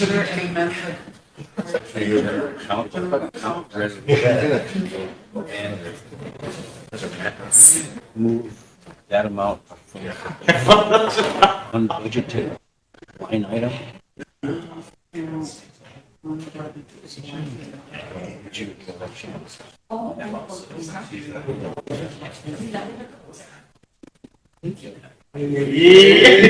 Council, if you can't vote, always I believe the king vote. I really do. Zero. No, we can't. We don't have it. We don't have. Well, while we're waiting, then, a couple of things. One is I wanted to give you a report. There's a resolution here, but it doesn't need to get passed, but on our 777 ranch, we're having our third meeting. Where's Kathy now? We're having our third meeting on Zoom tomorrow. And at that meeting, they want us to sign, it's called the preliminary memorandum of agreement. And I'll hand it out to you guys. And what that does is it establishes the parameters by which we're going to develop a more permanent governing document for the 4 tribes regarding that land, operation of that land. And then September 12th, they're going to have the first on-site meeting on the site at 10 o'clock on September 12th. So if anybody's interested in looking that over, just let Taylor know and she'll get your names to those guys and we can all go check it out. That's on September 12th. Mike? Oh, wait, I'll move to approve the resolution as recommended by the treasurer to fund the election. There's already a first. I have a motion on the floor first. Let me go there first, then I'll. Who has one on the floor? So here's the motion for a quote on camera system for all tribal offices where the people are greeted. Where the people are greeted. And you know what, some programs already have cameras, but you know, that's where we're getting most of our complaints is when they're greeted right away, you know, it's not good for them. So that's the motion. Having second motion. And I'll call for the Question, Sherry. Okay, all in favor? Yeah. 1, 2, 3, 4, 5, 6, 7, 8, 9, 10, 11, 12, 13, 14. Opposed? 1. Not voting?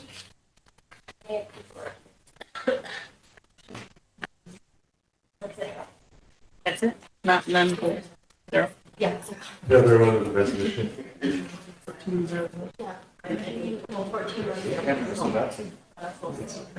It's a res, it's a negative.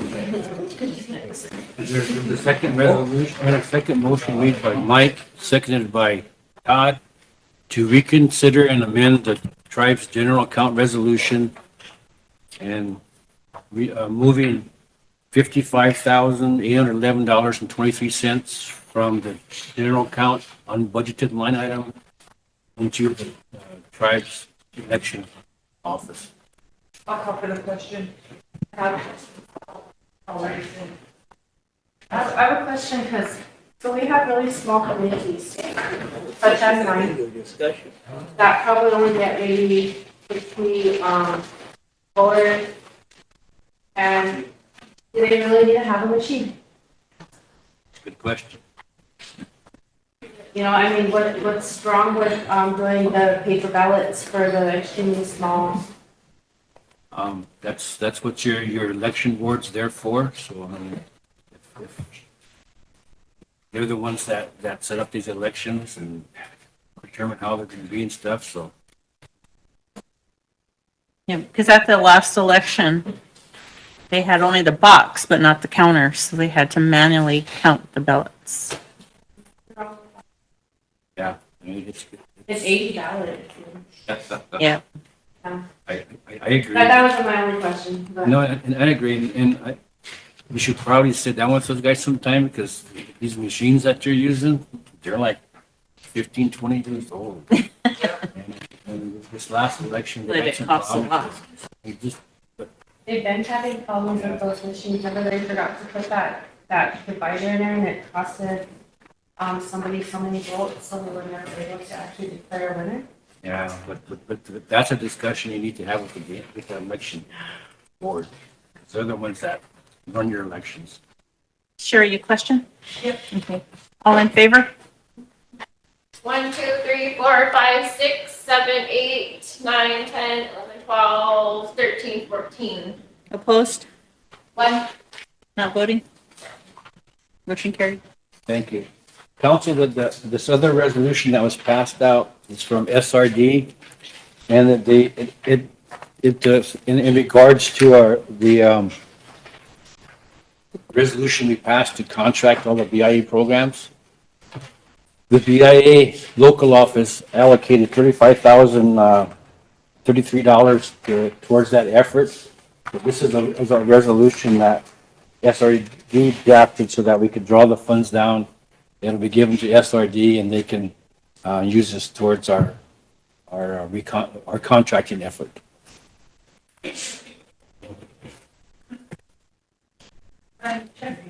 Yes, sir. Motion for emergency legislation? You have a second? Mike, question, Totes, all in favor? 1, 2, 3, 4, 5, 6, 7, 8, 9, 10, 11, 12, 13, 14, 15. Opposed? 0. Not voting? 0. Motion to approve, Sherry? Motion to approve resolution 196. You have a second? Second. Mike votes? Go ahead, Sherry. I'll start at the fifth whereas.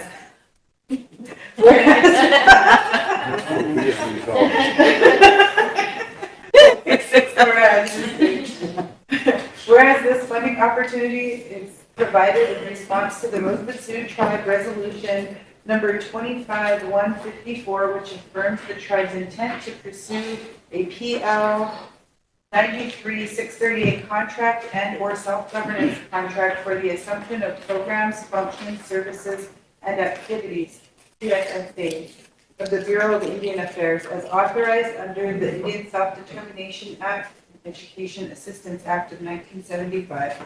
And whereas the Rosebud Sioux Tribe Sicango Resource Development Program seeks approval to submit and implement the proposed programmatic scope of work, budget, and detailed budget justification to support the planning, development, and submission of one or more proposals to contract selected programs, functions, services, activities of the Bureau of Indian Affairs. Therefore, be it resolved that the Rosebud Sioux Tribal Council hereby adopts and approves the recommendation of the RST Economic Development Committee. Okay, we should strike that because it didn't go to committee.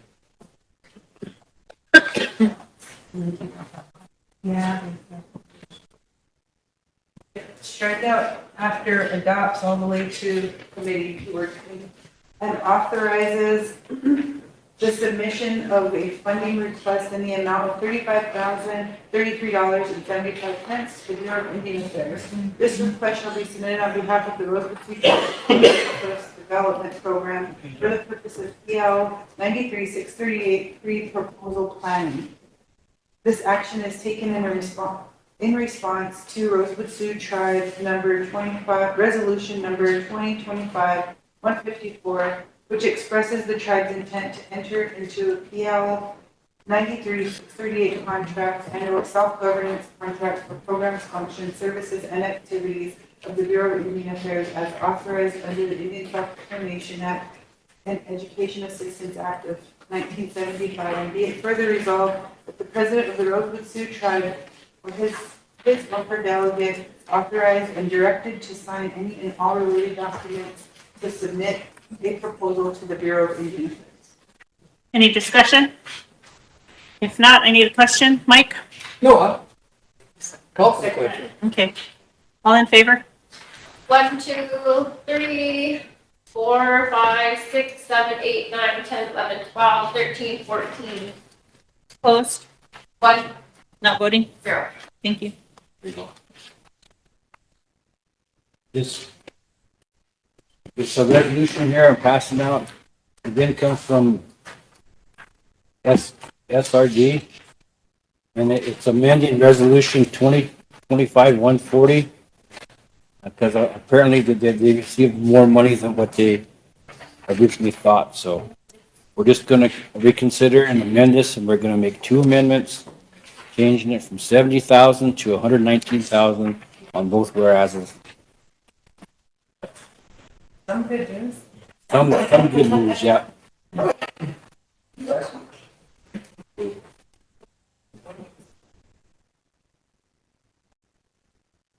Just need somebody to reconsider and amend this resolution.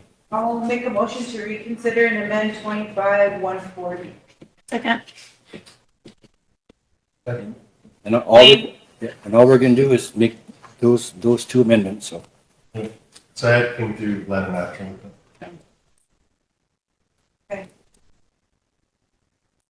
All right. Whereas RST received funding for continuation of groundwater monitoring network in the amount of $119,000, and whereas the proposal was modified to reflect increase the funding from $70,000 to $119,000. Whereas the proposal of on-surface water qualification project and stream flow using has been fully funded at $139,900.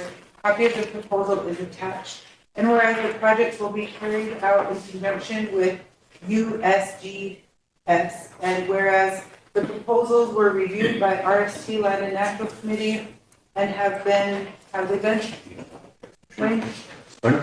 been reviewed by the Land and Natural Resources Committee? Okay. And approved, they have recommended to approval to the tribal council, and now therefore it be resolved that the tribal council approves the committee's recommendation and directs the tribal president and the water resources director for implementation of the proposals with BIA and USGS. Question?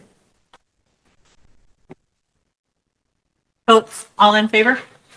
1, 2, 3, 4, 5, 6, 7, 8, 9, 10, 11, 12, 13, 14. Opposed? 0. Not voting? 1. Motion approved.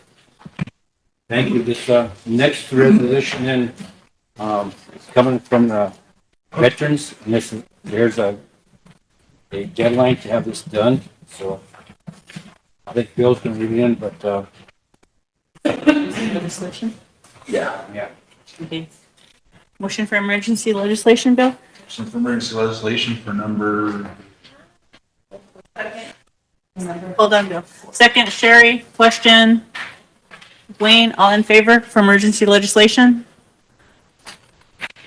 1, 2. What number is it? It's not yet, so after this. Oh, okay. 1, 2, 3, 4, 5, 6, 7, 8, 9, 10, 11, 12, 13, 14, 15. Opposed? 0. Not voting? 0. Motion to approve, Bill? Number what? 197. 197. Number 197. Second? Tammy? Go ahead, Bill. I'll just start with the 5th one. The Tribal Veterans Committee has the authority and responsibility to review and recommend tribal council approval of economic development plans and projects initiated for the benefit of the military veterans of the tribe. And this didn't make it through committee, so I'll just strike that part. Recommends that, the RST Tribal Council authorize the RST Veterans Affairs Program to submit an application for grant funding to the Department of Veterans Affairs for the Highly Rural Transportation Grant on behalf of the Rosebud Sioux Tribe Veterans Affairs Program, with a deadline of August 23rd, 2025. Therefore, be it resolved that the Rosebud Sioux Tribe Council approves and adopts the recommendation. Let's scratch that part. Authorizes the RST Veterans Affairs Program to submit an application for grant funding to the Department of Veterans Affairs for the Highly Rural Transportation Grant. Establish an implementation on behalf of the Rosebud Sioux Tribe. Be it further resolved that the Rosebud Sioux Tribal Council authorizes and directs the president or her designated official to sign and execute all applications, contracts, and documents there. With amendments. Question, Ben, all in favor? Or you want discussion, Ben? I got a discussion real quick. You know what this is about? I know. She's here. Yeah, I was say, yeah, because I didn't go through committee, so I wanted to find out what this is about. How's it going to benefit veterans? So right now, the only entities that have this grant is PEER, and PEER has our veterans listed as veterans that they serve, but they never do provide transportation for our veterans. And there's also an entity in Cherry County that has our veterans listed as veterans that they serve, that they transport for medical services, but nobody around here has even heard of either of those places. So we've been talking to officials to ask them to include tribes to be able to apply for this grant. And they actually just announced this notification in July to have, so it's open for tribes to apply. I know some of the tribes here in South Dakota really need this grant also. Some of them use their own private vehicles to transport veterans to medical facilities in Fort Meade and Hot Springs and Rapid City and Pierre, and which is to the point where our program is getting. We have so many appointments going in so many directions. We only have one VAV vehicle, and that is going almost daily. And we have another vehicle that we use for administrative that has been going to medical appointments, and it's not just here. We go to North Platte, we go to Winter, we go to Pierre, we go to another place in Nebraska. We go to Hot Springs, Fort Meade, and Rapid City. So they're constantly on the go, and those vehicles are really getting high mileage. If we could get this grant and actually get it awarded, we could get another driver and another vehicle to help transport. We actually doubled or almost tripled in our veterans since last fall. So that's a big number of people that we actually working with now, and I think we have 28 veterans that we actually enrolled in medical services that are able to be using the services we get awarded. So this is going to be, this grant is actually coming from a different sources and stuff, right? So it's coming in to actually help fund another vehicle and then also be able to fund another driver to transport these veterans. Is it just one time, or is it going to be, No, this can be continuous. several years down the road? Yes. Okay, so I just want to make sure that we have that. Yes, and they'll provide the monies to maintenance the vehicle and pay for the driver. Okay. Go ahead. Wayne? Mine's after the vote. After the vote, okay. All right, all in favor? 1, 2, 3, 4, 5, 6, 7, 8, 9, 10, 11, 12, 13. Opposed? 0. Not voting? What? Thank you. Those numbers? 197?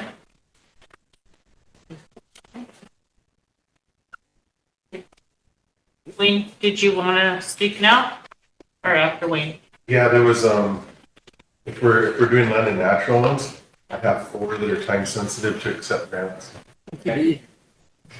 Yeah, we can do that.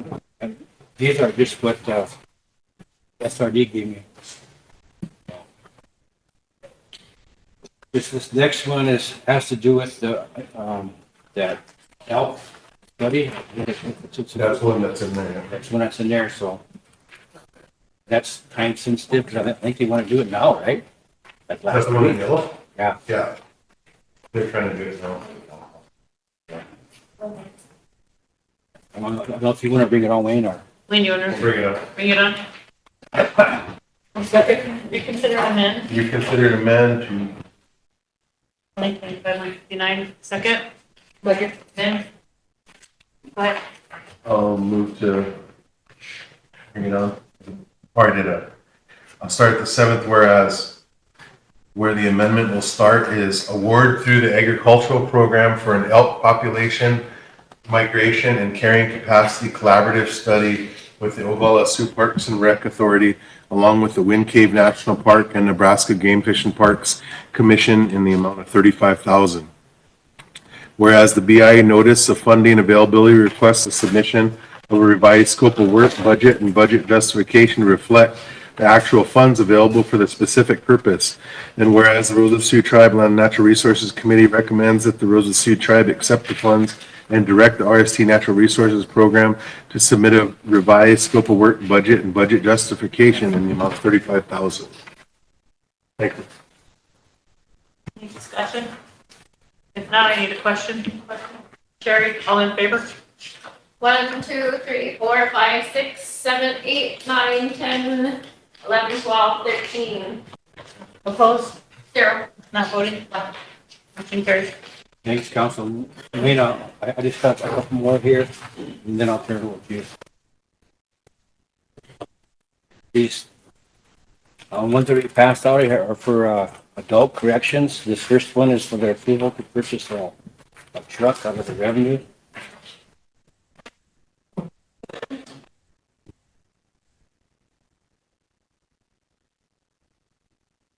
Emergency legislation. Yeah. I want to bring it up.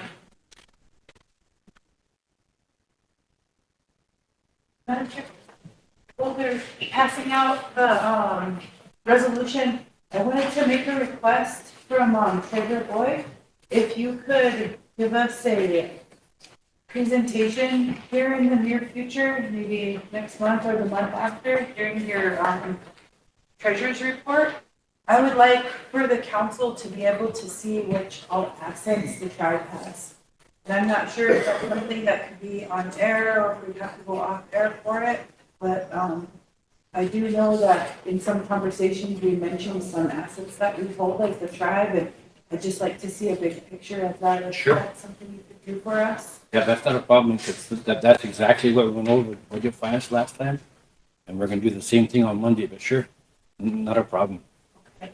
Oh, is that what the meeting on Monday is up there? Yeah. Okay. Yeah, so.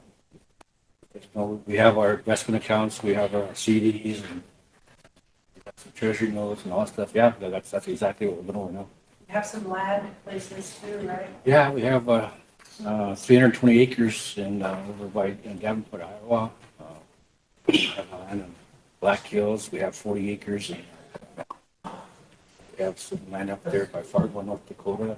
We have some oil rights to some land in Oklahoma. Not the land, just the oil rights. So yeah, we have quite a few assets. Okay. Thank you. Yeah, sure. I'll gladly do that. 160 acres in London, England. Good job. Motion for emergency legislation. Question, Schultz, all in favor? 1, 2, 3, 4, 5, 6, 7, 8, 9, 10, 11, 12. Opposed? 0. Not voting? 2. Motion to approve? Motion to approve 2025-198. Second? Tammy? Start at the fifth whereas. Whereas the Rosebud Sioux Tribe Adult Corrections is in dire need of a full-size inmate transport unit. And whereas the Rosebud Sioux Tribe Adult Corrections received a proposal from Joe Watt Auto Sales, Inc. as a sole source in the amount of $88,418. And whereas the Rosebud Sioux Tribe Adult Corrections is recommending to utilize the ACF revenue to purchase the new fully equipped Chevy Tahoe in the amount of $88,418 to Joe Watt Auto Sales, Inc. Now therefore be it resolved that the Rosebud Sioux Tribal Council accepts the recommendations of the RST Adult Corrections to utilize Joe Watt Auto Sales, Inc. in the amount of $88,418. Be it further resolved that the president of the Rosebud Sioux Tribe or her designee is authorized and directed to execute any and all documents pertinent. Any discussion? If not, I'll call for the question. Wayne, all in favor? 1, 2, 3, 4, 5, 6, 7, 8, 9, 10, 11, 12. Not voting? Opposed? 0. Not voting?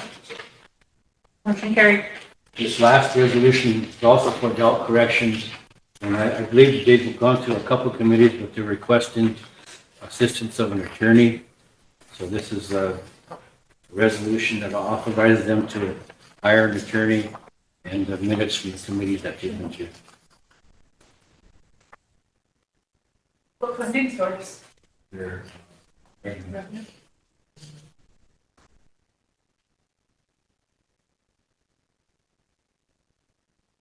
Michelle, you want to bring this one on too? Yeah, I was just looking at Emergency legislation? motion for emergency legislation. Any second? Phil's question? Bill, all in favor? I'll count for her. Go ahead, raise your hands. 1, 2, are you 3 voting? Yeah. 1, 2, 3, 4, Chris. 5, 6, 7, 8, 9, 10. Opposed? Not voting? Me, especially for Eagle Bear. All right. Go ahead, Nicole. Nicole. Michelle. 199, right? Yeah. Motion to approve 2025-199. Any second? Tammy? Go ahead. Start at the pick, whereas Rosebud Sioux Tribal Adult Corrections is recommending to enter into a contract with Ruby Law Office to retain legal support services. And whereas the Rosebud Sioux Tribe Adult Corrections is recommending to utilize direct contract support costs or any other funding for this endeavor. Now therefore be it resolved that the Rosebud Sioux Tribal Council accepts the recommendation of the RST Adult Corrections to enter into contract with Ruby Law Office to retain legal support utilizing direct contract support costs or any other funding for this endeavor. I thought they were using their own revenue. The direct contract support costs used to come to the tribe. Remember, now it goes to programs. That's This their. covered it? Yeah, each program in the VA now gets their own direct contract support. Any other discussion? And this contract is not, it's under 25,000, so normally it wouldn't have to come to the council. But the council has to understand that all attorneys' contracts require council resolution regardless of how small. So that's why you'll see some contracts come here for lesser amounts, but because they're attorney contracts, they require a resolution. I guess I was just curious. I remember when Chris brought this up, but what was her purpose for wanting an attorney? Just because we don't have the AG here available to use? And Yeah, she was authorized to use the attorney general, but she's saying that she never had access to him. Okay. That was her concern. That's when we had our assistant attorney general and she never got no response or anything for him. That's why she requested this from us. Any other discussion? If not, all in favor? Oh, Mike? Just for information, who is the Ruby Law Service? There's a firm in Valentine that's named that. Is that That's the one. the Yeah, one? it's on the back page of that memo, Mike. Okay. Thank you. Question. Who questioned it? See, was Tammy, Michelle, Tammy? Yeah, I need someone to question. Oh, yeah, Bill. Okay, all in favor? 1, 2, 3, 4, 5, 6, 7, 8, 9, 10. Opposed? There, oh, 1. Not voting? 2. Motion carried. Tammy and then Hope. Okay, I understand, in a way, you said it again, that council approves all the attorney contracts no matter what they do, how small, how big. So, I have a question, because I have never seen the contract. I don't know what the responsibility is, I don't know exactly what they're supposed to be doing, but what exactly does our in-house attorney do? I know it's a personnel consulting contract, but the fact is that it was approved here. So, and I've asked for all the attorneys'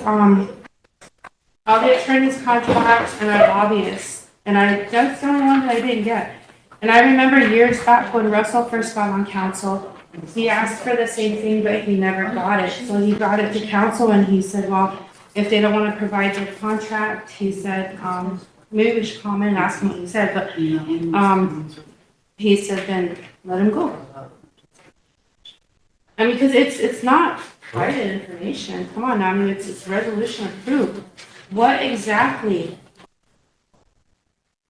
What does he do? What do you mean? What does the in-house attorney do? Yeah. They're always giving us legal advice on an But is there opinion, things that he can't do? and then they write most of the he writes most of the resolutions Oh, I know, I've seen and that. reviews all contracts. So, like, for instance, I'm getting involved in personnel issues with, other programs, court cases and whatever. Is that stuff he's supposed to be doing? See, and that's why I feel, if we're approving these contracts for attorneys by resolution, all the council reps should be made aware of all the attorneys the tribe has, given their contracts, and then given, the lobbyists, because when we come here, like me, I'm not aware of a lot of things. And when I ask, it's like hitting a brick wall. You don't get anything. You're not privileged to that. But it says it. He said it. We are. So I want to make sure they're doing their job. I mean, last report we heard was just from our attorney general firm back in March. That was the last report we got from them. June, July, August, 3 months now. We should be hearing something. We don't know what they're doing. So I would like council to get all that information. And Eric's is an employee of the tribe. He doesn't have a attorney contract. It's a tribe one. And that's the difference. I don't believe that job description allows him to participate in any legal actions you guys authorize him to do that. Does that include employee grievances? I'm not sure, I mean. See, things like that, I really find unfair. Specifically, like what? Okay. If you want to go upstairs so I can say it, or.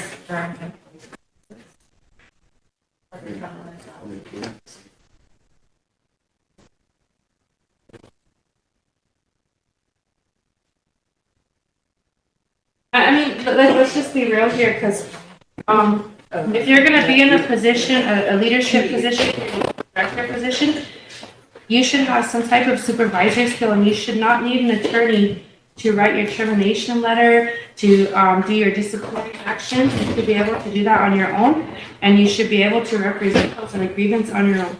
Because our employees do not get an attorney, They should. but they have to afford it. And if you've ever been on the other side, there's a lot of attorneys that will not represent against the tribe because either they're conflicted or they have a contract. So it's really hard for people to get an attorney. Your Dakota Plains Legal Services will not take anything to do with the grievance or anything like that with the tribe either. And this comes back to our civil rights office, you know, and our grievance process, in our employee assistance program. I mean, all these things were set in place to help our employees, but they don't work. That's my opinion. You know, if you're gonna take action against somebody, at least make sure you understand what you're doing and you can represent that. We don't need an attorney to represent against personnel matters. Because our employees don't get one.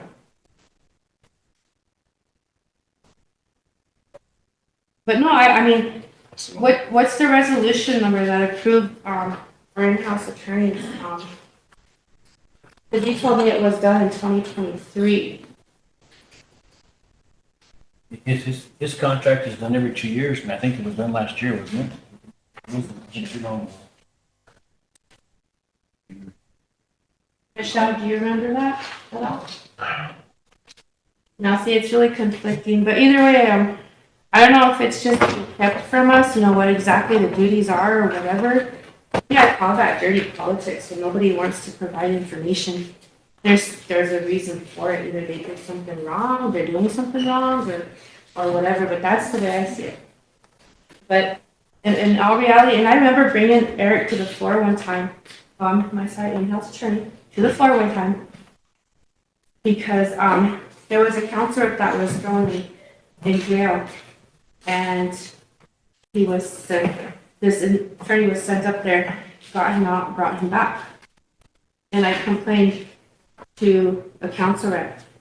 And at that time, they told him he can't do that anymore. So that wasn't supposed to happen. And then, you know, I didn't even know that this attorney represented the police department in the grievance. And to me, that's not right. But, I mean, it is what it is. But I think, you know, our employees have a right to due process. They have a right to be heard. And they should be offered representation. Because lately that hasn't been happening. I mean, look at, we have a grievance hearing officer that doesn't even, they should be winning by default. Eric, do you want to respond? Good afternoon, Council. Passing out a copy of my job description. I'm not going to discuss my contract on here. It's a personnel issue. You can see from my job description that it's pretty broad and that I provide legal advice to you.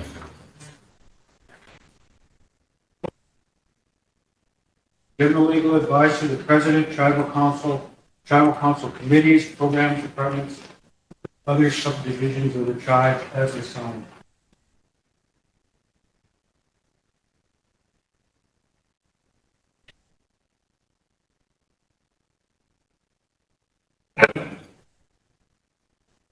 Mr. Chair, I don't know if this is going to come up on the agenda today. This is on the agenda. If there's no questions, we have a lot of resolutions to go on. I have Totes and Mike. Mine was just about these resolutions, Madam Chair. When they come to us, if they can attach as much information to these, because sometimes we're blindsided and we get these resolutions, and I think all the information that pertain to these resolutions needs to be attached to them when we receive them. Part of the policy, just so you know, Totes, isn't being followed. It needs to go back in line with how the process is supposed to be. I'll ask Nicole to get it out to you. Emergency legislation shouldn't actually be happening. Right. Resolution should go from the committee to the secretary's office, where they then assign a number, and then it comes to council. Emergency legislation is really not the proper policy for bringing a resolution forward, and it needs to cease. But I'll have Nicole get that out. I was going through some of my old council stuff, and I did find where at one time a memo had been sent out a few years ago informing everyone, all departments, anyone that brings a resolution to the tribal council should first fully be discussed at the committee level, and then it goes to the secretary's office. They assign it a number, and then it comes to council for approval, which eliminates some of the long discussion and pulling away from keeping on our agenda in a time frame that's appropriate to get through everything. So I'm glad you asked that question, Totes, and we need to get back online with that. Mike? Thank you, Madam Chair.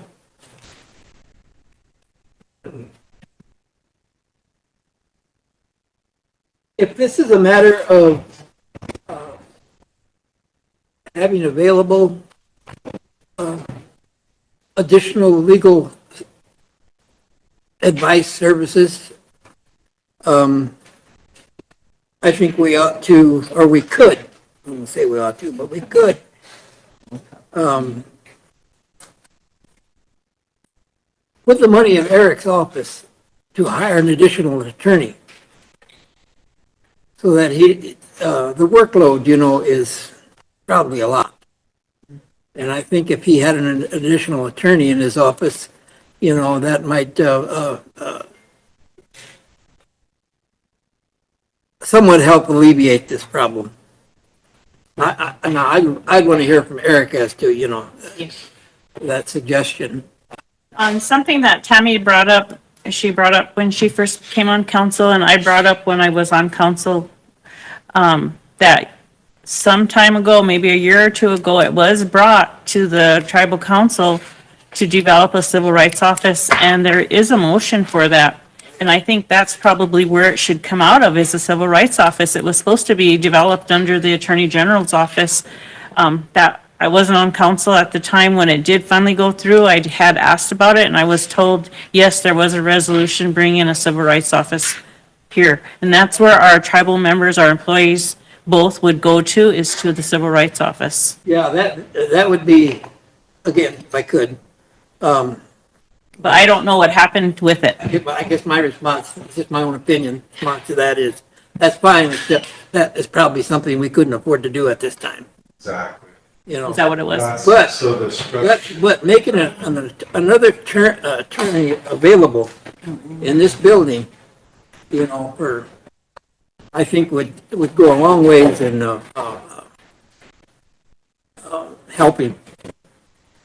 Wayne? So the structure, someone can fire off a motion for things. If you don't do the legwork, then how does it get developed? That's something that other council reps and over time that I've seen will make a motion to develop a NASA program. And then all of a sudden, who's supposed to develop a NASA program to light rockets off? Obviously, then you'd also have to create a budget for it. So if you just haphazardly said, let's develop a civil rights office, and you don't have a whole structure of what that is supposed to do, then how do you actually have it? Initially, with the vision, some of that help could come from the Attorney General's office, but we don't have it functioning, We don't have a functioning one. Yeah. And also, if someone is fired, let's just say, then there was obviously a reason for it. Or somebody thought that, your supervisor thought there was a reason for it. So you would end up, probably if they didn't want to talk and says, we're done talking or whatever like that, well, then you should be going to HR and figuring out, and HR should explain to you how you contest your suspension, firing, whatever it may be. Now it's up to you to go through the motions to do that. And we should have a grievance. It's weird to try to say, well, I'm gonna have a lawyer sitting around waiting for you to hold your hand and walk you through all those processes. I mean, that's strange to me, but I guess that's what we're leaning towards in this kind of talk right now. Can we please get back to resolutions? Yes. Wayne?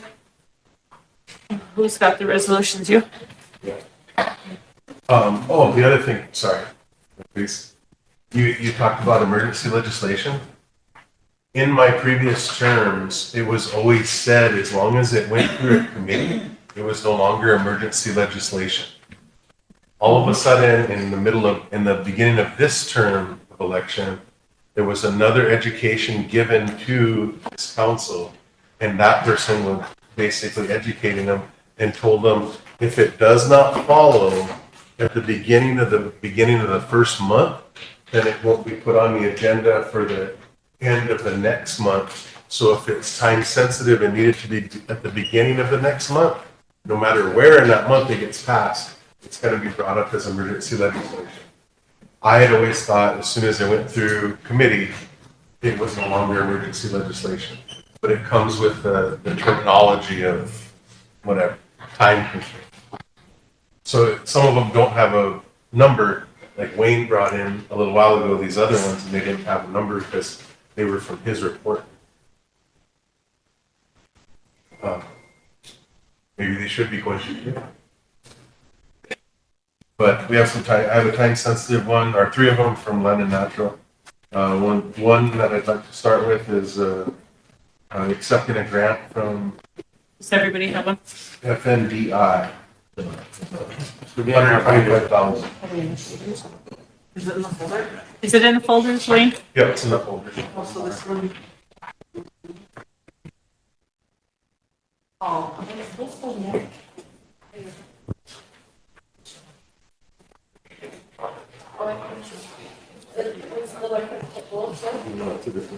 This one?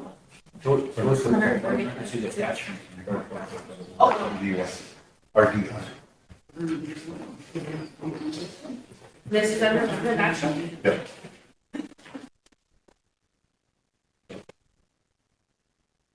$125,000 FNDI.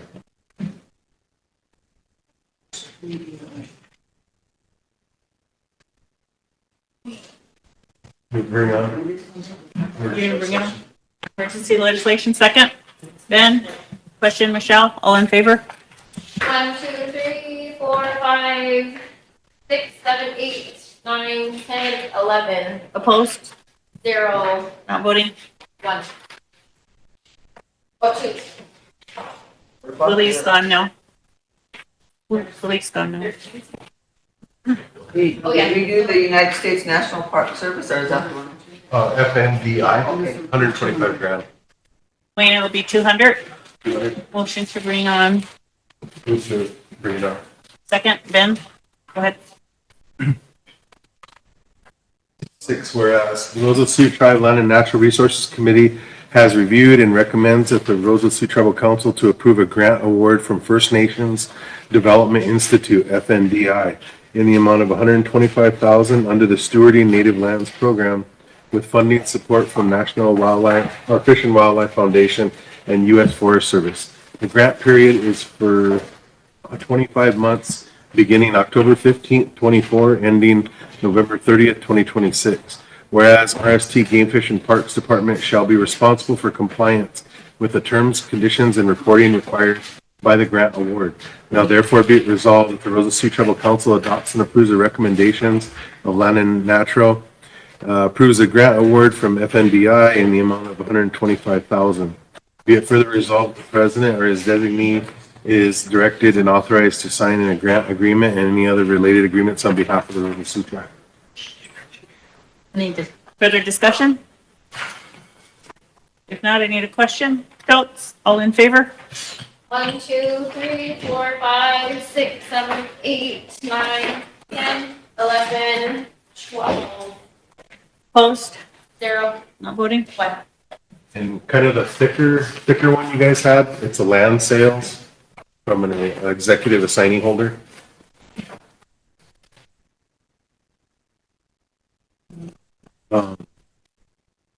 Move to approve. Emergency legislation? Emergency legislation. Second, Ben?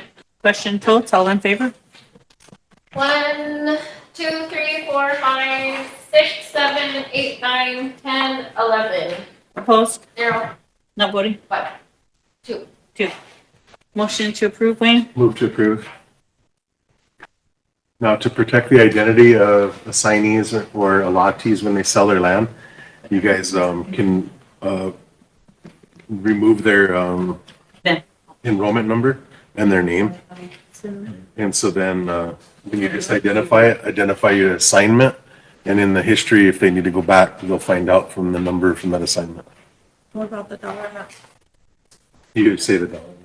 Motion to approve 2025 201. 201. Second. Ben? Go ahead. On behalf of the Rosebud Sioux tribe, or on behalf of assignee, the Rosebud Sioux tribe requests to relinquish tribal exchange assignment 290A back to the Rosebud Sioux tribe and tribal land enterprise in consideration of the Dakota Evaluation LLC appraised of 82,000 to be issued to the form of Class A certificates in the interest of TLE. And whereas the Rosebud Sioux Tribe Land and Natural Resources Committee has reviewed the request made by said individual to relinquish tribal exchange assignments 290-A back to the Rosebud Sioux Tribe and recommends approval by the Rosebud Sioux Tribal Council. Now therefore be it resolved that the Rosebud Sioux Tribal Council approves and accepts the request for relinquishment of tribal exchange assignment 290-A to the Rosebud Sioux Tribe in consideration of the current fair market value appraised of 82,000 to be issued to said individual in the form of Class A certificates of interest in tribal land enterprise. Be it further resolved that the President and Secretary of the Rosebud Sioux Tribe are hereby authorized to exercise their authority in completing this relinquishment of the tribal exchange assignment number 290-A back to the Rosebud Sioux Tribe. Discussion? Not a call for the question? Bill, all in favor? 1, 2, 3, 4, 5, 6, 7, 8, 9, 10. Opposed? 0. Not voting? Motion carried. One more is for the, it's a FEMA declaration.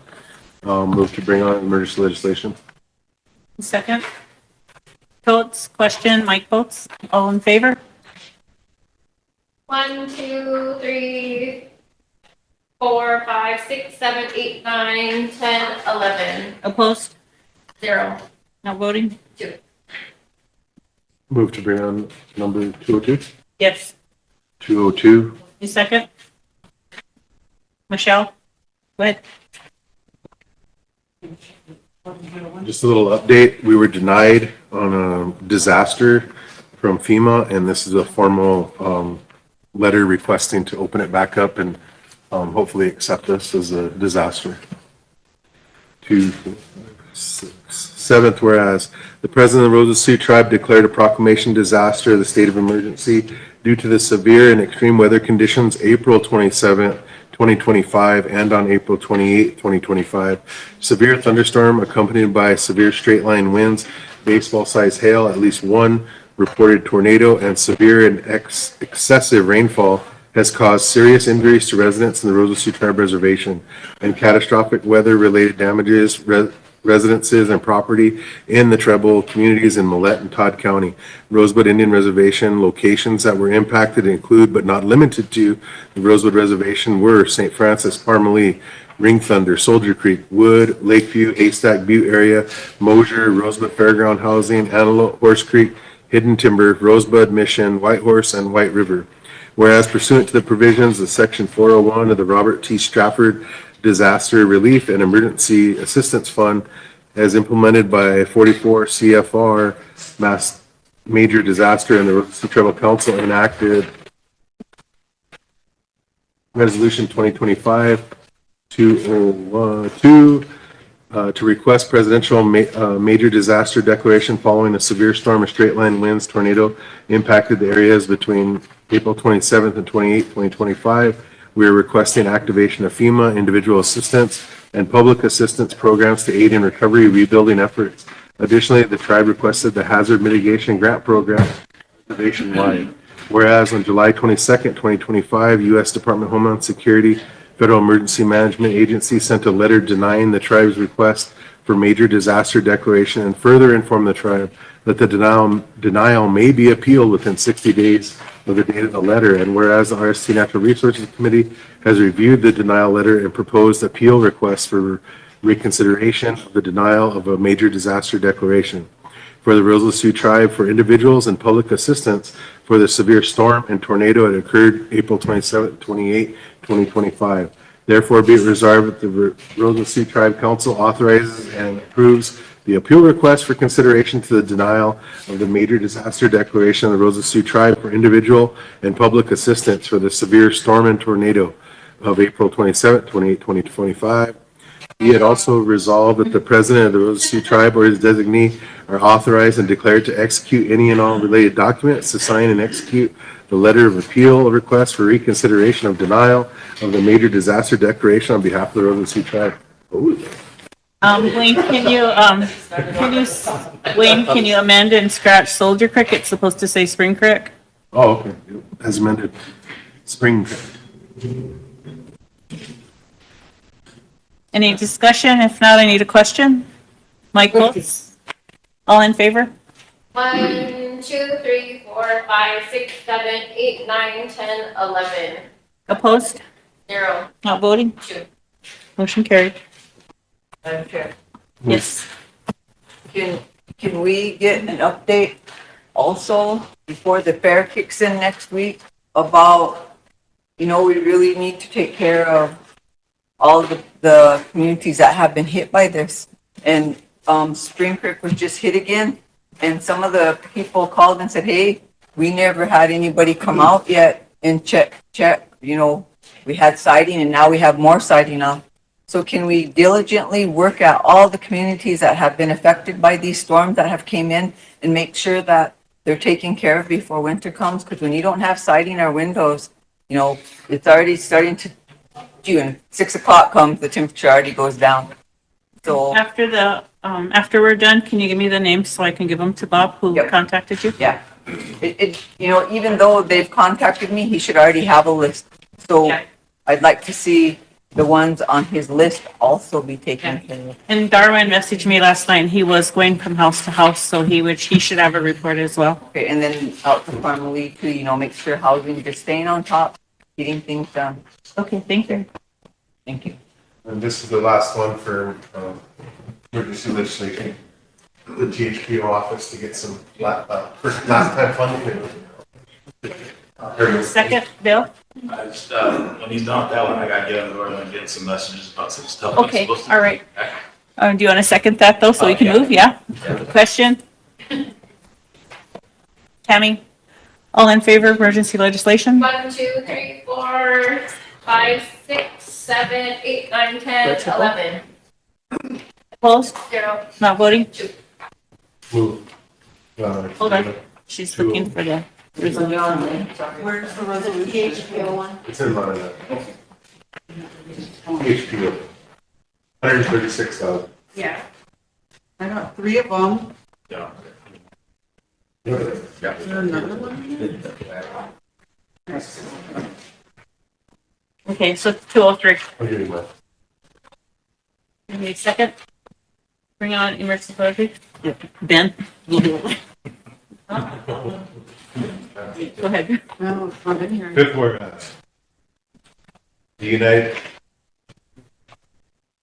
United States National Park Service is accepting applications for the National Park Service FY 2025 Historic Preservation Fund Annual Tribal Historic Preservation Office Grants Funding Opportunity number P25AS00490 with the allocation award of $136,503 for continuation of services with a due date August 29th, 2025. Whereas Roseville Sioux Tribal Historic Preservation Office is a current grantee under this federal program and is seeking authorization from the Roseville Sioux Tribal Council to apply for much needed funding for the purpose of identification, evaluation, protection of historic properties by survey planning, technical assistance, community outreach, development, education, and new expansion of the cultural teaching of future generations, cultural places and assets. THPO is carrying out the historic preservation activities. Therefore, be it resolved, the Roseville Sioux Tribal Council shall approve and adopt this resolution and authorize Sicango Resources Development to work with the Roseville Sioux Tribe THPO program to submit the application to National Park Service funding opportunity P25AS00490 with the allocation award of $136,503 for continuation of services with a due date by August 29th, 2025. Be it further resolved that the Rosewood Sioux Tribal Council authorizes the tribal president or the designated official to sign and execute all applications and documents thereof. Thank you. Discussion? Totes, are you questioning? Yeah. Okay. All in favor? 1, 2, 3, 4, 5, 6, 7, 8, 9, 10. Did you vote? Yeah. 11 opposed? 0. Not voting? Motion carried. Then, Madam Chair, on Lennon Natural. We'll need a copy of that. None of us have it. On Lennon Natural, one thing that was brought to Lennon Natural was from THPO office, was an update of the Blue Water Massacre. And the Little Thunder family will be accepting back some antiquities that were in a person's private collection. And they actually will be giving them back. So it's a pretty big issue that is finally getting a little resolved.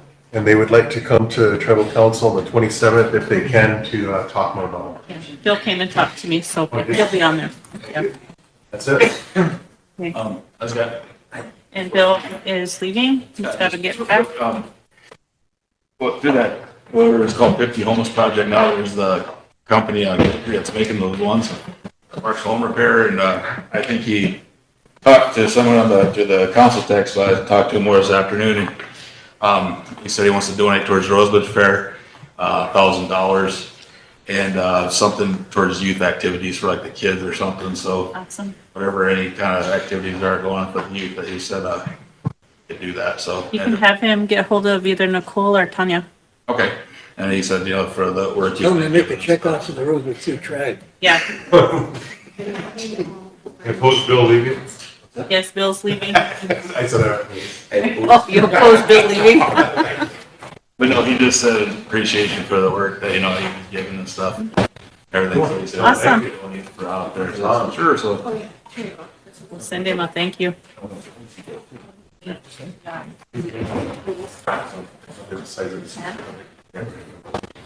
We're sharing. We're sharing it. Otherwise, we don't have. Yeah, Sherry and Chris. Sherry and Chris. We're sharing first.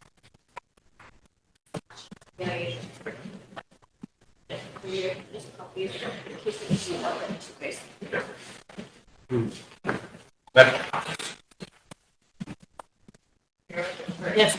I was going to look for your council reps. Yeah, I know, I was there too, say, bringing up the BI report, I was to say, I know yesterday I did ask, there's a request from my community, BIA, to see if they can go out there and cut our area. That's what my motion was gonna be, to help, because it came to the community, then it came, to have me bring it up on here.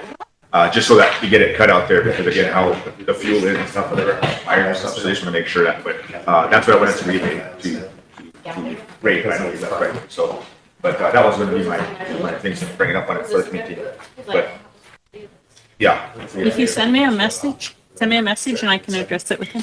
Okay, yeah, there's actually a motion editor too, so I'm gonna get that and I'll send that to you too. Okay. No, you just give it back to the secretary. Oh. Your the last sale. Can I get your guys' last sale? Lady's name. Eyes are blurry, I can't even read anymore. Okay.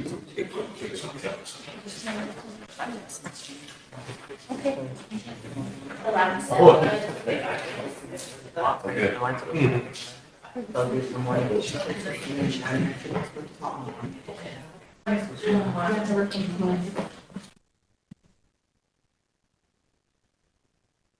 Thank you.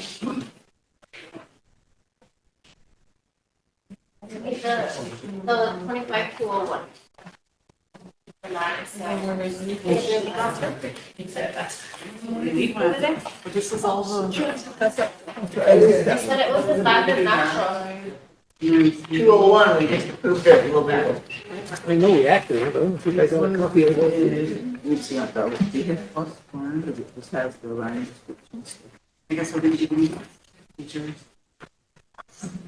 My eyes are He